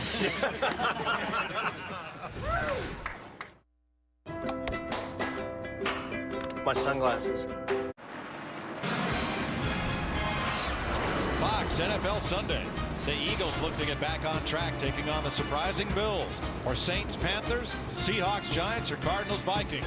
Or the Buccaneers take on Alex Smith and the NFC West leading 49ers. The Built Ford Tough Fox NFL Sunday pregame show begins noon Eastern, 9 Pacific. Check local listings for the games in your area as we're about to go back to green in the Bathurst 1000. What a beautiful sight. I mean, look at the grass, all nice and green, and the cars were coming down the end of this race. This is going to get wild and crazy and very interesting. And the sun is out. Yellow flags still wave. But as they come out of the chase, we're back to green. I'd say right now, Mike, looking at all those cars up that line, I don't see anybody with a co-driver. No. Like all the drivers, the drivers of the cars are in, and they're ready to fight to the end. Right, the green light at the base of the left side of the dash would be on. I see only one, and that's the 55, where Paul Dumbrell, back behind the wheel, we're told, not Dean Canto. No, green light's on. Maybe Dumbrell forgot to shut it off. That's all. 55, but watch Lowndes trying to move up from 8th place in the 888. 20 cars on the lead lap. 20 drivers think they can win it and conquer the mountain. 43 laps to go. First time live in America. We're delighted to be with you on speed as they go through Griffin's Bend and climb the hill to the cutting.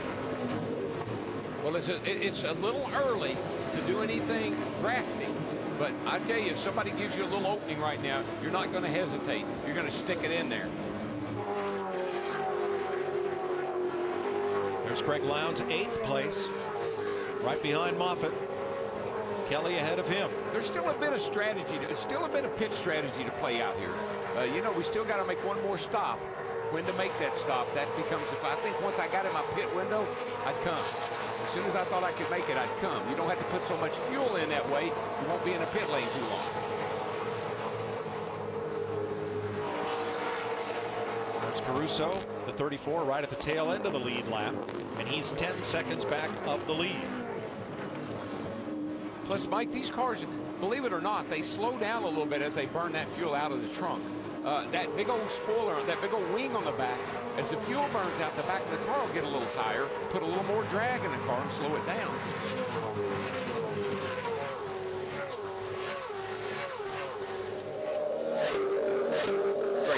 be able to come about. You just get a feel for the speed of these things. 43 laps to go. We've been racing here for nearly 5 hours, and there are only 2 cars out of the race. Bernard after that fiery crash, and the 61 of Coulthard very early on. Everybody else still on track. Lee. Here with David Bernard outside the infield medical center. David, from where you sat, what happened?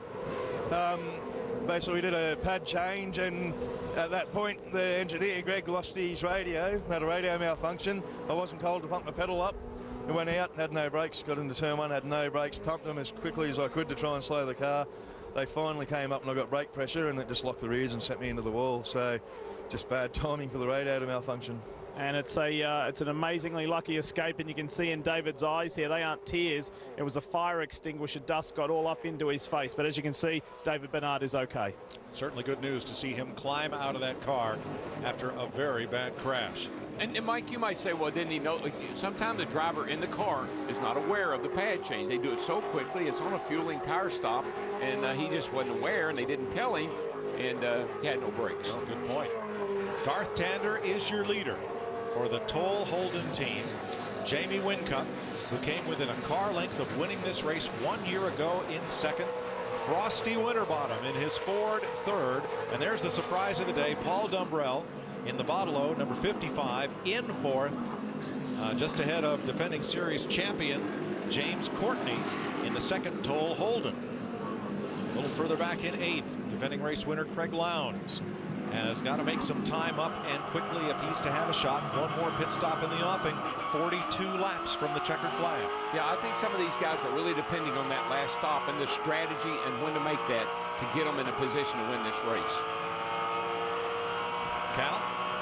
Well, just looking through this strategy, boys, when you're running under caution like that, every lap you do under caution, you save about half a lap in terms of if it was green flag running. So I think under that caution period there, they saved about 3 laps of potential running with fuel in the tank. I'm looking at the window here to open up at about lap 136. That would get you to the end if you're doing a 25-lap run. And you could probably stretch it to about 142 based on when they last stopped, guys. So I think there's about a 6-lap window there, and I'm sure everyone up and down pit lane will have a different version of events. Well, look at Lowndes. Look at Lowndes. He is all over the 18 of Moffitt, trying to gain ground, trying to move himself up into the top 7 positions. Did just about everything but drive through the number 18. Now he's going to give him just a little bit of room. Lee? We're all talking about strategy, and it's going to be an amazing run to the end, Mike. I just checked in with the Kelly gang at Jack Daniels Racing, and they're feeling very upbeat. They've got a full set of green sticker tires to give Rick Kelly to the end. They feel they'll have a shorter fill than the rest. They feel they can at least see a podium here at the mountain. Rick is in 6th place, just ahead of the battle we are watching, as Garth Tander has a narrow lead, half a second on Jamie Whincup after 5 hours of racing on the mountain. Oh, Bathurst is such a unique race, and there's so much spectacle, and there's so much build-up, and you know there's so much ceremony going on before the race even starts that it's easy to get carried away with it, and it's easy to get caught in the emotion, and the nerves get the better of you. I remember sitting down with my old man 7 o'clock in the morning, watching the telecast all the way to the end of the race, and there's so many people that do that throughout Australia and throughout the world that it's our day that stops the nation. To score again in 2009 in the HRT car, that was a massive victory, and I remember saying to Will Davison after we won that mate, this will change your life, and winning Bathurst definitely changes your life.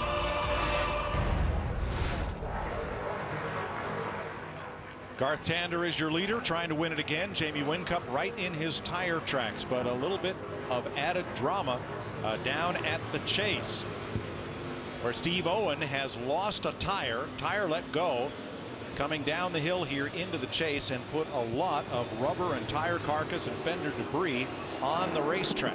Yep, the debris field is large right there, but I think everything's going to be all right. Looks like they're all going to get through it okay. Now that's a big passing zone right there. Drivers are being told to stay to the right in that area and away from the debris. Bunch of tires and maybe metal, and we're going to get a safety car here to clean that up. Yeah, it was a lot of parts and pieces, particularly as you said, Mike, right where you'd want to make that big move, make that pass, and that's dangerous. So we're still 39 laps from the finish. Too soon to make a final pit stop. So what will they do? They'll come in. Lee. DW, put yourself in Garth Tander's seat right now. I just checked in with the Toll Holden Racing team, and Mike Henry said, do you want the unofficial or off-the-record answer? And he said, if I'm taking the company line, everything's going swimmingly well. He said, if I'm going to tell you honestly in motorsport terms, I think we are using our tyres too much, and Whincup is looking after his just fine. If it came down to a drag strip, Jamie would drive right by us, but there's no one better to keep him back than Garth Tander.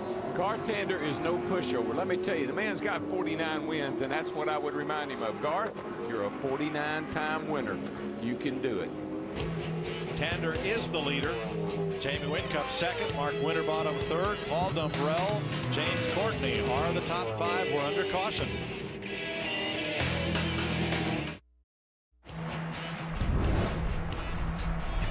Welcome back to Mount Panorama.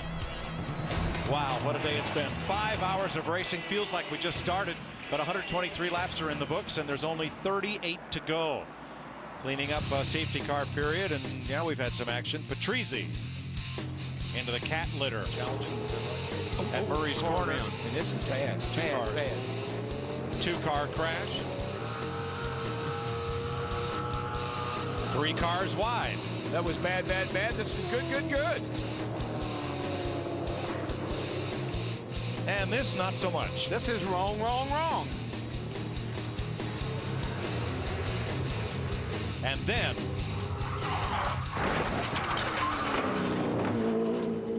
David Bernard walked away. You can see the fuel running down the racetrack, and there must be something, a hot piece of the car down here somewhere that ignites that fuel. And boy, does it engulf that car in a hurry. He had just stopped for a load of fuel and fresh tires, cold tires, and a change of brake pads, of which he was not aware.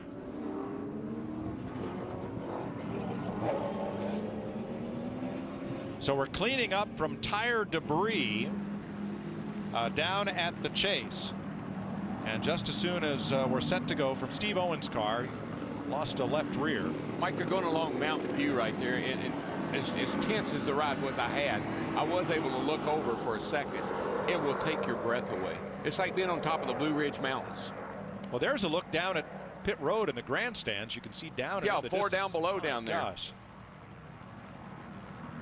I don't have to tell you what goes through your mind when you look over that bank and see how high you are. All right, we expect green this time as they come out of Forest Elbow and down Conrad Straight. There's another good shot, Mike. You can see the top of the hill up there and then how they come down through the dipper and the S's. And there's the pit and paddock at the top of your screen. Lee. Hey, Mike, now that you've been here, now that you've seen V8 supercars, now that you've smelt it, breathed it, lived it, what do you think about the fans back home? Will they love Austin, Texas at Circuit of the Americas 2013? Oh, absolutely. They're going to be there in the spring. Hope to have some American co-drivers. Could be interesting if that race happens and it's not exactly on a NASCAR date, wouldn't it? It would be fun. I'd love to see these guys come to America. American fans would eat this up. Green. These cars are amazing. They'll complete 124 after they make that final left turn at Murray's Corner. Let me correct that. These drivers are amazing. They are the best I've ever seen on the road course. Down the pit straight with 37 laps to go. One more pit stop. And it's a car length, just as it was a year ago. But this time it's Garth Tander and Jamie Whincup. Winterbottom in a Ford. Dumbrell, Courtney, Kelly, Moffitt, Lowndes, Davison, and D'Alberto are the top 10. I think there's a bit of an intimidation factor when you see one of those Vodafone cars in your rearview mirror. I think that really is what's got Garth Tander's. He's just a little concerned about getting pounced upon by a Whincup here. 20 cars on the lead lap. Oh, contact there. That was tight, close. This is a rhythm section. Up through those S's, you really have to flip the car through here. That was Craig Lowndes trying to take it to Moffitt and take 7th place. He's not been able to get past that Jim Beam car, not at all. He's had him set up a couple of times, made a great run down into the chase before that caution, but like you said, hadn't been able to make the pass. There is a look up Conrad Straight, and there is the chase. That used to go straight through, no longer. They shortened up that straightaway, put the kink in there to slow the cars down before the final corner. When you make that right-hander, Mike, down the end of Conrad there, I mean, you're out on the apron, and your left side tires are really, it's bumpy, and the car hops around, and you never let up. You're wide open at 190 miles an hour as you head off into the corner down there to the chase. Much like the kink at Road America. You take it flat, and then you get on the brake for the next corner. 6th gear right here, 7,500 RPM, 190 miles an hour. Yeah. He's holding me up, and I got to go. Cal? Down here at Dick Johnson Racing, Dick has not been the best of days. Obviously, the Jim Beam car, heavy shunt there with Dave Bernard behind the wheel. But James Moffat has done an awesome job there, feeling the pressure from Lowndes right now. Yeah, he's doing a really good job. You know, actually, the cars were really, or the track and the car were starting to come together towards the end of the day. And it was just unfortunate that we've got some problems with the radio communication. And what actually happened that when we changed the brake pads, he didn't pump the pedal up. So get lobbed there and you only got rear brakes, mate. It's not a lot of fun, is it? I know there's a lot of work to do, mate, but I'm sure you'll be ready for the Gold Coast. Oh, they'll be ready for the Gold Coast, don't worry. Cheers. And that's in 2 weeks, and it's live on Speed. 2 weeks from tonight. And that's a racer. I'll be ready for the Gold Coast. Don't you worry. And Lowndes has made it past the number 18 of Moffat. Yeah, he the felt car like has a look there. Nope. Yeah, Mike, he felt like Moffat was holding him up. He said on his radio he's holding him up, and he got a nice run down into Hell Corner and was able to make the pass. So Lowndes now 7th, but he lacks 4.5 seconds of Garth Tander, the race leader. 36 laps to go. One more pit stop. As they come up the cutting through Reed Park. Up and across and headed for Skyline.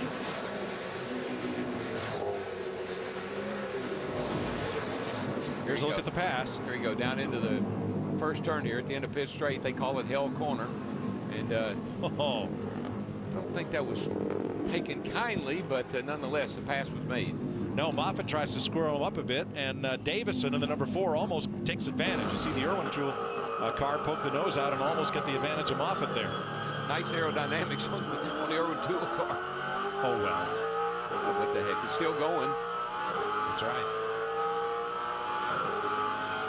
That's right, and David Brabham did that customizing on the front end a bit earlier on.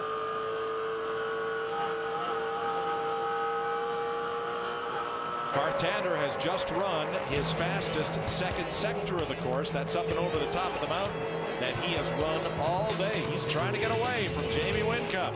We'll be right back.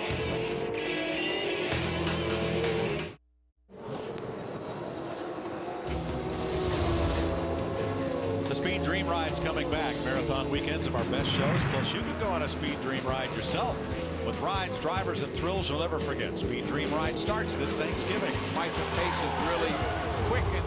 2:09.4 for Tander, and Whincup just ran the fastest lap of the day, 2:09.33. The race is on. And Tander had just run the fastest lap of the day, and Whincup took it to him. Trying to stay right there. Winterbottom in third, now 2 seconds back along with Dumbrell. Courtney 3 seconds behind. Rick Kelly 4 seconds back, and Craig Lowndes 5 seconds off the lead. Business is picking up with 34 laps to go. Lee? And Mike, at this stage of the race, there really never are any surprises about the guys at the front. They are the experienced heads in V8 supercars. And watch the Pepsi Max Commodore of our pole sitter and 4-time winner Greg Murphy. In the last 2 sectors, he has passed 2 cars, and that drew rapturous round of applause from the team down here in the garage area. They're watching the Murph. All of a sudden, he's back in the top 10. Well, we're at the end of the race. We've got our best drivers. We've got new brake pads on all the cars. Go. Cal? Down here with Mark Scaife. Craig's down in 7th spot, mate. These cautions where you kept getting stacked out really forced your hand in terms of strategy. Can you recover from here? Well, a little bit depending on what happens with the last part now. A bit of weather might actually help us a little bit. The car's been very, very good in the wet through the week. But depending upon how the safety car falls, The lead guys have got to get to 136, 137 to be the last segment to have a 25-lap, absolutely best engine power finish to the race. So it's going to be a sprint, and there will definitely be, well, history shows, a safety car in the last piece. So who knows, Calvin? It's a very tough gig, this one. I think we're probably a little bit too far back. With that in mind, do you come soon as that window opens to protect yourself against the safety car, or do you stretch it a little bit more if you've got fuel in the tank? Well, we've probably got to have a bit of a punt. I think we're probably better off to take a little risk. The lead guys probably can't. I think Jamie's probably got to come in and do it early, but we can probably afford to be a little risky. All right, mate, best of luck. Thank you. Thanks, Carl. Now, one other thing enters in here, Daryl, is the driver has a mixture control. He has 4 different computer-controlled settings he can choose from for mixture, and the difference between setting 1 and setting 4 will save you about a large size soft drink can of fuel every lap. It also knocks a lot of power out of the engine when you go lean with the engine. I talked to Jason Bright. He said when you start clicking that thing back and taking fuel away, he said it really just slows you down dramatically. It'll help fuel mileage, but not a lot of power. So you want to get inside the 25-lap window, go full rich and flat out. All right, let's get out of the pits of the lead car. Lee. Mike, can you imagine being on debut in V8 Supercars at the Bathurst 1000 and being in the lead at this final stanza of the race? That's where Nick Percat is. What's Garth saying? What's the general feeling in the team? What do you feel? Well, when I got the car, we made some adjustments throughout the race, and we've improved it. So it's, I think we're a lot closer to Triple Eight. During the first few stints, they had a bit of pace on us, but now I think we've tuned up the car a bit. It seems to be a lot better. So I don't want to say much now, but I'm fairly confident we're in for a good showing at the end. Well, Mike and Darryl upstairs were just saying check Tander out and how he's starting to edge away a little bit from Whincup. So maybe what you're saying is true, and Garth's feeling good in the car. He's just been laying down best sectors. Yeah, that's right. And I think when Garth gets to this stage of the race and he's in for it with a sniff, he really digs in, and he'll fight all the way to the end. So it's going to be interesting. I'm getting a bit nervous. I'm scared. So you should. It could be a magical day. What a day it could be for Nick Percat. When he's in for a sniff, I think that's when you're in sight of the checkered flag. Yeah. Let's pick up. That's what we say, you know, on some of the bigger racetracks. When you get a sniff of that front pack or the draft, if you're a great driver, it takes you to another level. You think you're doing all you can do until you're forced into a situation like this where you've got one of the winningest drivers in your rearview mirror. You've got to pick it up. And that is exactly what Craig Lowndes has done. He's caught Rick Kelly and Paul Dumbrell as they continue their battle for 5th place. There is Lowndes, the defending champion of this race, driving Triple Eight, currently in 7th, stalking the 6th place car. 32 laps to go in Australia, live on Speed.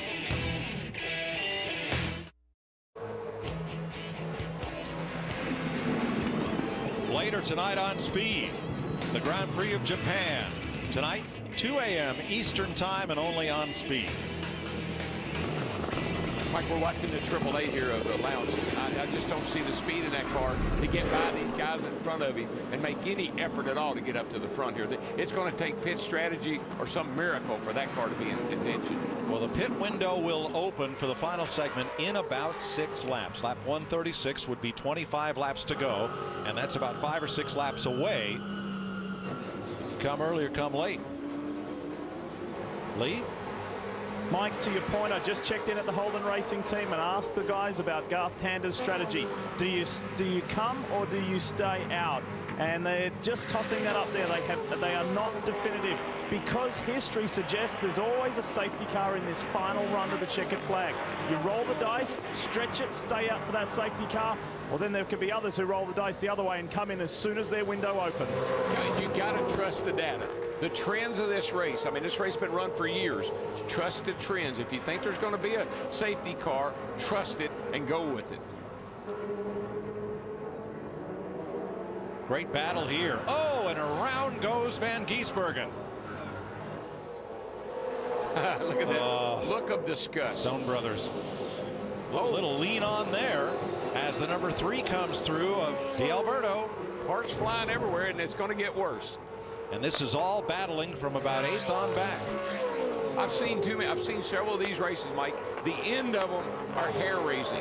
You will not sit down when we get inside the last 10 or 15 laps of this race. D'Alberto in the number 3 is 10th. So this is 10th, 11th, 12th, 13th, 14th, and 15th place. Cal? Well, the FPR cars are very fast here today. Winterbottom currently running in third, and the other car, the sister car, was running really strong at the beginning of this race. Luke Yulden, you've had great days here, finishing on the podium at the Manor, but today, mate, all went wrong there at the beginning of that restart earlier in the race when you run a little bit wide into the gravel trap. Talk us through it. Yeah, the mountain bit me today, Cal. Unfortunately, I struggled in the warm-up actually getting temp in the fronts, and we're locking brakes early in the warm-up as well. So I just think looking back that I just obviously didn't get enough temp in the fronts, and I don't think I did anything. I didn't go super deep or try and carry too much speed. It just fried a front for me, as soon as I jumped on the brakes, pretty much. So just understeered in the gravel trap, and unfortunately the walls are quite close around here, Cal. I know they are. So a sad moment for you in this race. And talk us through, I mean, the disappointment coming back. I mean, there's so much on the line here. This is the big day. This is the one that all of you boys want to win. Well, especially for a co-driver, because we only do the 2 races. So this is obviously our, grand final, if you like, and everyone works up to this. All sins are forgiven, championship-wise, if you actually do well here. So it's very disappointing. I just feel sorry for the guys. I mean, the Trading Post Falcon was very quick, and still is quick, even after hitting the wall, to be honest. So if we can get a safety car to fall our way, I think we can get back on the lead lap, and I think we can show some people what we can achieve. All right, mate. It'll be better days, I'm sure. Thanks, mate. Cheers. Will Davison is 1 lap down in 23rd. And Mike, everybody is banking on a safety car. You can hear it across the board. It'll help us here. It'll help us there. I think that's what these guys are all banking on. Well, it's a real tough call, Darrell, because as you said, if you stop early when your fuel window just opens, you don't have to take on so much fuel. Yep. If you wait, then that stop is going to be longer, and you're waiting out. Not only will there be a safety car, but where will you be on the track when it appears? That's right. You could get caught out, or you could luck out. I don't know. I'd rather make my own luck. I think I'd rather just sit here and watch. 29 laps to go. When we come back, the pit window will open for the final stop of the day.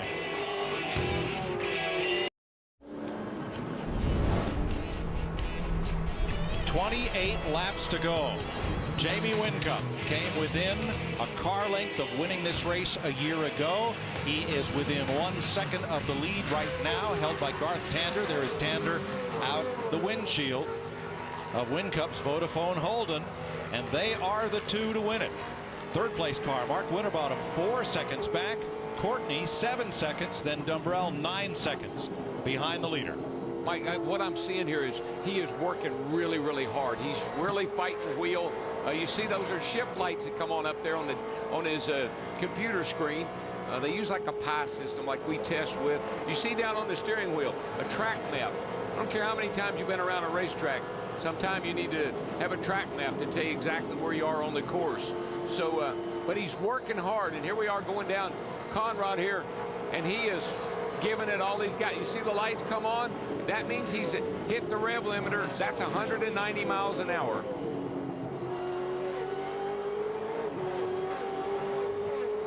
Little short shift there.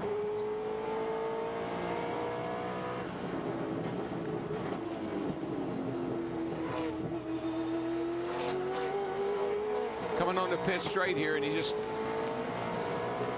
think he's doing all he can do. I don't think he's really conserving anything. He just can't get there. Darrell, how thrilling and frustrating it must be at the same time to get that close to Garth Tander and just not be able to get there. Well, if you're sitting on some reserve, if you thought, well, I got a little in the bank, it'd be okay, but I don't see it. I don't see him having anything in the bank right now. All right, we'll unlock the pit window and crack it open, Lee. Next lap, what do you do? Oh, Mike, isn't that the ultimate question? And I can't stress enough to the viewers how different it is this year having that fuel tunability, that 4-phase fuel tune switch on the steering wheel this year that they have never had. I just surveyed 4 different engineers during that commercial break. They all were of the same opinion. They're going to stretch it a little bit longer so the laps, those last few laps are shorter, but they can turn that fuel mixture to full rich and keep the foot to the floor, Cal.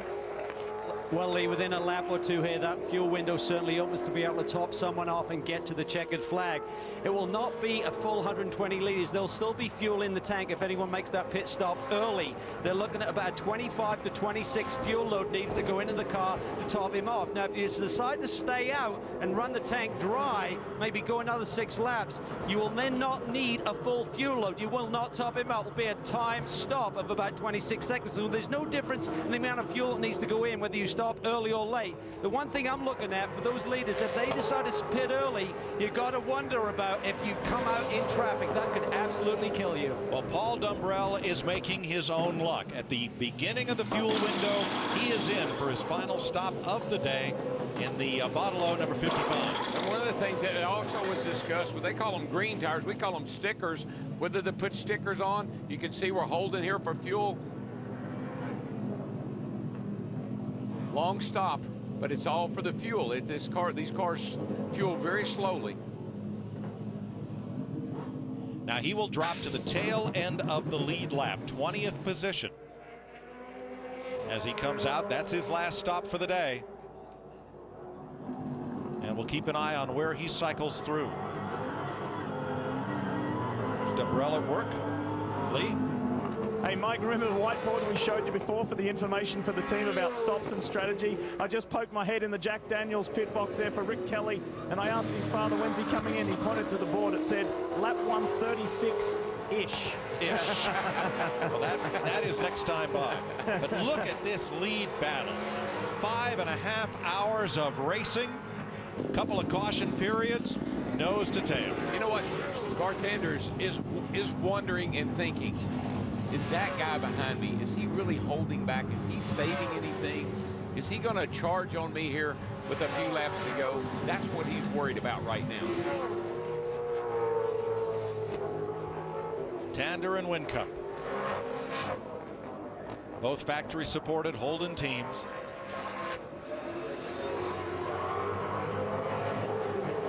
$26.25 to go. It'll be at least one more lap. And it makes me wonder too, because Whincup seems to fall back, almost as if he's cooling things down a little bit, and then he seems to charge up. So he may be testing the water. Well, here's James Courtney in the other toll Holden. He pits out of 4th place, Lee. Spare a thought for James Courtney and Cameron McConville, because they have been frustrated for the majority of the day, having to play second fiddle to Garth Tander and Nick Percat being stacked up in pit lane. And ironically, or coincidentally, the other team that had to do that was Craig Lowndes at 888, and Calvin's there. Craig Lowndes brings the 888 machine in. There's going to be adjustment to that rear roll center, making a quick change there. That will change the balance of the race car. 4 fresh Dunlops on. They'll be chopping him up here. This should be about 25, 26 seconds with Roland Dane Tom. We were at 15, 17 right now. They're going to have to top him up here all the way. It's a little bit easier there. You just top him up at this stage of the race. If you come in late, you've got to do that time stop. That was 25 seconds on the number. And he exactly what they told me. And that's what he needed to do, was get out of there ahead of James Courtney. Now, D'Alberto is in, Davison's in, Moffitt, Slade, and Webb. So 6 of those 20 lead lap cars have now made their pit stops. A very nice stop by the Vodafone guys, and they got tires and fuel, and they're good to go. Now, Paul Dumbrell passed all of those cars when they made their stops. Boy, he is really hustling that car, trying to make up time. He's back up to 15. Yeah, it's cold tires. They just have a little problem with these things when they put full fuel in cold tires. And we hear Jamie Whincup may be in next time by. And there is Lowndes just out of the pits ahead of the number 1 of Courtney. As you look back at Courtney, will that stop be quick enough to move Lowndes up out of the 7th, 8th, 9th place area he's been mired in for some time? 14 seconds. Yeah, it'll be a timed stop because they won't need a full load of fuel. And Whincup is slowed. Oh, no. Jamie Whincup is slowed.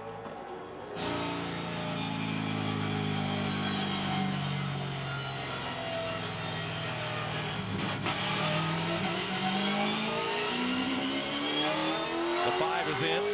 Mark Winterbottom. Whincup is running, but we have no idea what's wrong. You know, we heard Jason Bright say his car cut off early in the very beginning of the race. It looked like the car cut off. Could it be something to do with when they refueled it, maybe? Well, he's back and running now. No. Cal. We're down here in the Vodafone garage. There's some confusion. He should have been on pit lane, but I just spoke to Adrian Burgess. He should not have been out of fuel, guys. He should have had about another 5-6 laps. He could have stretched it if need be. So they are really scratching their heads right now, trying to get to the bottom of this issue with Whincup. All right, Winterbottom's in. Rick Kelly, Luff, Caruso, Van Giesbergen, and Steve Owen. Lead. Mike, it was a beautiful stop at Jack Daniels Racing for Rick Kelly. It was a timed stop, fresh green tyres, everything was orderly, and the team were pumped when they sent him on the radio. They are feeling confident. What a heartbreaker for Whincup. He has stalled out on course. He's out of gas. He crashed in practice. It rained during his top 10 qualifying lap. And Cal? Well, we heard about the alternator issue earlier in the race. Maybe it has finally caught up with them because there should have been no drama on fuel. Just spoke to Scaife. He said, I think it's the alternator, mate. They were changing that battery every stop in the trunk there. He's running again. The car fired, and he's running again. He's trying to work it up the hill, up toward Reed Park. He's just out of the cutting. We're under yellow, safety car period, because his car was stopped out on course. Now it's running again. He's got a group packed up behind him, and they cannot pass because we're under yellow. Well, now, where is his teammate? He might need a little help getting back. Behind him. He might need a little help getting back to the pits. His teammate, 2 cars. Oh, goodness. Drama. Garth Tander, the race leader, on pit road. Murph moves up to second as he pits, and everybody's just kind of eking their way along. Now, where will the safety car be? Who will get to pit and who will get caught out? I don't know, Daryl. Do they have a rule where you have to maintain reasonable speed? I don't think they do, Mike. I mean, obviously he's got the whole field backed up, but well, it's all downhill from here. Lee. Good clean stop from Tander. Murphy is waiting on fuel. Well, now this has given them a second chance. Murph's already got those rear wheels spinning. But now the stewards are going to have to look at this because you have cars passing under yellow. Clearly, the 88 is not able to run up to speed. But, Cal, what is reasonable speed? Well, I just spoke to Damien White, the operations manager here for the series, and he said even though he is not up to speed and we're under caution, he has to move over to the side and let those cars go. And there's 2 team players in the mix here, so a lot of confusion here on the Vodafone. What is the best strategy to help both the cars right now? But the rules are, if you have a wounded car, even under caution, you need to let those other cars by. yeah, I don't know that it's reasonable speed, but you got to be able to keep up with everybody else, and obviously he can't do that.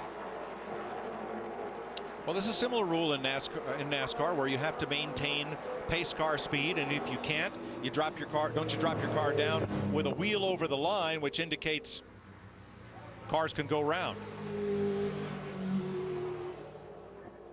Well, now cars are whistling around the course trying to catch up the safety car. Yeah, this is very interesting. But something, either lack of fuel or lack of spark, have taken the 88 from a chance to win this race. When the battery is flat, you can turn off everything. These things take a lot of energy just to fire the engine because it's fuel injected and everything. So he's just trying to limp this thing into the pits. I'm surprised he can do it. I'm surprised he can make it. I think he probably killed everything to get here. Well, thank goodness the car restarted, because once he crested the hill and came across Skyline, it's all downhill from here. Now it looks like he's under power coming into the pit lane. It looks like it'll kind of go, it'll idle almost, but if he tries to pick up any speed, it doesn't have the juice in the battery to make it go. Jamie Whincup was a car length from winning this race last year. The car is running, idling as it comes by us. Barely. Cal, what are they going to do? Well, the first thing they're going to do is throw that battery in the trunk, because I think they were supposed to have Jamie on pit lane, and maybe that would have been enough to change the battery 1 lap earlier and not have this issue. There you can see it. Can it go closer to trunk while the rest of the servicing is being done. It's a very quick fix, and they were really within a lap of having this thing replaced. There must have been some confusion because Roland Dane said, why was he not on pit lane on that lap when he suddenly slowed down? So there's going to be some questions after this event, boys. Now Whincup, I believe, is still on the lead lap, though he's in the pits. As long as he can get out before that safety car comes around. Yeah, I heard the team manager tell the crew to pit, the team to focus, boys, like maybe they had lost their focus. Now this is coming down Conrad toward the chase. Lee. Mike, this man here, Barry Ryan, he's talking to Greg Murphy at the moment here at the Pepsi Max crew. Remember, Murph was the pole sitter. Barry, you have dragged Alan Simonson, Greg Murphy from 18th place to second. Are you a magician? No, Murphy's. It's nothing to do with me. He's just done an awesome job. It's down to crunch time. Have you got a chance? I think we have, yeah. See how we go. Nerves down here, boys, nerves. And Jason Bright, who you rode with earlier in the week, has been mired down in 15th, 18th all week. He's the third place car. Told you he'd been holding back all day. He's just saving the car. We're green flag. Here we go. Here we go, boys. 23 to go. 22 as they come by the finish stripe right here. Remember when Murphy got in the car and he was mad at his crew? He said, now I'm going to have to do the drive of my life. He's doing it right now. He's done it. Position of safety car help. There's the number 8, the BOC Holden for Jason Bright. And Engel in the Super Cheeps number 200. Rusty Engel running his 200th race weekend. They're in 4th. Carl Reindler in 5th in the 21. Mark Winterbottom, Craig Lowndes, Courtney Kelly, Dumbrell, and D. Alberto. Yeah, what they need to tell Jason is act like DW's over there and see if you can scare yourself.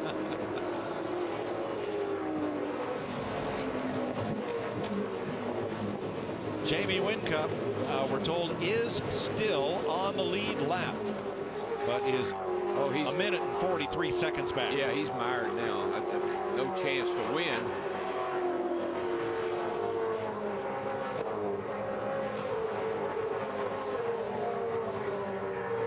Jason Bright and Andrew Jones. Jones, the son of the brothers, one of the brothers that owns this race team, put in a couple of great stints there. He's a former full-time driver in the series, now just drives the endurance events.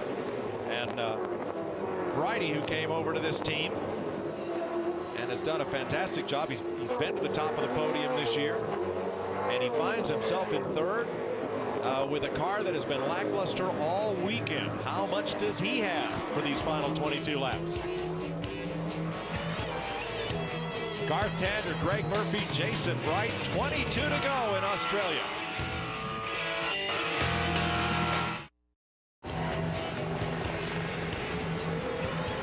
If you're loving the Bathurst 1000, tune in 2 weeks, October 22nd, when Darrell, Calvin, Lee, and I bring you the call of the V8 Supercars at the Gold Coast 600, 11 p.m. October 22nd. And look at this dust up. Oh, yeah, it's going to get right. These guys are going to get after it now. This is no holds barred. We just heard oil in the chase, saw a car go off, but we're still on course. We're still racing. You're watching from 5th on back. That's Rusty Engel in the red and yellow number 200. Mike, I've watched 2 or 3 of these races, and it never ceases to amaze me how these guys step it up at the end. Here's Winterbottom to the outside in the Orcon Steel car. Nice pass at turn 2, climbing the hill. A great passing zone. It's uphill. You can really charge that corner. Did a nice job. Bit of oil down in the chase. We're told that could have been from Paul Dumbrell, who has slipped to 12th position. Let's go to Lee in the pits of the 3rd place car. That's right, Mike. I am at Darrell Waltrip Racing. No, sorry, I mean Team BOC. And we haven't yet caught up with Andy Jones. Mate, your team, and Greg Murphy's team, it's been a terrific comeback story. Murph was as low as 18th. He's 2nd. You guys were as low as 20th. How have you done it? Look, we were pretty cheeky at the end there with that last safety car. Obviously, Jamie had an issue, and he banked everybody up, and we were able to make pretty good use of that. And Bridie's popped out in P3, so... You know, from now, it's just a run home. Hopefully we don't get any more safety cars. He's got a pretty good margin over Lowndes there. So who knows? I think we must be about 19, 18 laps to go since I've been standing here waiting with you. So I'll go and put my feet up and cheer Bridie on from here. And hopefully he'll put a few of those things that Darryl gave him into practice over these final few laps. I know he gave him a few pointers. Something about a corkscrew. Pull the corkscrew out or something along those lines. For our first-time V8 Supercar and Bathurst viewers back in the States, is this race just the epitome of it's not over until it's over? You never give up. Absolutely do you never give up at this one, and yeah, we're a classic example of that at this point in time. About 10 laps ago, I said I might go and get changed. This suit's quite wet and I'm pretty cold, and I'm pretty glad at the minute that I've got it on. We might get even wetter in a bit, but we'll see. Well, DW's just radioed into me and said if you get on the podium, he'll send you a bonus. Check's in the mail. Well, that's a good bunch of lads right there. I tell you, they worked their tail off, and everything they did for us, we want to thank them, the ride, and they've been so hospitable to us. Matter of fact, Mike, this has been one of the best trips I've been on in my life. Fantastic. It really has been. Everyone has just been top shelf, from Stu Young, who's stuck with us, hauling us around town and making sure we get where we need to when it's appointed. It's been terrific. We just saw the 18 of Moffitt head to the pit lane, and here's some of that brake lockup from Rick Kelly. That's due to a bit of oil in the chase, and they're telling him not to worry about it. Don't overlook Lowndes. He restarted in 7th, and he's put the 888 up into 4th. He's not quite with the leaders, but he's gotten past a pretty good group of cars, and he's 6 seconds from the lead. And they made a little adjustment. They said we're going to lower the track bar on the back of the car, give him a little bit more grip. That car hadn't handled well all day, but that seemed like it may have been a hot tip right there. So Lowndes is 4th, 6 seconds back. Jason Bright is 3rd, 4 seconds from the lead. And Greg Murphy is 1.8 seconds behind Garth Tander at the front of the field with 19 to go. And Moffitt has pulled his car to the garage, so that's both the Dick Johnson entries out of the race. And whoa, goodbye 55. And Dumbrell there was all that. is out of it. Did you see the fluid, Mike? There it is. The fluid was coming out of the car. I think that's the car they've been complaining about losing fluid on the racetrack, the 55. Got hooked. And he's back down to 18th place now. That was shown in replay. And here's Greg Murphy, your pole sitter, and your 2nd place driver in the Pepsi Max car. You got to be impressed with Murph, man. He came from 12th. He was in 12th place when he got in that car. And mad about it. Ingalls just ahead of Courtney, 6th and 7th place. 19 to go. There is the distance 1st to 2nd after 5 3/4 hours of racing. That's all there is. 1st to 2nd, Tander to Murphy, and Bright in the picture. 4 seconds from the lead. Yeah, I think he's hoping and praying there'll be no more safety cars. Jason is. I know he's feeling like he is squeezing a lot of milk out of that rock. Rick Kelly making a late stop. Lee? Mike, the back of the Jack Daniels number 15 has oil spray all up it. The Jack Daniels sponsorship and signage has gone this yellowy brown color. You've got V8 Supercar officials, team members all under the back of that car, and this has put paid to their effort on what was looking to be an encouraging finish after a tough weekend, and Rick has just shut the motor down. And we just saw Steve Owen in the VIP pet food car make the pass of Caruso. That is for position 12th place or 11th place. Yeah, we knew, Mike, we keep hearing on the radio a lot of chatter about oil on the track, and somebody had to be putting it down. I think we found out who it was. 18 to go. So, and Dumbrell, you see the damage from that crash earlier. Yeah, that's Dumbrell's car. And he had such a great race. You know, he and Dean Canto did such a tremendous job for 5 of the 6 hours, and then this. Top 5 the whole race.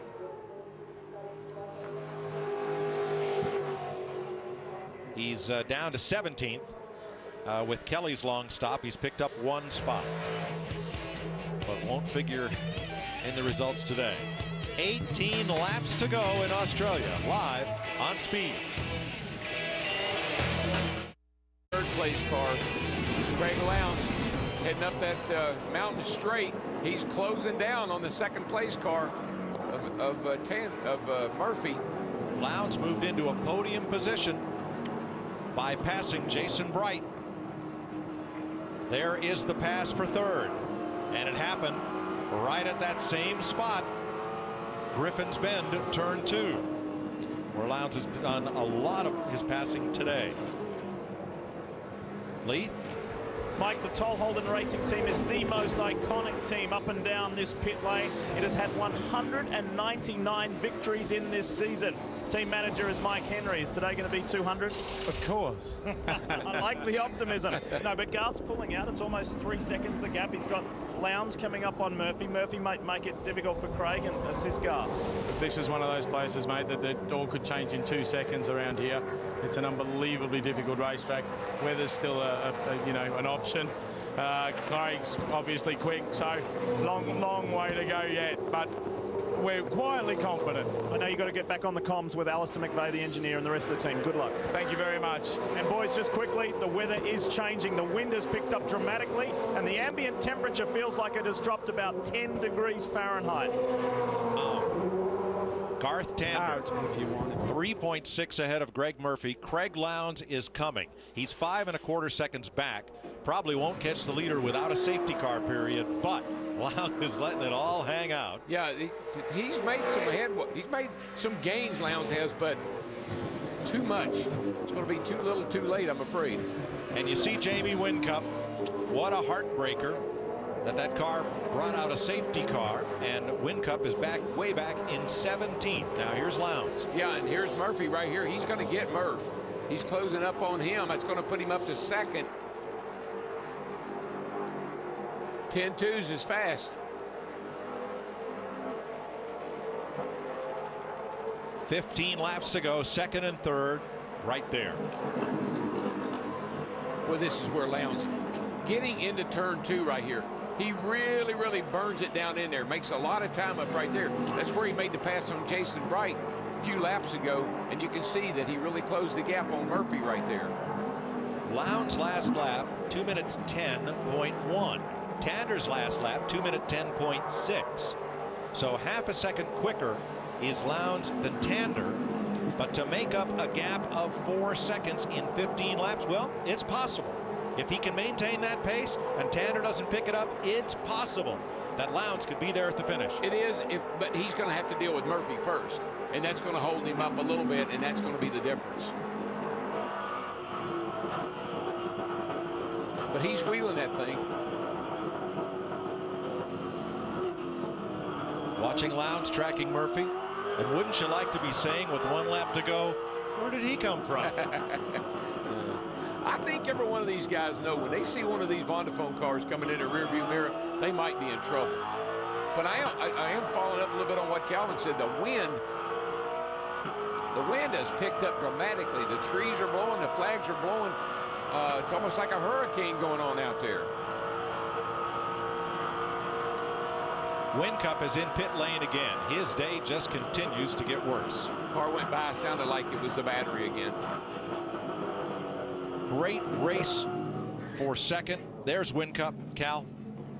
Yeah, the problems continue for Jamie Whincup. You can see another battery going back in there. So that alternator issue has really killed them, and they had such a strong car. I think they were really the car to beat. Certainly Tander has looked awfully strong in this last couple of stints, but this was the car to beat here today. But not going to be their day. They're just looking for points for the championship leader. Lee?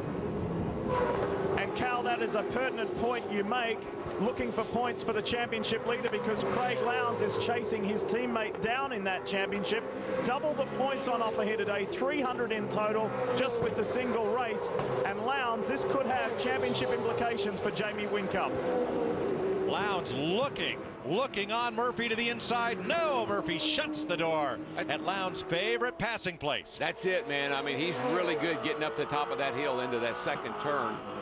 Hard to make much of a game. It's hard to make a pass through here. It's so tight. This is just don't make a mistake. From the cutting, past Reed's Park.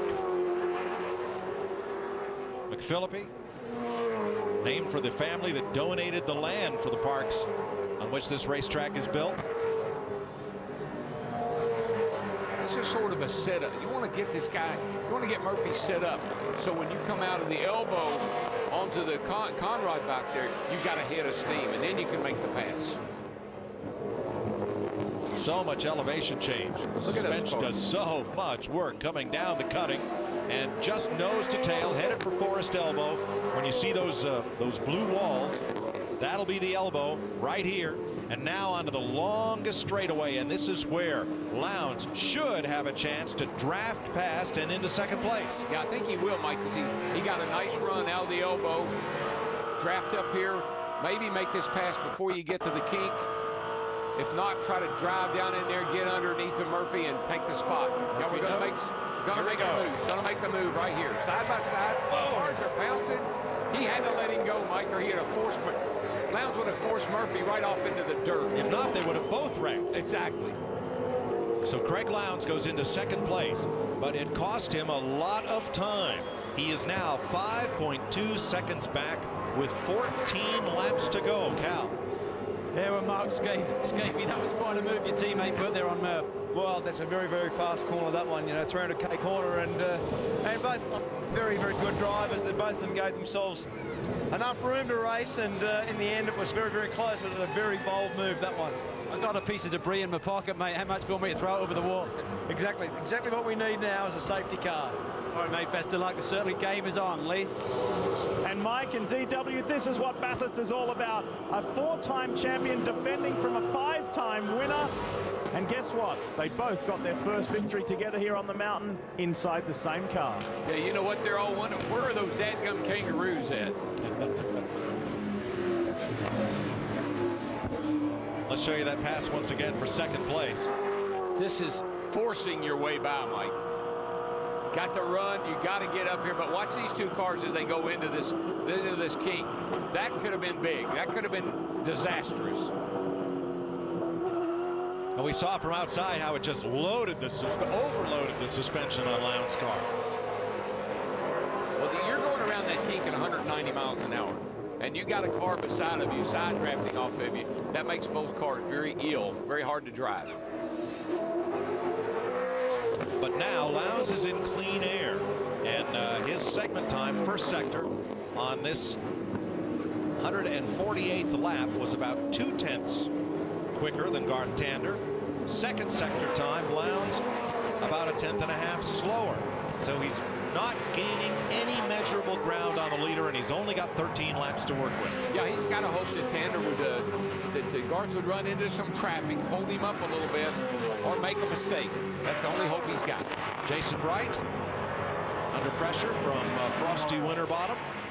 Here comes the Ford. Now this is going to be a battle for fourth place right here.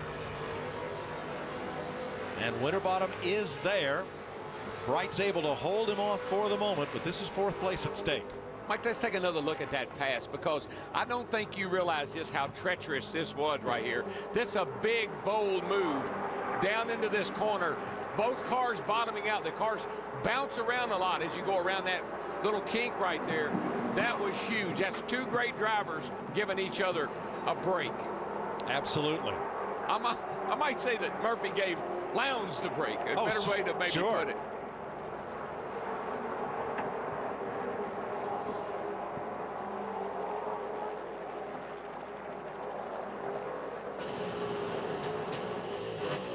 To go, and Winterbottom has not found a way past Jason Bright. That's Brighty's holding. I tell you, Brighty, he's really driving a great race. To be in fourth position right now, holding off Winterbottom. Those cars are a little quicker than he is. It's all driving for him right now, for Jason. Lowndes now 5.6 seconds off the lead as of the last split.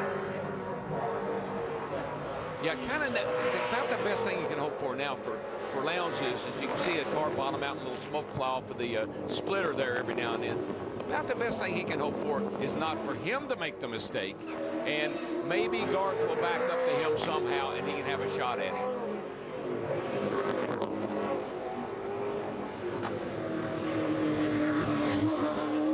And the gap stays 5.5 seconds. So Garth Tander, Craig Lowndes both running pretty identical lap speeds. Murphy in third with 12 to go.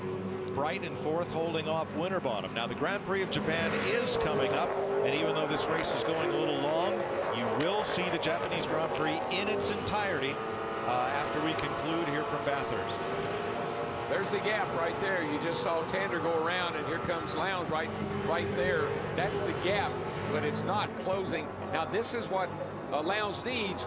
He needs for Garth Tander to get into some traffic, maybe. And that is Leanne Tander. And newborn baby girl. Lee? Mike, isn't it amazing the stories that motorsport gives us? Garth Tander was the 1997 Australian Formula Ford champion. He was so good, but nobody would give him a ride. He was a mechanic for half a season until Gary Rogers in this field put him in a V8 supercar. He was so wild, he made Shane Van Gisbergen look conservative. Some of the veteran drivers wanted Garth banned from the sport because they said he was too erratic and too dangerous. Over the years, he crafted himself, polished his act, and look at him. He's a championship-winning driver. He's on the verge of winning his third here at the mountain. Well, as a famous car owner once told me, it's a lot better to try to slow them down than it is to try to speed them up. And how many great drivers in my time and yours, Mike, and the guys in the pits, have we heard? They're wild, they're crazy, they're going to hurt somebody, and they turn out to be winning race car drivers and champions. That's right. Mark Winterbottom still in pursuit of Jason Bright. This is for 4th place. I'm proud of my man. He's driving the wheels off of that 8 car right now. 10.5 laps to go. Down through the cutting. Dip and dive. And down you go. Mike, I don't know if we stressed enough the physical demands of this racetrack. The fighting you do with the car here, the shifting you do, the braking you do. You brake 13 times a lap. And you're running these turns are high speed. They are tight, and you have to be precise, but there are some high-speed corners on this racetrack. We saw one driver earlier climb from his car with an injured wrist because of all the shifting. Wow. He's got a mirror full of Winterbottom, and 10 to go when he comes by. Yeah, that's just all driver, because the Winterbottom's faster than Jason. Can't find a way around. I hope he doesn't lose patience with him. He's going to put a little bump on him right here. But Jason gets off that pit straight turn there, left the corner a little bit better.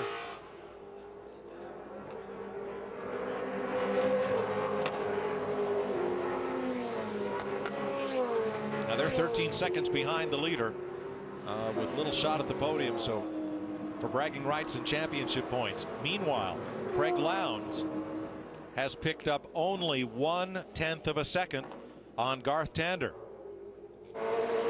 Scaife there, Lowndes co-driver. Wow, this just won't quit. These guys are going at each other. Of course, most of these guys have a lot of respect for Jason. He's a good guy. He races clean. That's a good team. Brad, Kim Jones are good guys. They've been in this series a long time. And Winterbottom, he's a rising star. You know, this fellow with certainly championship potential, and he is carrying the flag for Ford today. 4 Holdens at the front. A great drive here for Mark Winterbottom.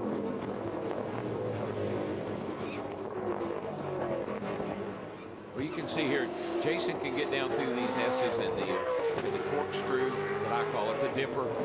They can get down through here a whole lot. He can get down through here with any of them. I can tell you that firsthand.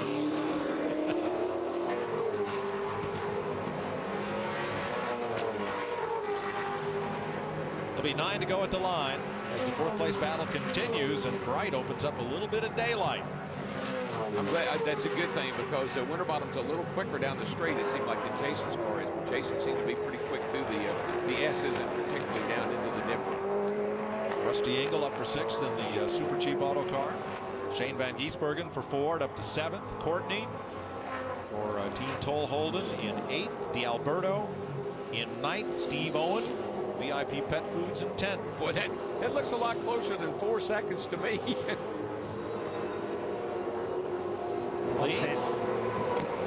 Mike, Mike, you remember throughout the show we've been speaking with 23-year-old rookie Nick Percat. Of course, he's teamed with Garth Tander. There's a little bit of history on the line here today. If he can get there in the end, along with Garth Tander, he will be the only other rookie to win besides Le Mans legend Jackie Ickx. Wow, that's a rare company indeed. 9 laps to go, and the gap remains 5.1 seconds from Garth Tander to Craig Lowndes. Yeah, he's not making any headway. Lowndes isn't. He's not gaining on Tander a bit. Tander's car's been flawless all day long. I mean, he hadn't put a wheel wrong this whole race. Matter of fact, the car looks almost conservative. He's not using the whole racetrack. He's not up on the curbs. Wasn't it their team that was showing cording of the tires at the shoulder on the rear tires on the first pit stop, and that had to be cause for concern? Yeah, I think that was from that buildup we saw, you know, in turn 2 there, particularly from the sealer that had been put in the cracks where the curbing met the asphalt. Just a nice smooth ride. That car's been solid. Got plenty of speed. And Lowndes takes another 2/10 from Tander. It's down to 4.9.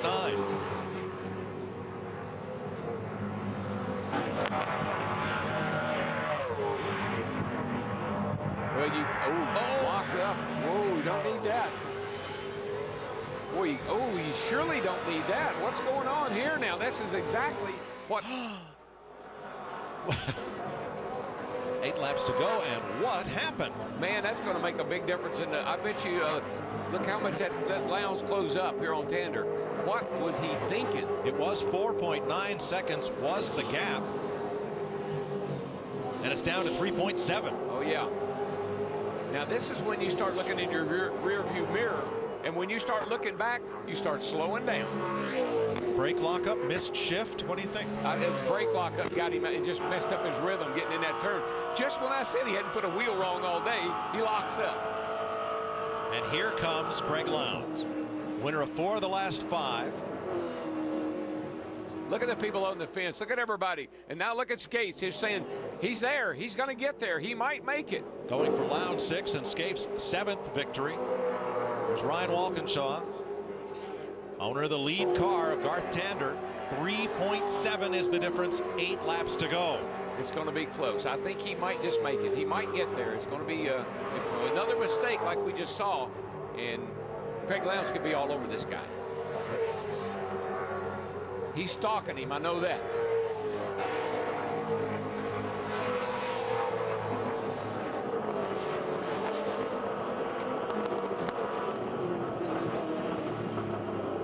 As a driver, Mike, in a race this big and in a race this important, you get down the end like this, you've got a little bit of a cushion, but you start to get a little too casual sometimes. You think you got it in the bag, and when you start thinking about not making mistakes and not concentrating on your driving, you do something wrong, like we saw in the lockup, and you get in trouble. Lowndes has taken another 4/10. 3.4 is the gap. Here's your leader. This is where he had the lockup last lap. Let's see how it goes this time. Into the chase, slower car ahead. And now Lowndes has that whiff of the lead that we talked about. Yes, he does. And he's got the whip out, too. And he is on a charge. Push it. Man, once you're like Greg Lowndes, when you're a driver like Greg Lowndes and you see the guy that you see him now, you know you've got a shot here. You're going to step it up even more. And in that segment, he took another 4/10 from Tander. Look at that, 3 folks. seconds is the gap. Look at those eyes. He's not blinking an eye. 7 to go. 2.8. Lowndes is on the charge. Tander's going to need everything he's got to hold him off. There he goes. And, man, look at the gap, how it is shrinking every lap. And in the best tradition of Kevin Harvick, where did he come from? Yeah. Well, I kind of think everybody knew where he was going to be in the hunt when the day was over with. But to make up a deficit of more than 5 seconds, wow. Lee. Hey, Mike, do you remember our storyline a little earlier about the rivalry. Well, there's not a Ford in sight. This is looking good for a Holden 1, 2, 3 perhaps, but then get down to that battle of who is going to be the best Holden team. Will it be Roland Dane's team Vodafone 888 organisation, or will it be the Toll HRT organisation? For Lowndes and Tander, they've got nothing left to prove. They're both series champions. They're both Bathurst winners. This goes down to the simple racing passion of wanting to win, and particularly wanting to win on the mountain. Just think about this, Mike. You got Tander and Perkett, the two drivers of the car leading the race. Then you've got Lowndes and Skates. They are Bathurst. Yeah, 11 victories between them. They own this joint. They have 171 victories between the two of them, and he is on a tear. 2.6 seconds, 6.5 laps to go. And he looks very comfortable, Mike. I mean, I know he's pushing hard, but he sure does look comfortable laid up in that thing. Lap car moved aside.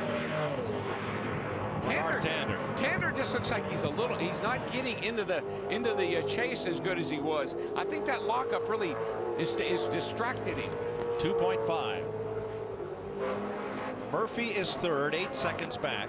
Jason Bright and Mark Winterbottom 13 seconds back, still fourth and fifth. Shane Van Giesbergen, nice recovery for Shane. He is sixth, 25 seconds back. He's just passed Rusty Engel for that sixth place. Then it's Courtney, D'Alberto, and Owen, the top 10. 2.3. He's coming, baby. But what will he do when he gets there? Well, I don't think he wants to finish second. I think he's proven that by this drive. This is a whale of a drive right here to cut that gap down. 2.2. Lead. Mike, one of my most vivid memories of covering Bathurst involves Craig Lowndes, and in 2006 he was in an 11-year drought from his first victory to 2006. In the morning they had a tribute to the late Peter Brock. It was the year that Peter died. Lowndes was crying like a baby on the start line. We all had written him off. He drove that day like we've never seen him drive to get his second victory, and then the floodgates open. When you tell Craig Lowndes he can't here on the mountain, he proves you wrong, and he can. 2.19 seconds. And a lap car separates Craig Lowndes from Garth Tander. And those of you waiting for the Japanese Grand Prix from Suzuka, you will see it in its entirety following our telecast. Yeah, the lap car, there's a tough break. Yeah, that hurt a little bit. I give the lap car, I give him credit. He moved out of the way, but a little late, and that really hurt Craig's chances of getting up there. It hurt him 0.4 of a second, Darrell, and that could be crucial with 6 laps to go, 5.5 laps to go, 5 when they get to the line. That was a tough break. It really was, and the guy in the lap car was doing a nice job. I mean, he did all he could do, but he just found himself in a bad spot. Did everything but stop.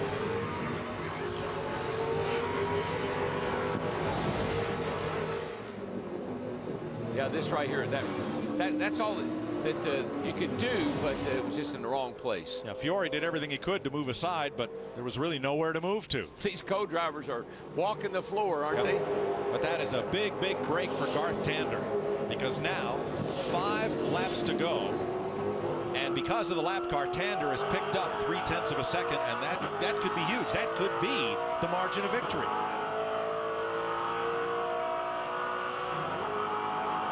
I think if he, as long as Lowndes can keep the pressure, if he can, as long as he can keep enough pressure on him looking in that mirror, there's a chance that Tander can make a mistake. Fourth place race, it's still on. And Winterbottom cannot get past Jason Bright. We know that the Ford has shown more speed this weekend than Bright's holding.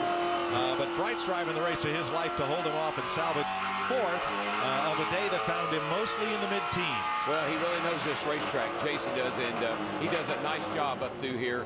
I just hoping that Winterbottom will continue to respect it the way he has so far. We've been scanning radio chatter, and from Garth Tander's team, there has not been a word. No. They're letting their driver focus on trying to hold back Craig Lowndes. Now, Lowndes is back to where he was before he had the trouble with the lap car. 2.1 seconds away with 4.5 laps to go.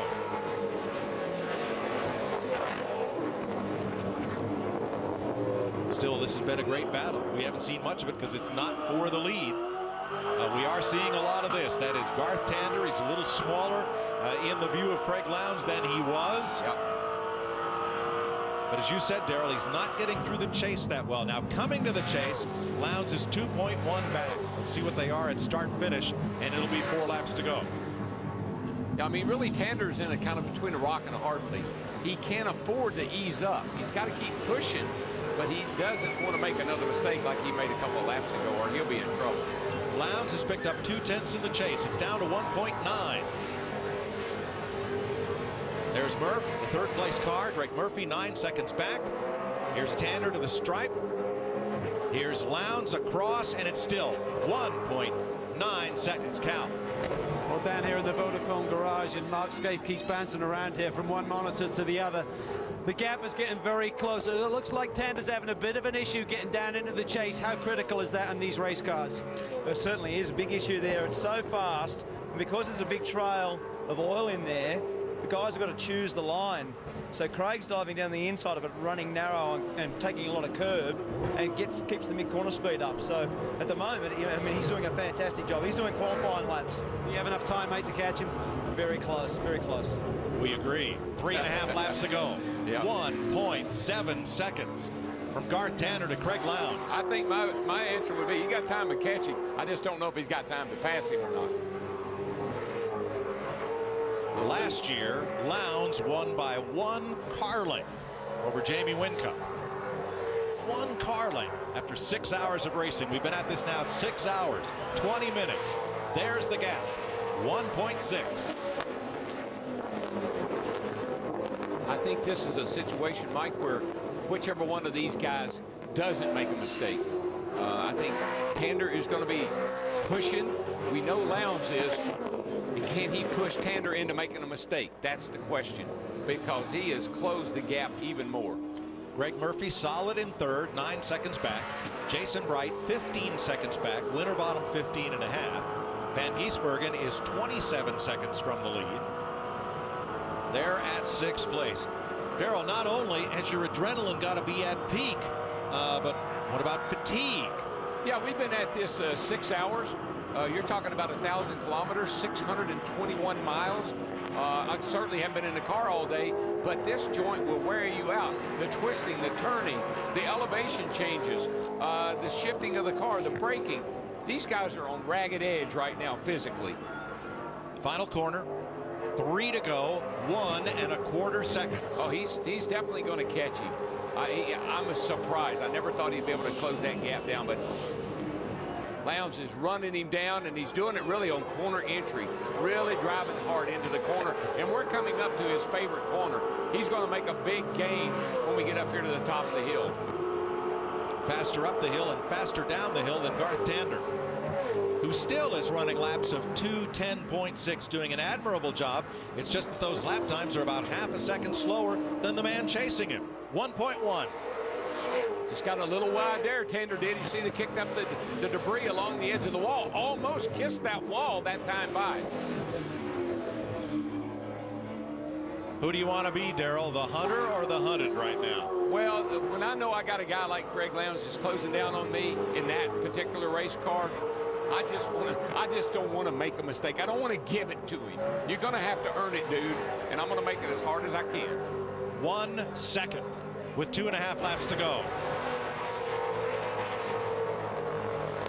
As hard as they're pushing, Mike, it's hard to believe that one of them won't slip, that something won't.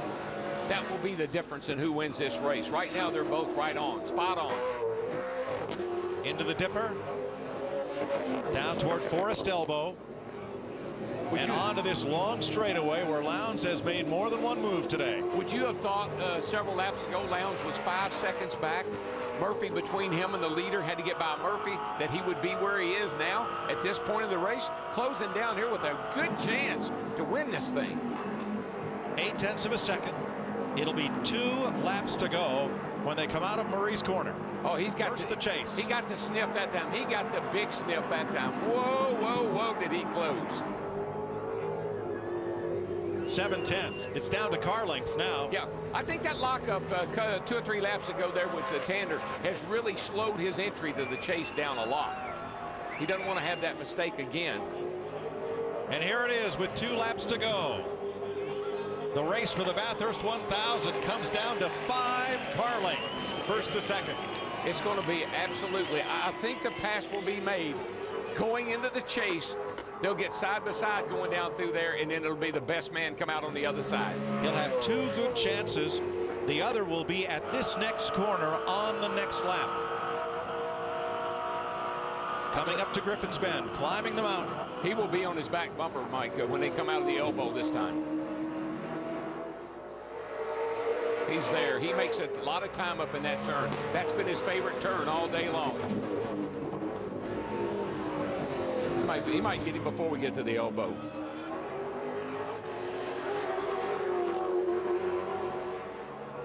Coming up to Reed Park. This is where, believe it or not, I mean, we're running out. We're coming to a white flag. Still got to be a little patient here. Don't want to jeopardize wrecking both race cars here by making a dumb move in a bad spot.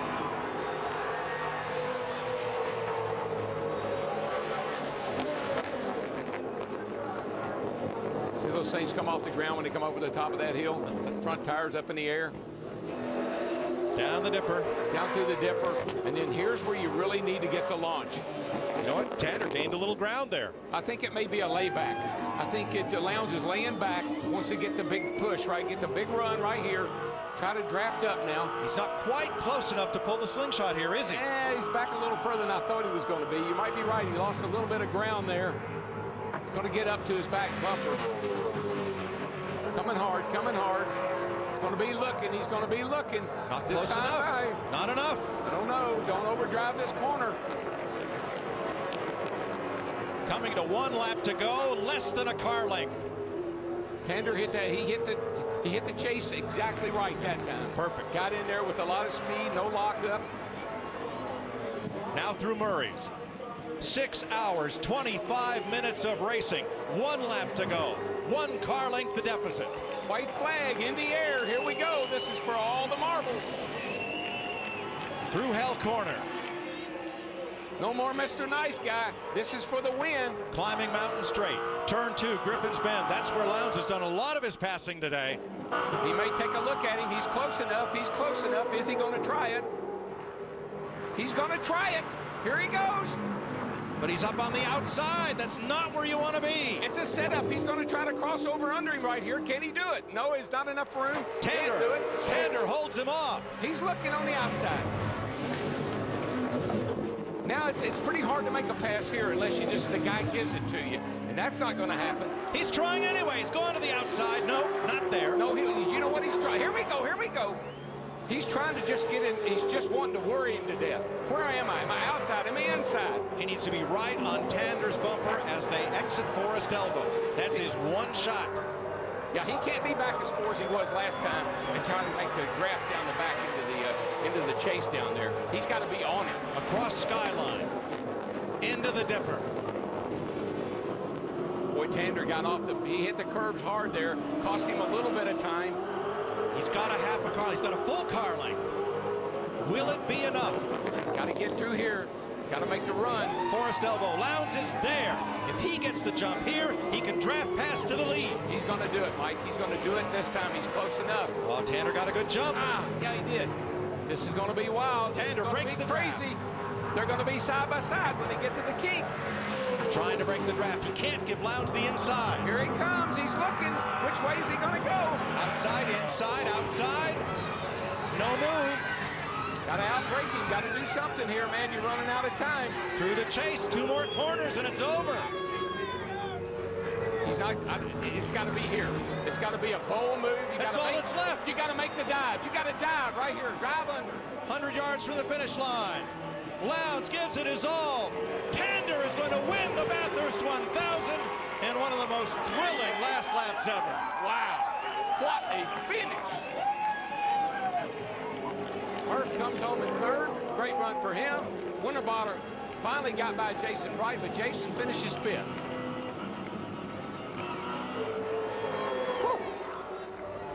Man, great race, wasn't it? What was that, a heat race? A little heat race, wasn't it? 6 hours, 27 minutes, 19 seconds of sheer excitement. You have to give Greg Lowndes a lot of credit to close that gap and be there, and he didn't try anything foolish. He didn't dive bomb, he didn't bump him, he didn't. Very gentlemanly racing right there. Really a lot of respect amongst those guys. What a tremendous run for Garth Tander to protect that lead and hold on. Craig Lowndes, who's won 4 of the last 5 here. Garth Tander, Nick Percat, our champions of Bathurst. Today, they have countered them out.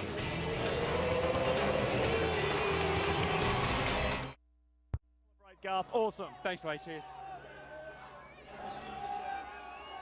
There in Parc Ferme sits the winning car, the Team Holden, the Toll Holden of Ryan Walkinshaw. And what a great drive as we saw Garth Tander climb out of the car, give his wife Leanne a kiss, and baby Scarlett. And now Lee Diffie is with the winner. Garth Tander, that was the most exhilarating final lap of your career, yeah? No, that is awesome.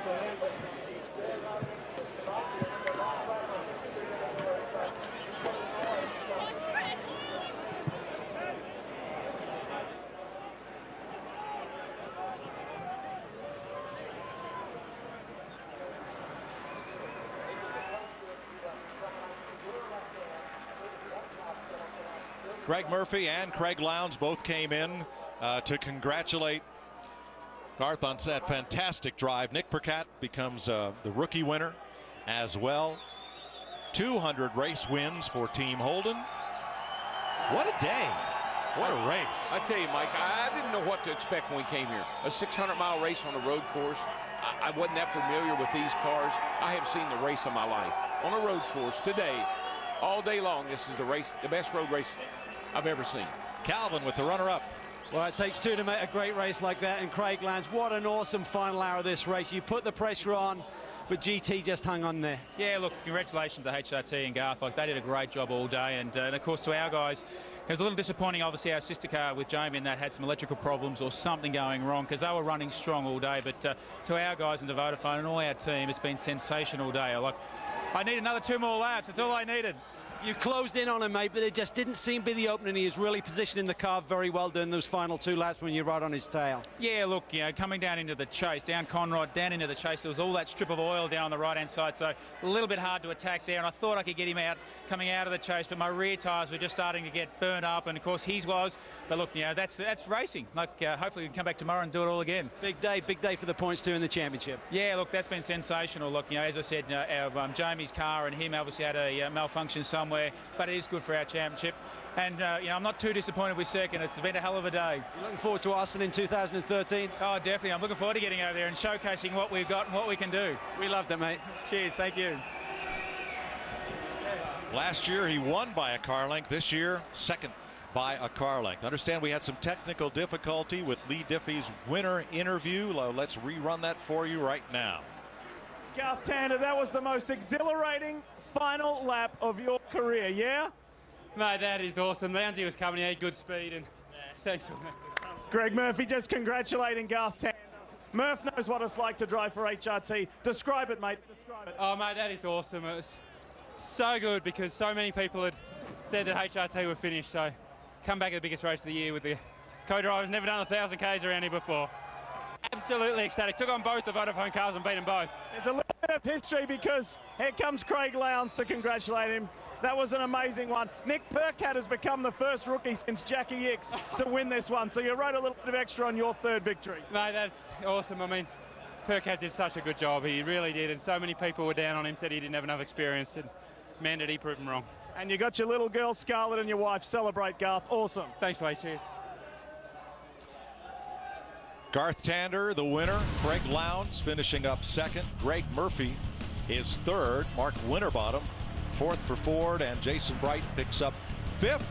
Van Giesbergen sixth. Courtney, Engel, D'Alberto, and Caruso. You've got to see this series. Austin, Texas, spring of 2013. And in 2 weeks' time, you can see it again from Speed. We'll be live from the Gold Coast. Yes, sir. We'll be there for that one, too. I'm a big fan of this. I can't wait to do some more of them. Can't wait for Texas in 2013. This is a great watch, folks. You need to tune in to it. And Garth Tander, he did a whale of a job today, I can tell you. Final margin of victory, 0.29 seconds after nearly 6 hours and 27 minutes of racing. That'll get your blood pumping. Thanks to Tony Cochran and everyone with V8 Supercars, Scott Young and everyone with V8 Supercars Television, the 7 Network. They've been great. Neil Crompton, what a great help he's been. He's their lead analyst, and that's just been terrific. You're going to see the entire Grand Prix of Japan coming up in its entirety next. This has been the most hospitable, welcoming that I've ever had at any racetrack I've ever been to. These people were awesome. Darrell, it's been a wonderful day for us, for our American viewers on Speed, and for Garth Tander and rookie Nick Percat. Today, they are the kings of the mountain in Bathurst, Australia.